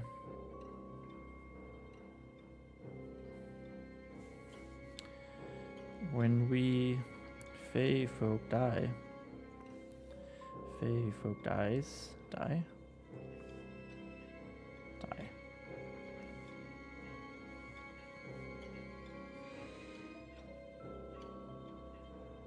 We give our mortal. I'm not super happy about vessel. It seems very non-naturey. Better word. Better nature word.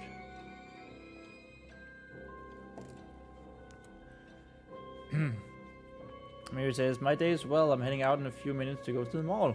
Nice. Sounds good. Sounds very lovely. We don't... In Denmark, we don't really have malls like you guys do in the US. I kind of assume you're in the US or Canada.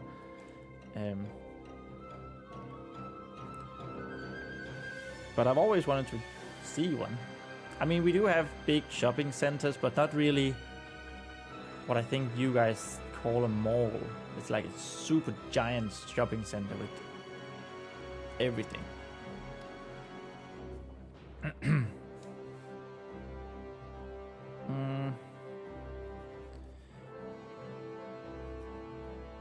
To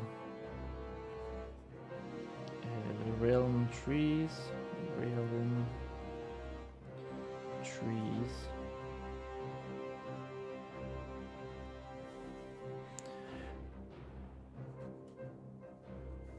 The realm Totara,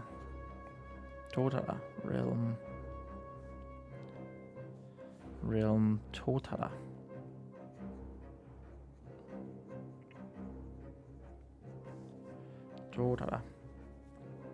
In the case of my people,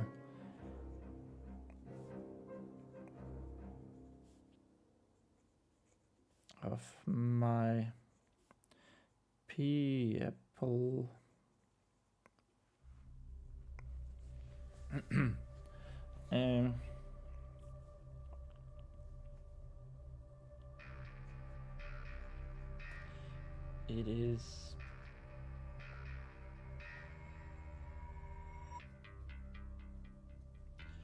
the same tree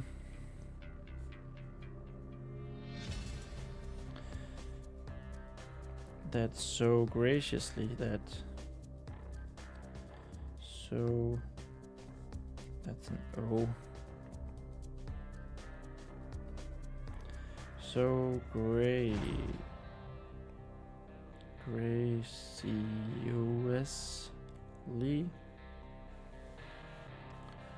graciously provided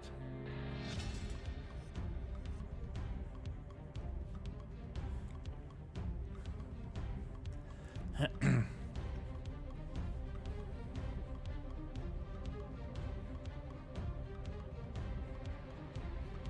branch.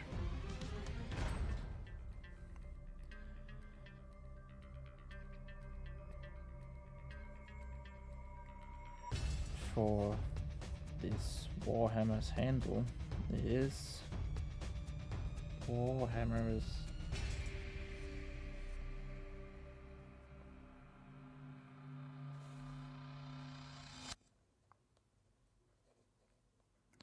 handle and part of its bigger root, part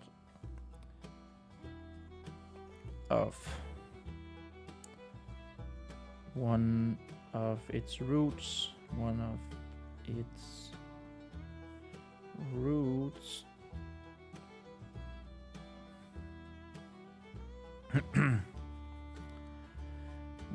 for the hammer's head.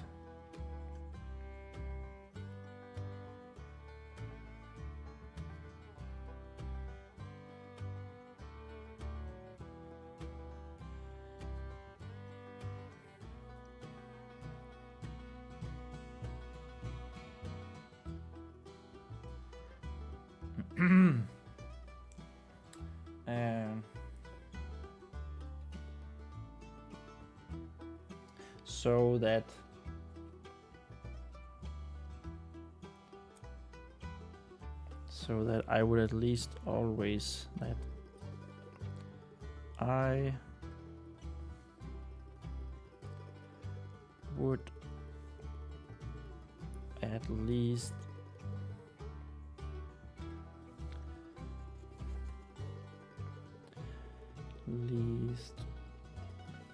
always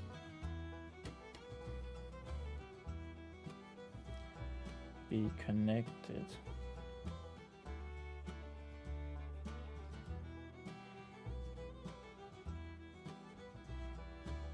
to my home,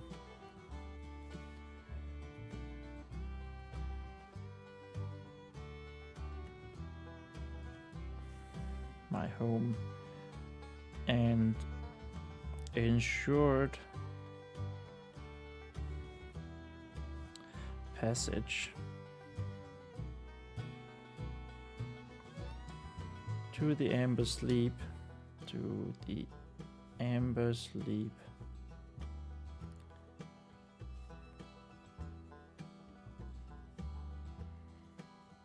should my time finally come, finally.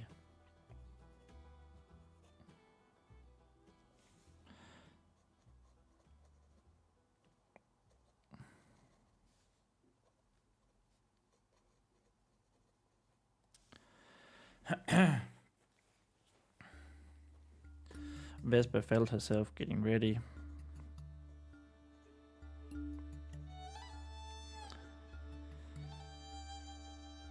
Felt herself getting ready again.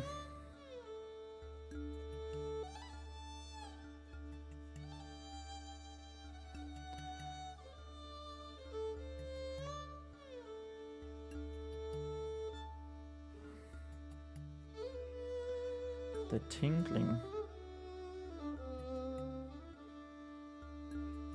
tingling through, actually, as the spirit was talking,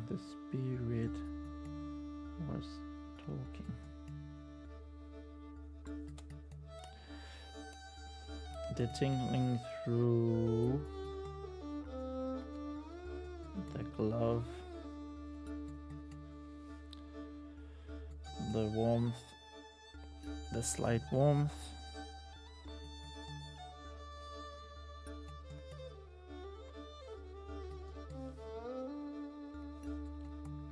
the song, the nervousness, the sweat, the nervousness, the sweat, cold sweat, The nervousness of another try. Nervousness of another try.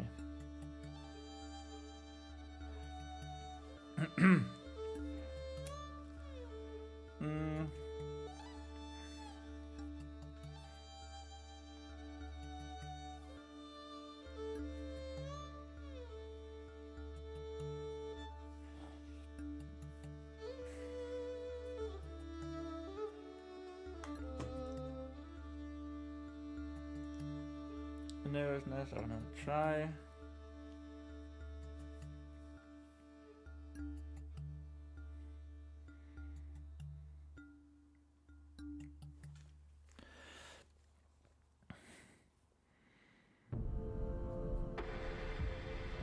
The realm trees.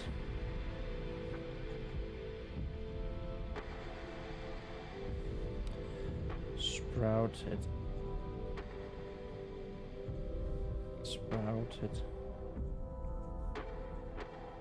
To life by the Amber Father and the Umber Mother. Amber Father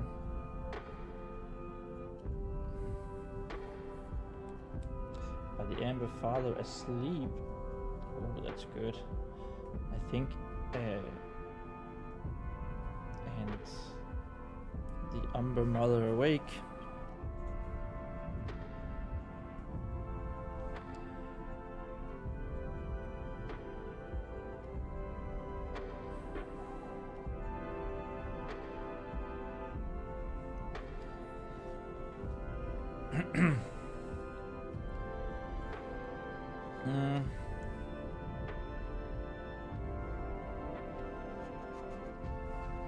That actually looked fine until I thought I had to correct it, and then it looked like shit.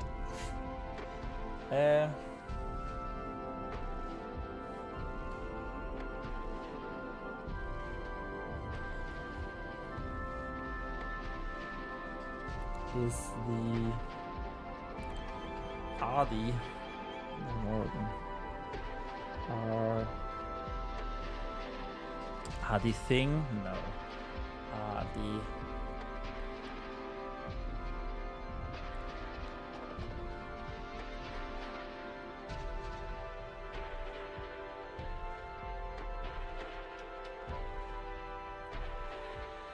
I kinda wanna say vessel again, but then again I don't want to say vessel.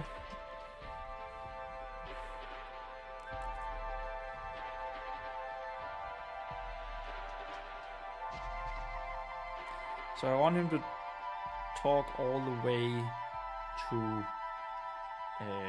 sending faithful back to the Umber Mother as spirits who inhabits animals and then becomes a spirit bound.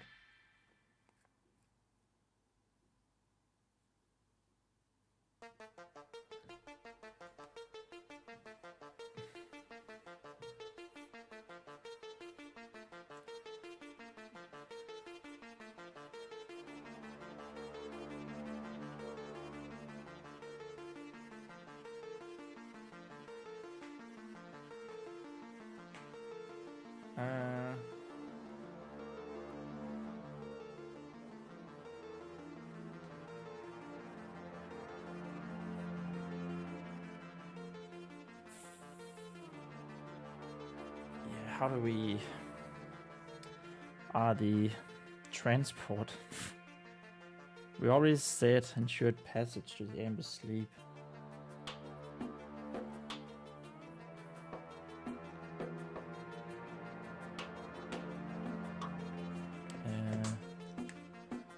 Transport, movement, the shipping,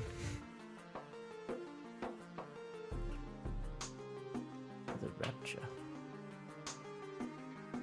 damn, ecstasy, carriage, freight transit, delivery, movement, passage.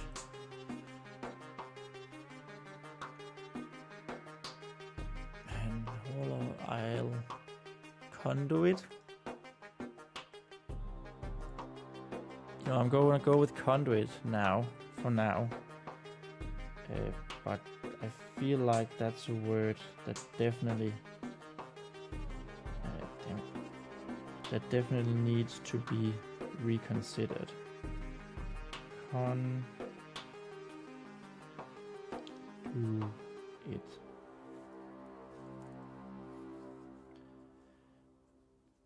Reconsider.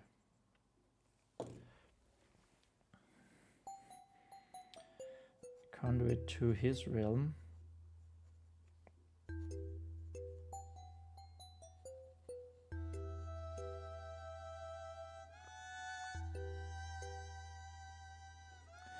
And when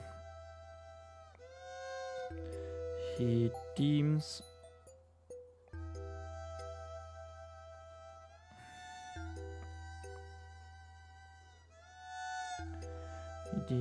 a spirit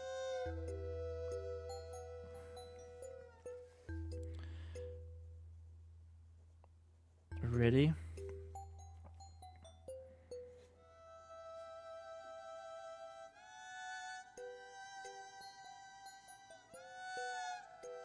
actually just end with a full stop there, and then we have, yeah, when he deems a spirit ready, the Amber Father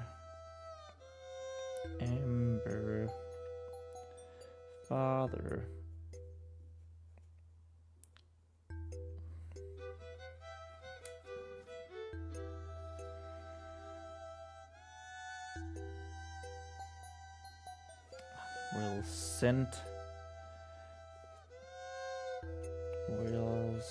it back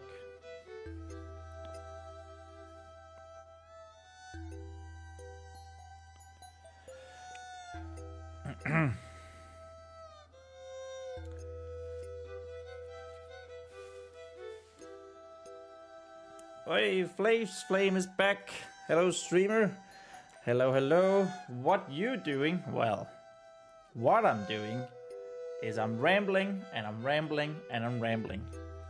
But it's good because we're getting words down on a page and we are much ahead of the usual pace that we write with. How are you doing? Was that a productive 3 hours that you just had for your editing? The Amber Father will send back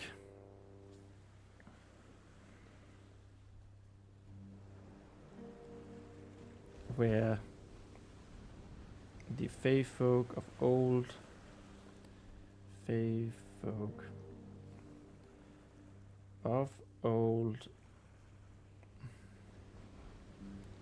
will awaken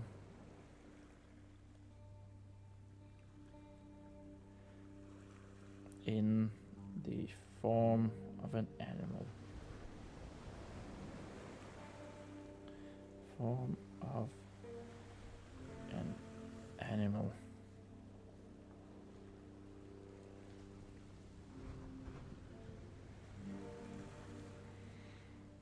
Who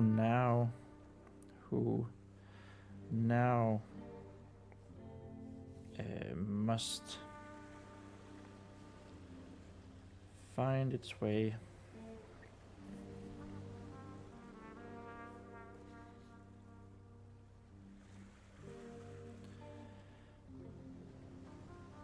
back to a realm tree,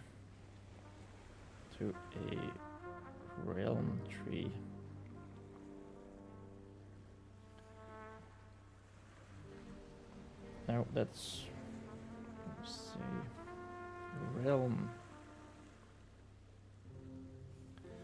tree.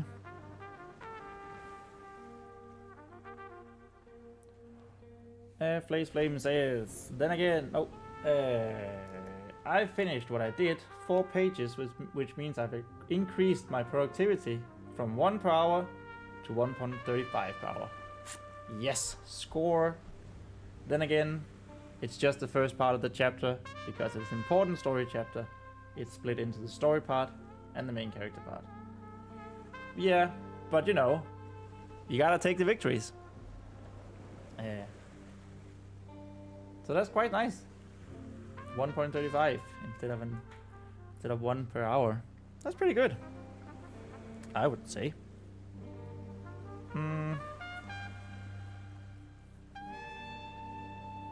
Find its way back to a realm tree.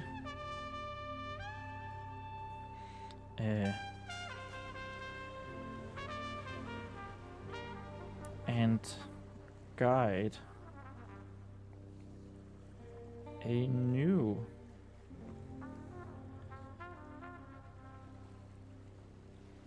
newborn.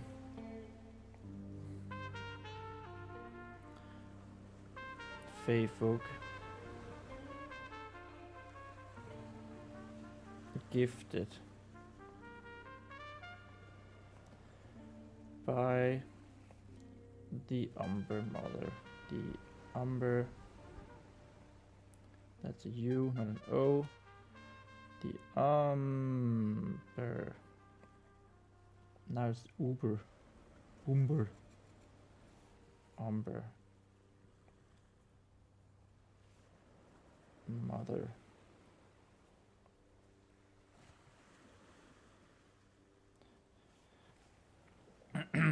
Flames says it's better than the 0 per 24 hour that I've been doing for 1 month a few days ago. Oh yes. I can relate to that so much. Definitely.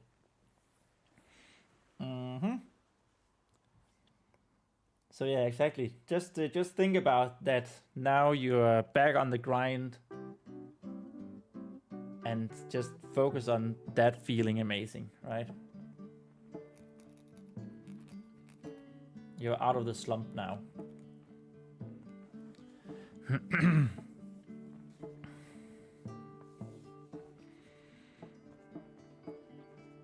Vesper felt like it was time again for another try.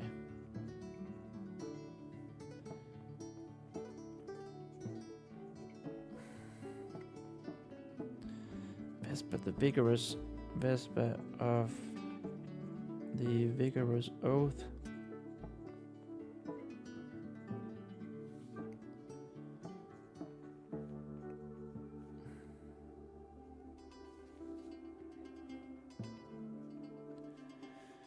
She whispered,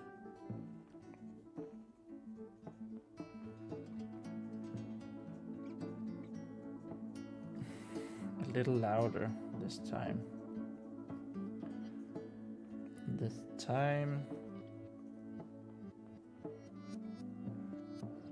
And also more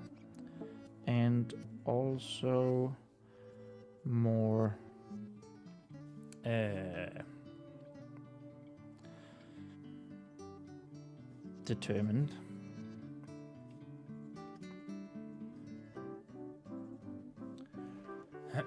Flame says, silver lining of the month break. I'm completely cleansed of all that first chapter grinds. Then the first 10 chapters were so slow but important. Now I can actually enjoy writing again. Good. That sounds great. Yeah, I can get it. Like sometimes you just need a break. I think that's one of the things like we talked about yesterday with the Brandon Sanderson way of writing. He always have 2 or 3 different projects going on. Because I do think it's important to just keep up the habit of writing something every day. Doesn't have to be a lot, but just, something. And that can feel freeing as well. Just not thinking about what your main project is for a while. And just relaxing, having fun with the other stuff.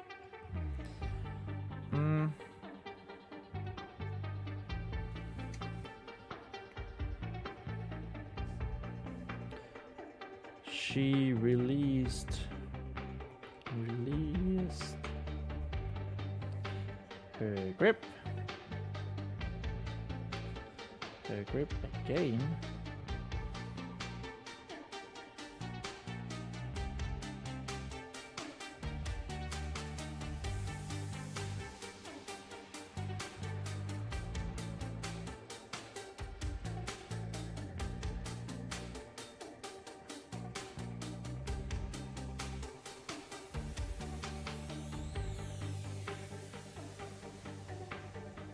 the feeling, strong feelings, strongly placed in her mind, strongly placed in her mind.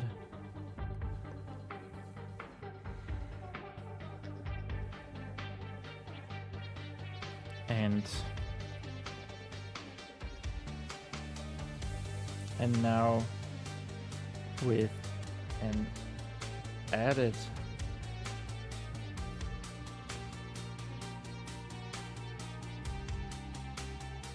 bonus, an added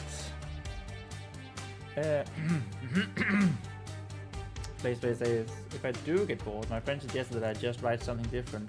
Guy is a machine. He has weekly stories, monthly stories, short stories, and just everything in between while writing his main novel. Yeah, exactly. That's what I mean. Wow, that's wild. That sounds insane. Weekly stories, monthly stories, short stories. God dang. That's cool though. I'm always fascinated by those people who just have so much to tell. Like they just can't stop making stories, right? I would love to achieve that someday. But first, there's stuff to get there. With an added weight. Almost.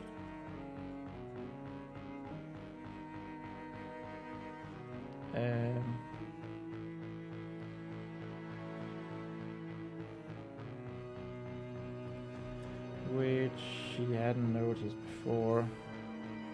Really trying hard not to write in feel or felt in the same. She hadn't noticed before.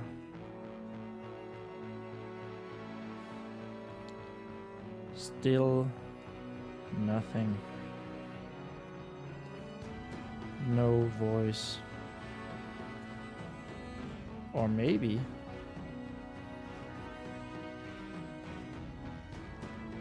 Vesper wasn't sure.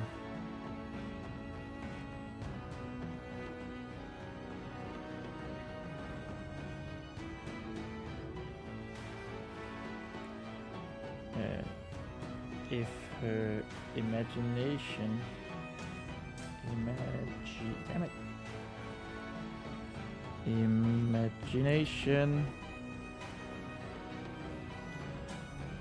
was playing with her or not.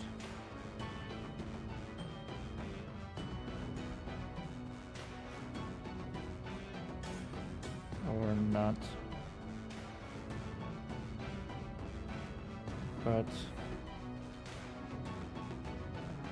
for a quick moment,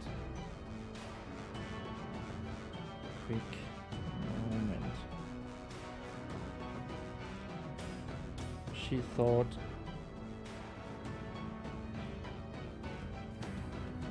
that she heard the word. She heard Rena's voice say,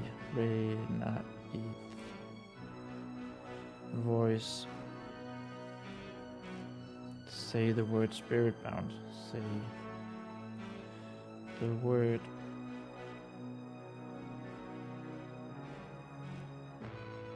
spirit bound.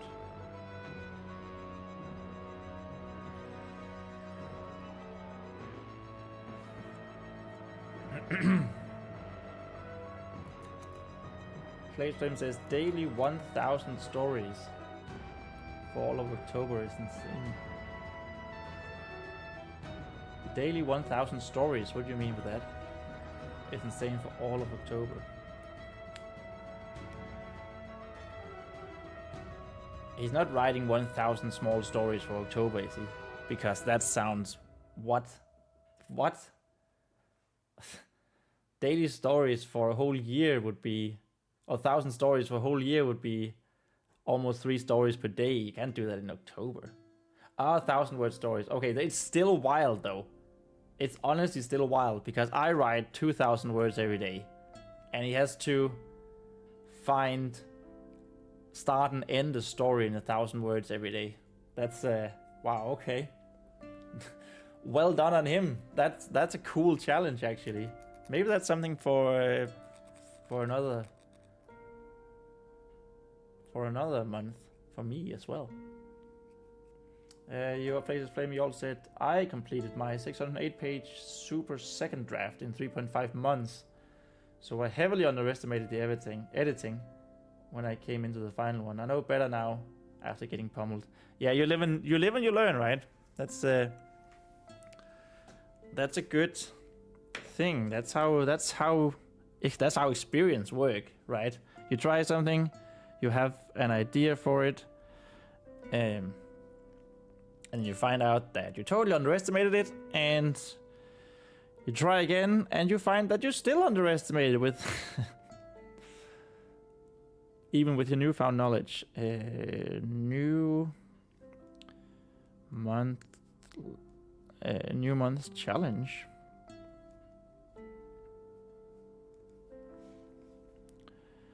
Thousand words day stories. And that was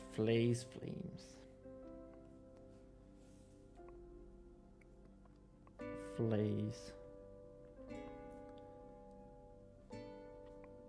Flames in chat.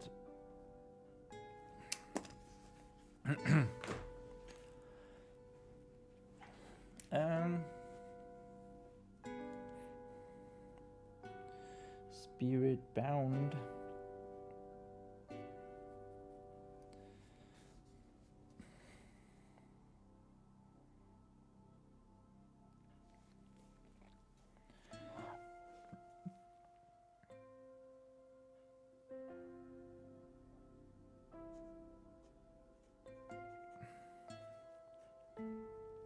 Vespa tried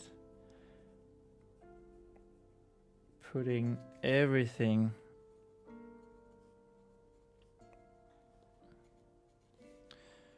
she mentally could. She mentally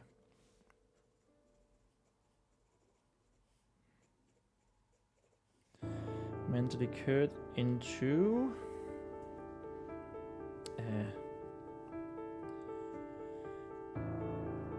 into hearing another word, into hearing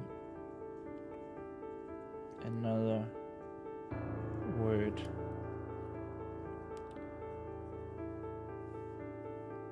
with her gauntlet.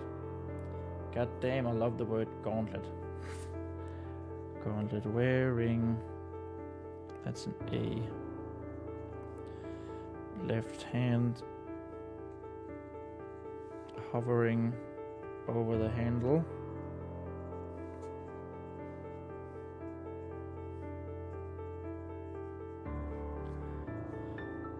But in the end, she had to give up. She had to give up.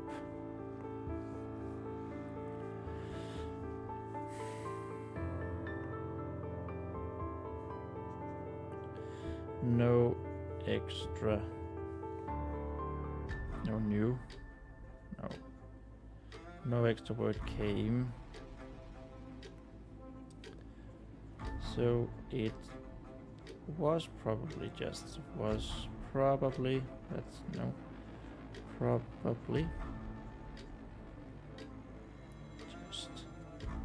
her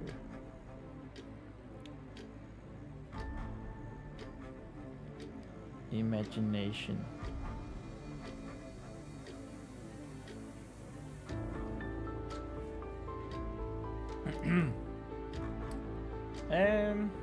Flame says there is a quote from somebody I'm subscribed to. The first time is usually decent. The second time is another fluke. The third time is disastrous. The fourth is slightly better. The fifth is when you learn your lesson. When you finally learn your lesson.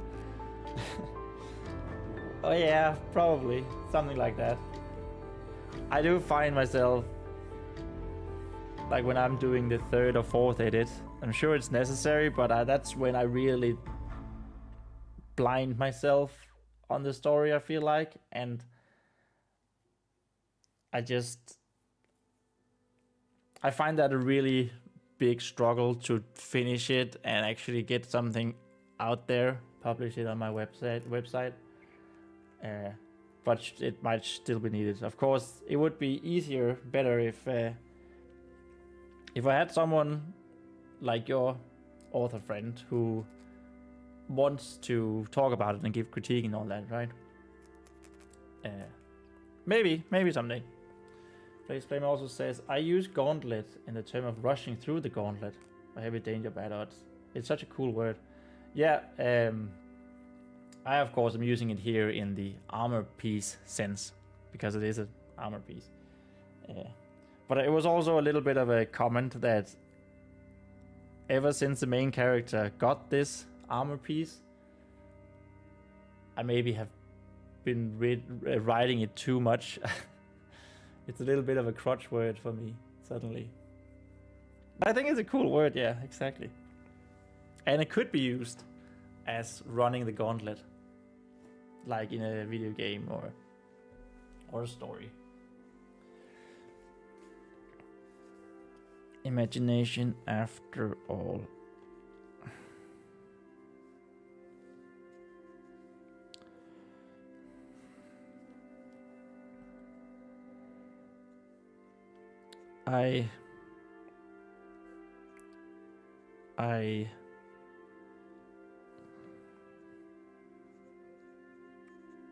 Vespa could hardly say a word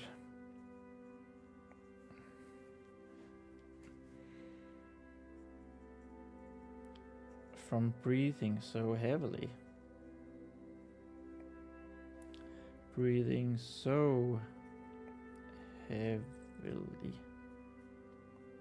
No, that was correct with an I. Heavily. Oh yeah, I didn't even notice, but we are definitely way above 5 pages now. So that's good. We're soon at the end of page 123. And we're closing in on that 27-day marker that we have right there. So that's very cool. Things have been going so well today. Flace says she waved a gauntlet and drove into the gauntlet. When she went home, she first took off the gauntlet and then slept. Waking up, she took the gauntlet and wore the gauntlet. That sounds like... Did you just take that directly from my first draft here? Because it sounds like something I would write.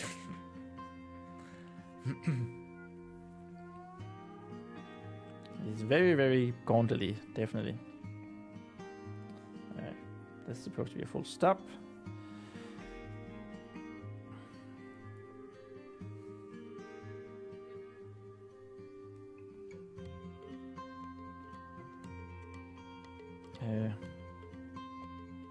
There was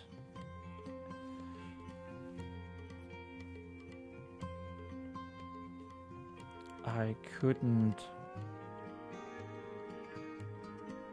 It didn't work. It didn't work. I'm sorry.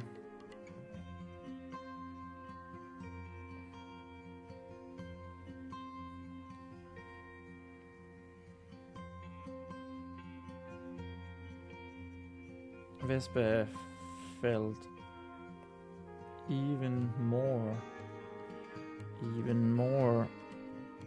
dejected.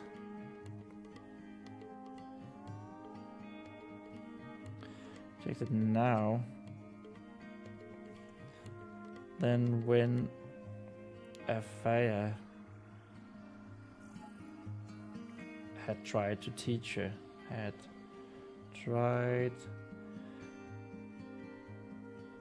to teach her to feel The blessed waters. The blessed water.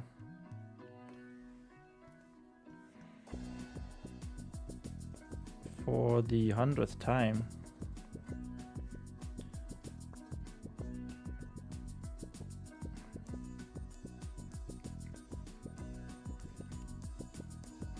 Don't know if this is needed.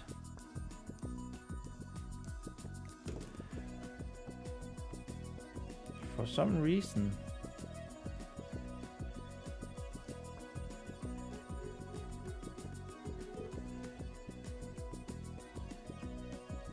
She seemed to want this more all of a sudden. She seemed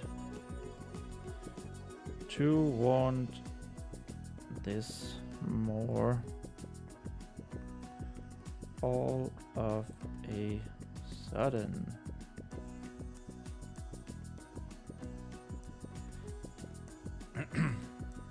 Blaze Flame says that I noticed that the narrator actually has emotion. That's so foreign to me. Space opera has just conditioned me to think of narrators talk like the Stanley Parable guy. To be fair, the Stanley Parable guy, now I haven't played it, but I've seen some playthroughs of it, some playing it. He does have emotion. He does get angry at certain outcomes, right? Or maybe it's just the solemn nature of the story. Having a joyful narrator doesn't exactly fit. That's true. Yeah, I don't know. I think that's where like dialogue and describing how people feel, I feel like that's one of my strengths. I don't know if it's good, but it's one of the things I'm better at least. I think I'm better at describing feelings, trying to describe feelings, than I am at describing scenery. So that's interesting. And I honestly haven't even thought about how the narrator here talks and if it matches the story. I just sort of write what I feel. Hopefully it works.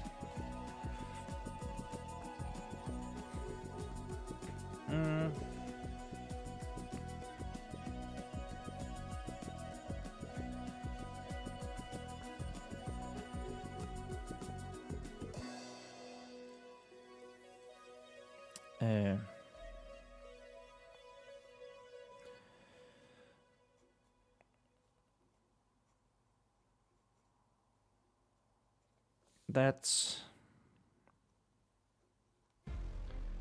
too bad.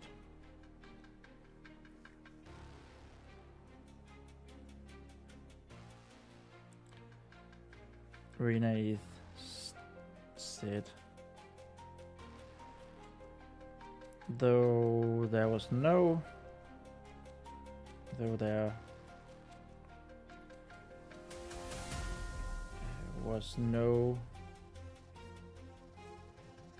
feeling to his voice, like what we just talked, feeling to his voice.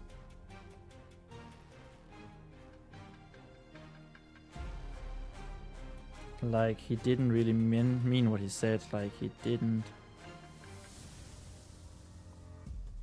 really mean. Oh my god, come on. Mean what he said.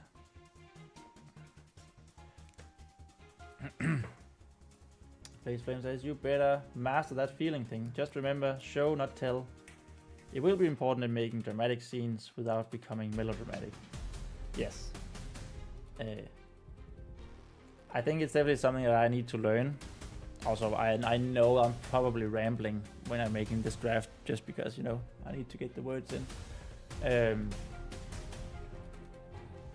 But the show, not tell is something I'm quite aware of. Normally. I'm always scared that I am writing too much dialogue for the scenes. But it also depends on the scenes, right?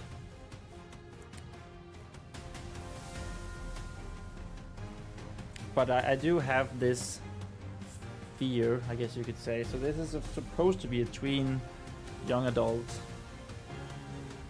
fantasy novel, akin to the first Harry Potter book in the way it presents itself. And I am just a little worried that there is not enough tension and drama in some of these chapters that I feel are necessary.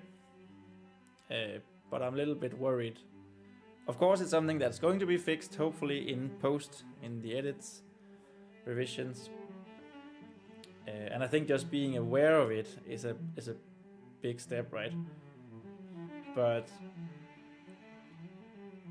yeah, I'm a little worried that that target group, the tween, early young adult, finds it boring, all the dialogue.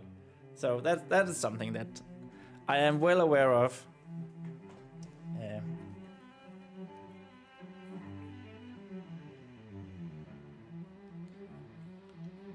And hopefully I can do something about. That's where beta readers come in, maybe even an editor if you're lucky enough. Then again, says Flame, show, not tell, cannot be taught. There is a moment where you just get hit with the revelation. Okay, cool. I don't think I've gotten hit with that revelation yet.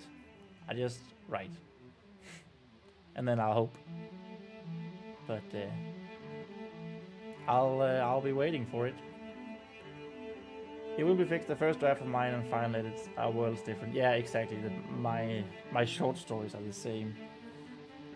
And even now, when I go back and reread short stories, I find things that I would probably change up, and I'm probably going to change up in the future. That's sort of also the idea with my whole writing journey, is putting stuff up on a web page in versions and then change it as I get better while keeping the old versions on the web page. So for example, if we go to Forgotten Sons Fantasy, we go into Fly, which is version 1.1.0, and then we go all the way down, and where is it? Oh, this is actually the wrong one. This was the first published version. Where are my journeys? Let's go with Danger then. Danger version 1.3.1. And all the way to the bottom, we should find the Forgotten Archives, where people could read if they wanted to, version 1.3.0, 2.0, and 1.0. I think that's a funny thing to do, to just have these different versions up there. Flame says, for tension, just treat every dialogue like it matters. Show the intent, show a side of a character. Yeah, exactly. And then also, it has a point, right? It has to have a point. It has to drive the story forward in some way, or be something that in the later chapters, when you read something's happening, it's like, oh, okay, that's what they talked about back then. Then, like, you know, there's a red thread through it all. I'm very interested to see how well I managed to do that when I'm going to edit, digitizing and editing.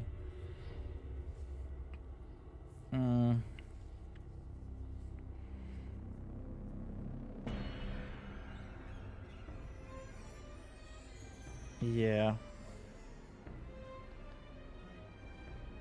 I'm sorry, but I don't think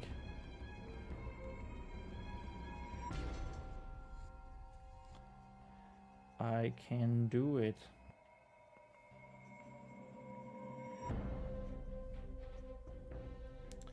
Vespa apologized. Vespa apologized. Without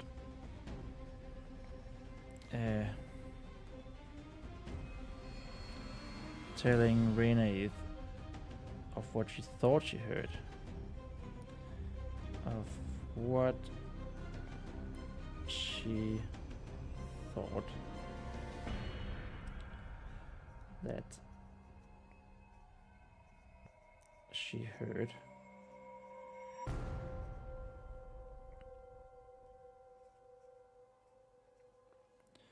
She was simply too embarrassed.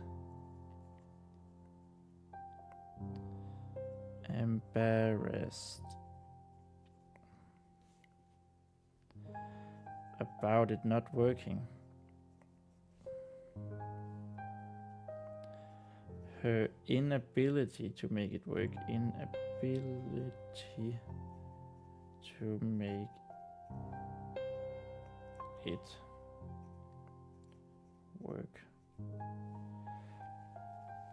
Hey, page 123 done. I don't think I said that correctly once.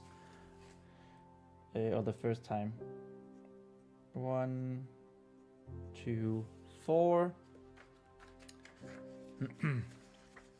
A little bit of fanning to dry out the ink. And we're so close to day 27 marker, where I think we will stop once we have reached that. Flays Flame says, if it needs to fix the pacing, just show another side of a character. World building and dialogue can replicate the emotion of something perceivable. It's the original. Before screens and movies, plays and books have been doing it for all of humanity. Yeah. And even before that, you had songs, right? Songs and stories, oral history, who was used to paint the pictures and then tell what was needed to know. Yeah. But that's also one of the things that I really enjoy doing, like here and doing in writing. It's the casually mentioning something that tells something about the world, right? For example, if we go into the religions here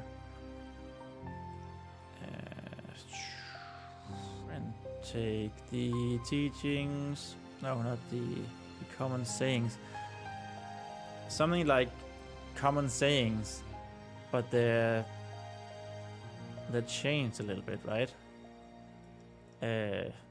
God bless you, may your pillars be strong. Just having something like that instead of them saying God bless you, God be with you, may your pillars be strong. That shows something about the world, and it isn't explained what it means, but you can sort of know the context from it and the way that people use it. I find that extremely fun. Something fun that I did, says Flays Flame, with the first and second physical draft was write the date. Now that I look at it, I just see the gradual passage of time, seeing the story separated by days and breaks. So like you wrote the date on when the scene is happening, or when you wrote the pages. So like you could see when you started the story or scene and when you ended it.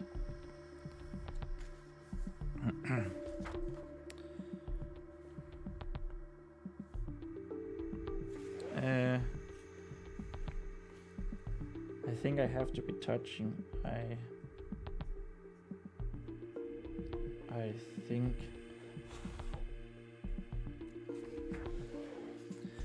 think that I have to be touching.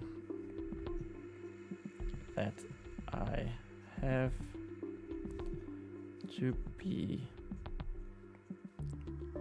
touching.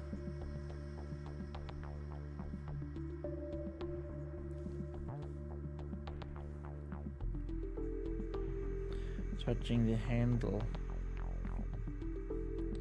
or else I won't be able to talk to you. I won't be able to talk to you.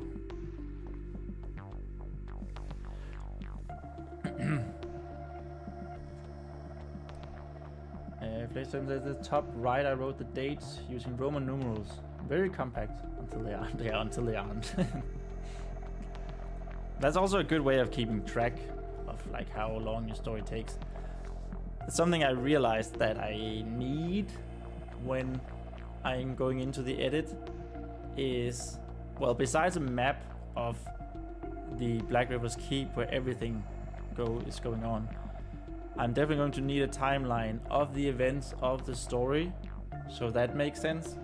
Especially because Vesper is main character is falling asleep. She is falling down wells. She's knocking herself out, and there are like specific dates that I want to hit, right?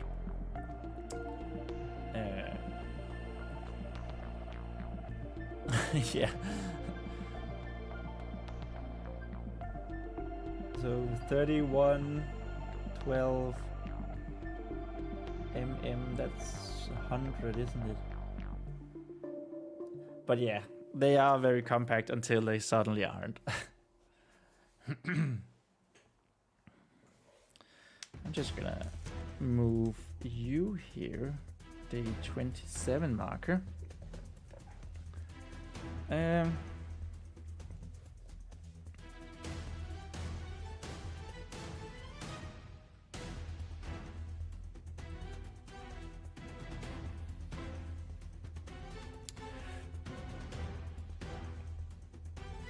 But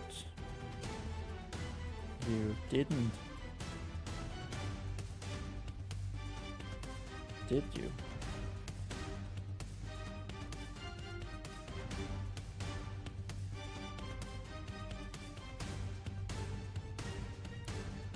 Renee asked.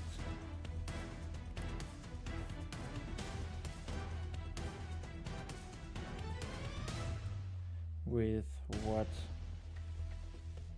Vesper thought to be anticipation.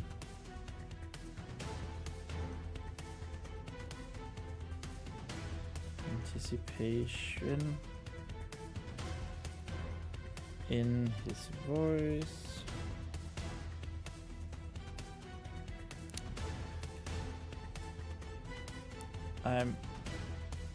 I'm not sure.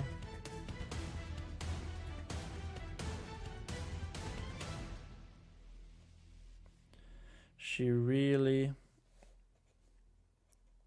didn't know what he Mia.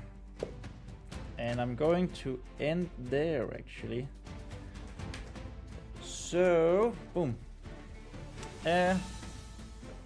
Flaze Flame, I feel pity for you that you have to remember these dates. All the timeline I need is the dates for the offensive and peace periods until I have to note the battles. Oh no. Yeah, it's suddenly, I can only imagine when you're doing like a space opera that it really blows it out of proportion. Yeah, this is just gonna take place in like a month or two or something. Maybe not, maybe even less. This story, so it's not like it's going to be hugely impractical to come up with a timeline, but I just also think it's needed for the story to make sense, and because I think I've already contradicted myself a couple of times during these 123 pages, below 123. But as I said, this was it for today. We hit the day 27 marker, which means we are 4 days ahead of schedule. Woo!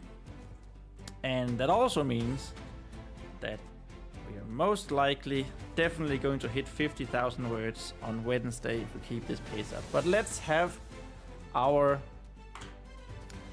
let's have our count of today's progress. 1 page, 2, 3, 4, 5, and 5 pages, and what? Get out the master sort of counting. There it is. And 1, 2, 3, 4, 5, 6, 7, 8, 9, 10 lines. 11, 12, 13, 14, 15, 16, 17, 18, 19, 20, 21, 22, 23, 24, 25, 26, 27. 27 lines. 5 pages and 27 lines. I think that's pretty good for the day. This is day 23. This was just me looking how much I would need to hit 45,000 words. We're not going to do that. 5 pages, 27 lines. Actually not too far from hitting 45,000 words. We would need 10 plus 12, 22 lines. So a little over half a page. Yeah, it's fine. It is fine. We hit 2,077 words today, which means our progress is 44,795. Flames Flames. And see a streamer, I'm gonna collapse on my bed. Flames Flame, thank you so much for dropping by. I hope to see you again in one of the other live streams. And yeah, good luck, have fun collapsing on the bed and with your editing. Can't wait to see what comes of it. Okay, but here we are going to go into our progress text. Day 23 progress. And the progress needs to be updated to 44,795 words. So we are very close to 45,000, which we will hit tomorrow, and then Wednesday we will definitely hit 50,000 words and complete NaNoWriMo 2025. I know, that's wild. But before we do that, we will show the progress on our progress bar. Bar position, this is one.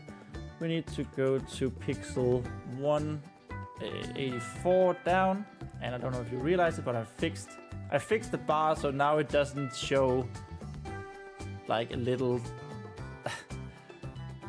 part in the bottom where it's not connected to the actual bottom of the screen. And then we up the dual as well. It needs to be 147, and there we have it.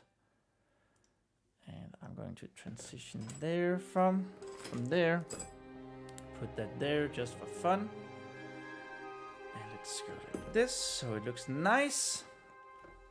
And yeah, that was it for today's live stream, the 23rd of November. Look at it. Look at how damn close we are to that 50,000 words mark. Isn't that wild and incredible? I think so. I cannot believe it. And yeah, thank you guys so much for watching. Thanks to you guys who chatted. It was awesome to hear your thoughts and how it's going. And yeah, if you like this live stream or the VOD of it, please remember to like it on YouTube and maybe even subscribe to me if you haven't already. It would really mean the world. And even if you just want to drop by and have a chat, that means the world to me as well. Yes, let's end it here. Remember that we write our own stories, and I'll see you tomorrow for the 24th of November. Bye!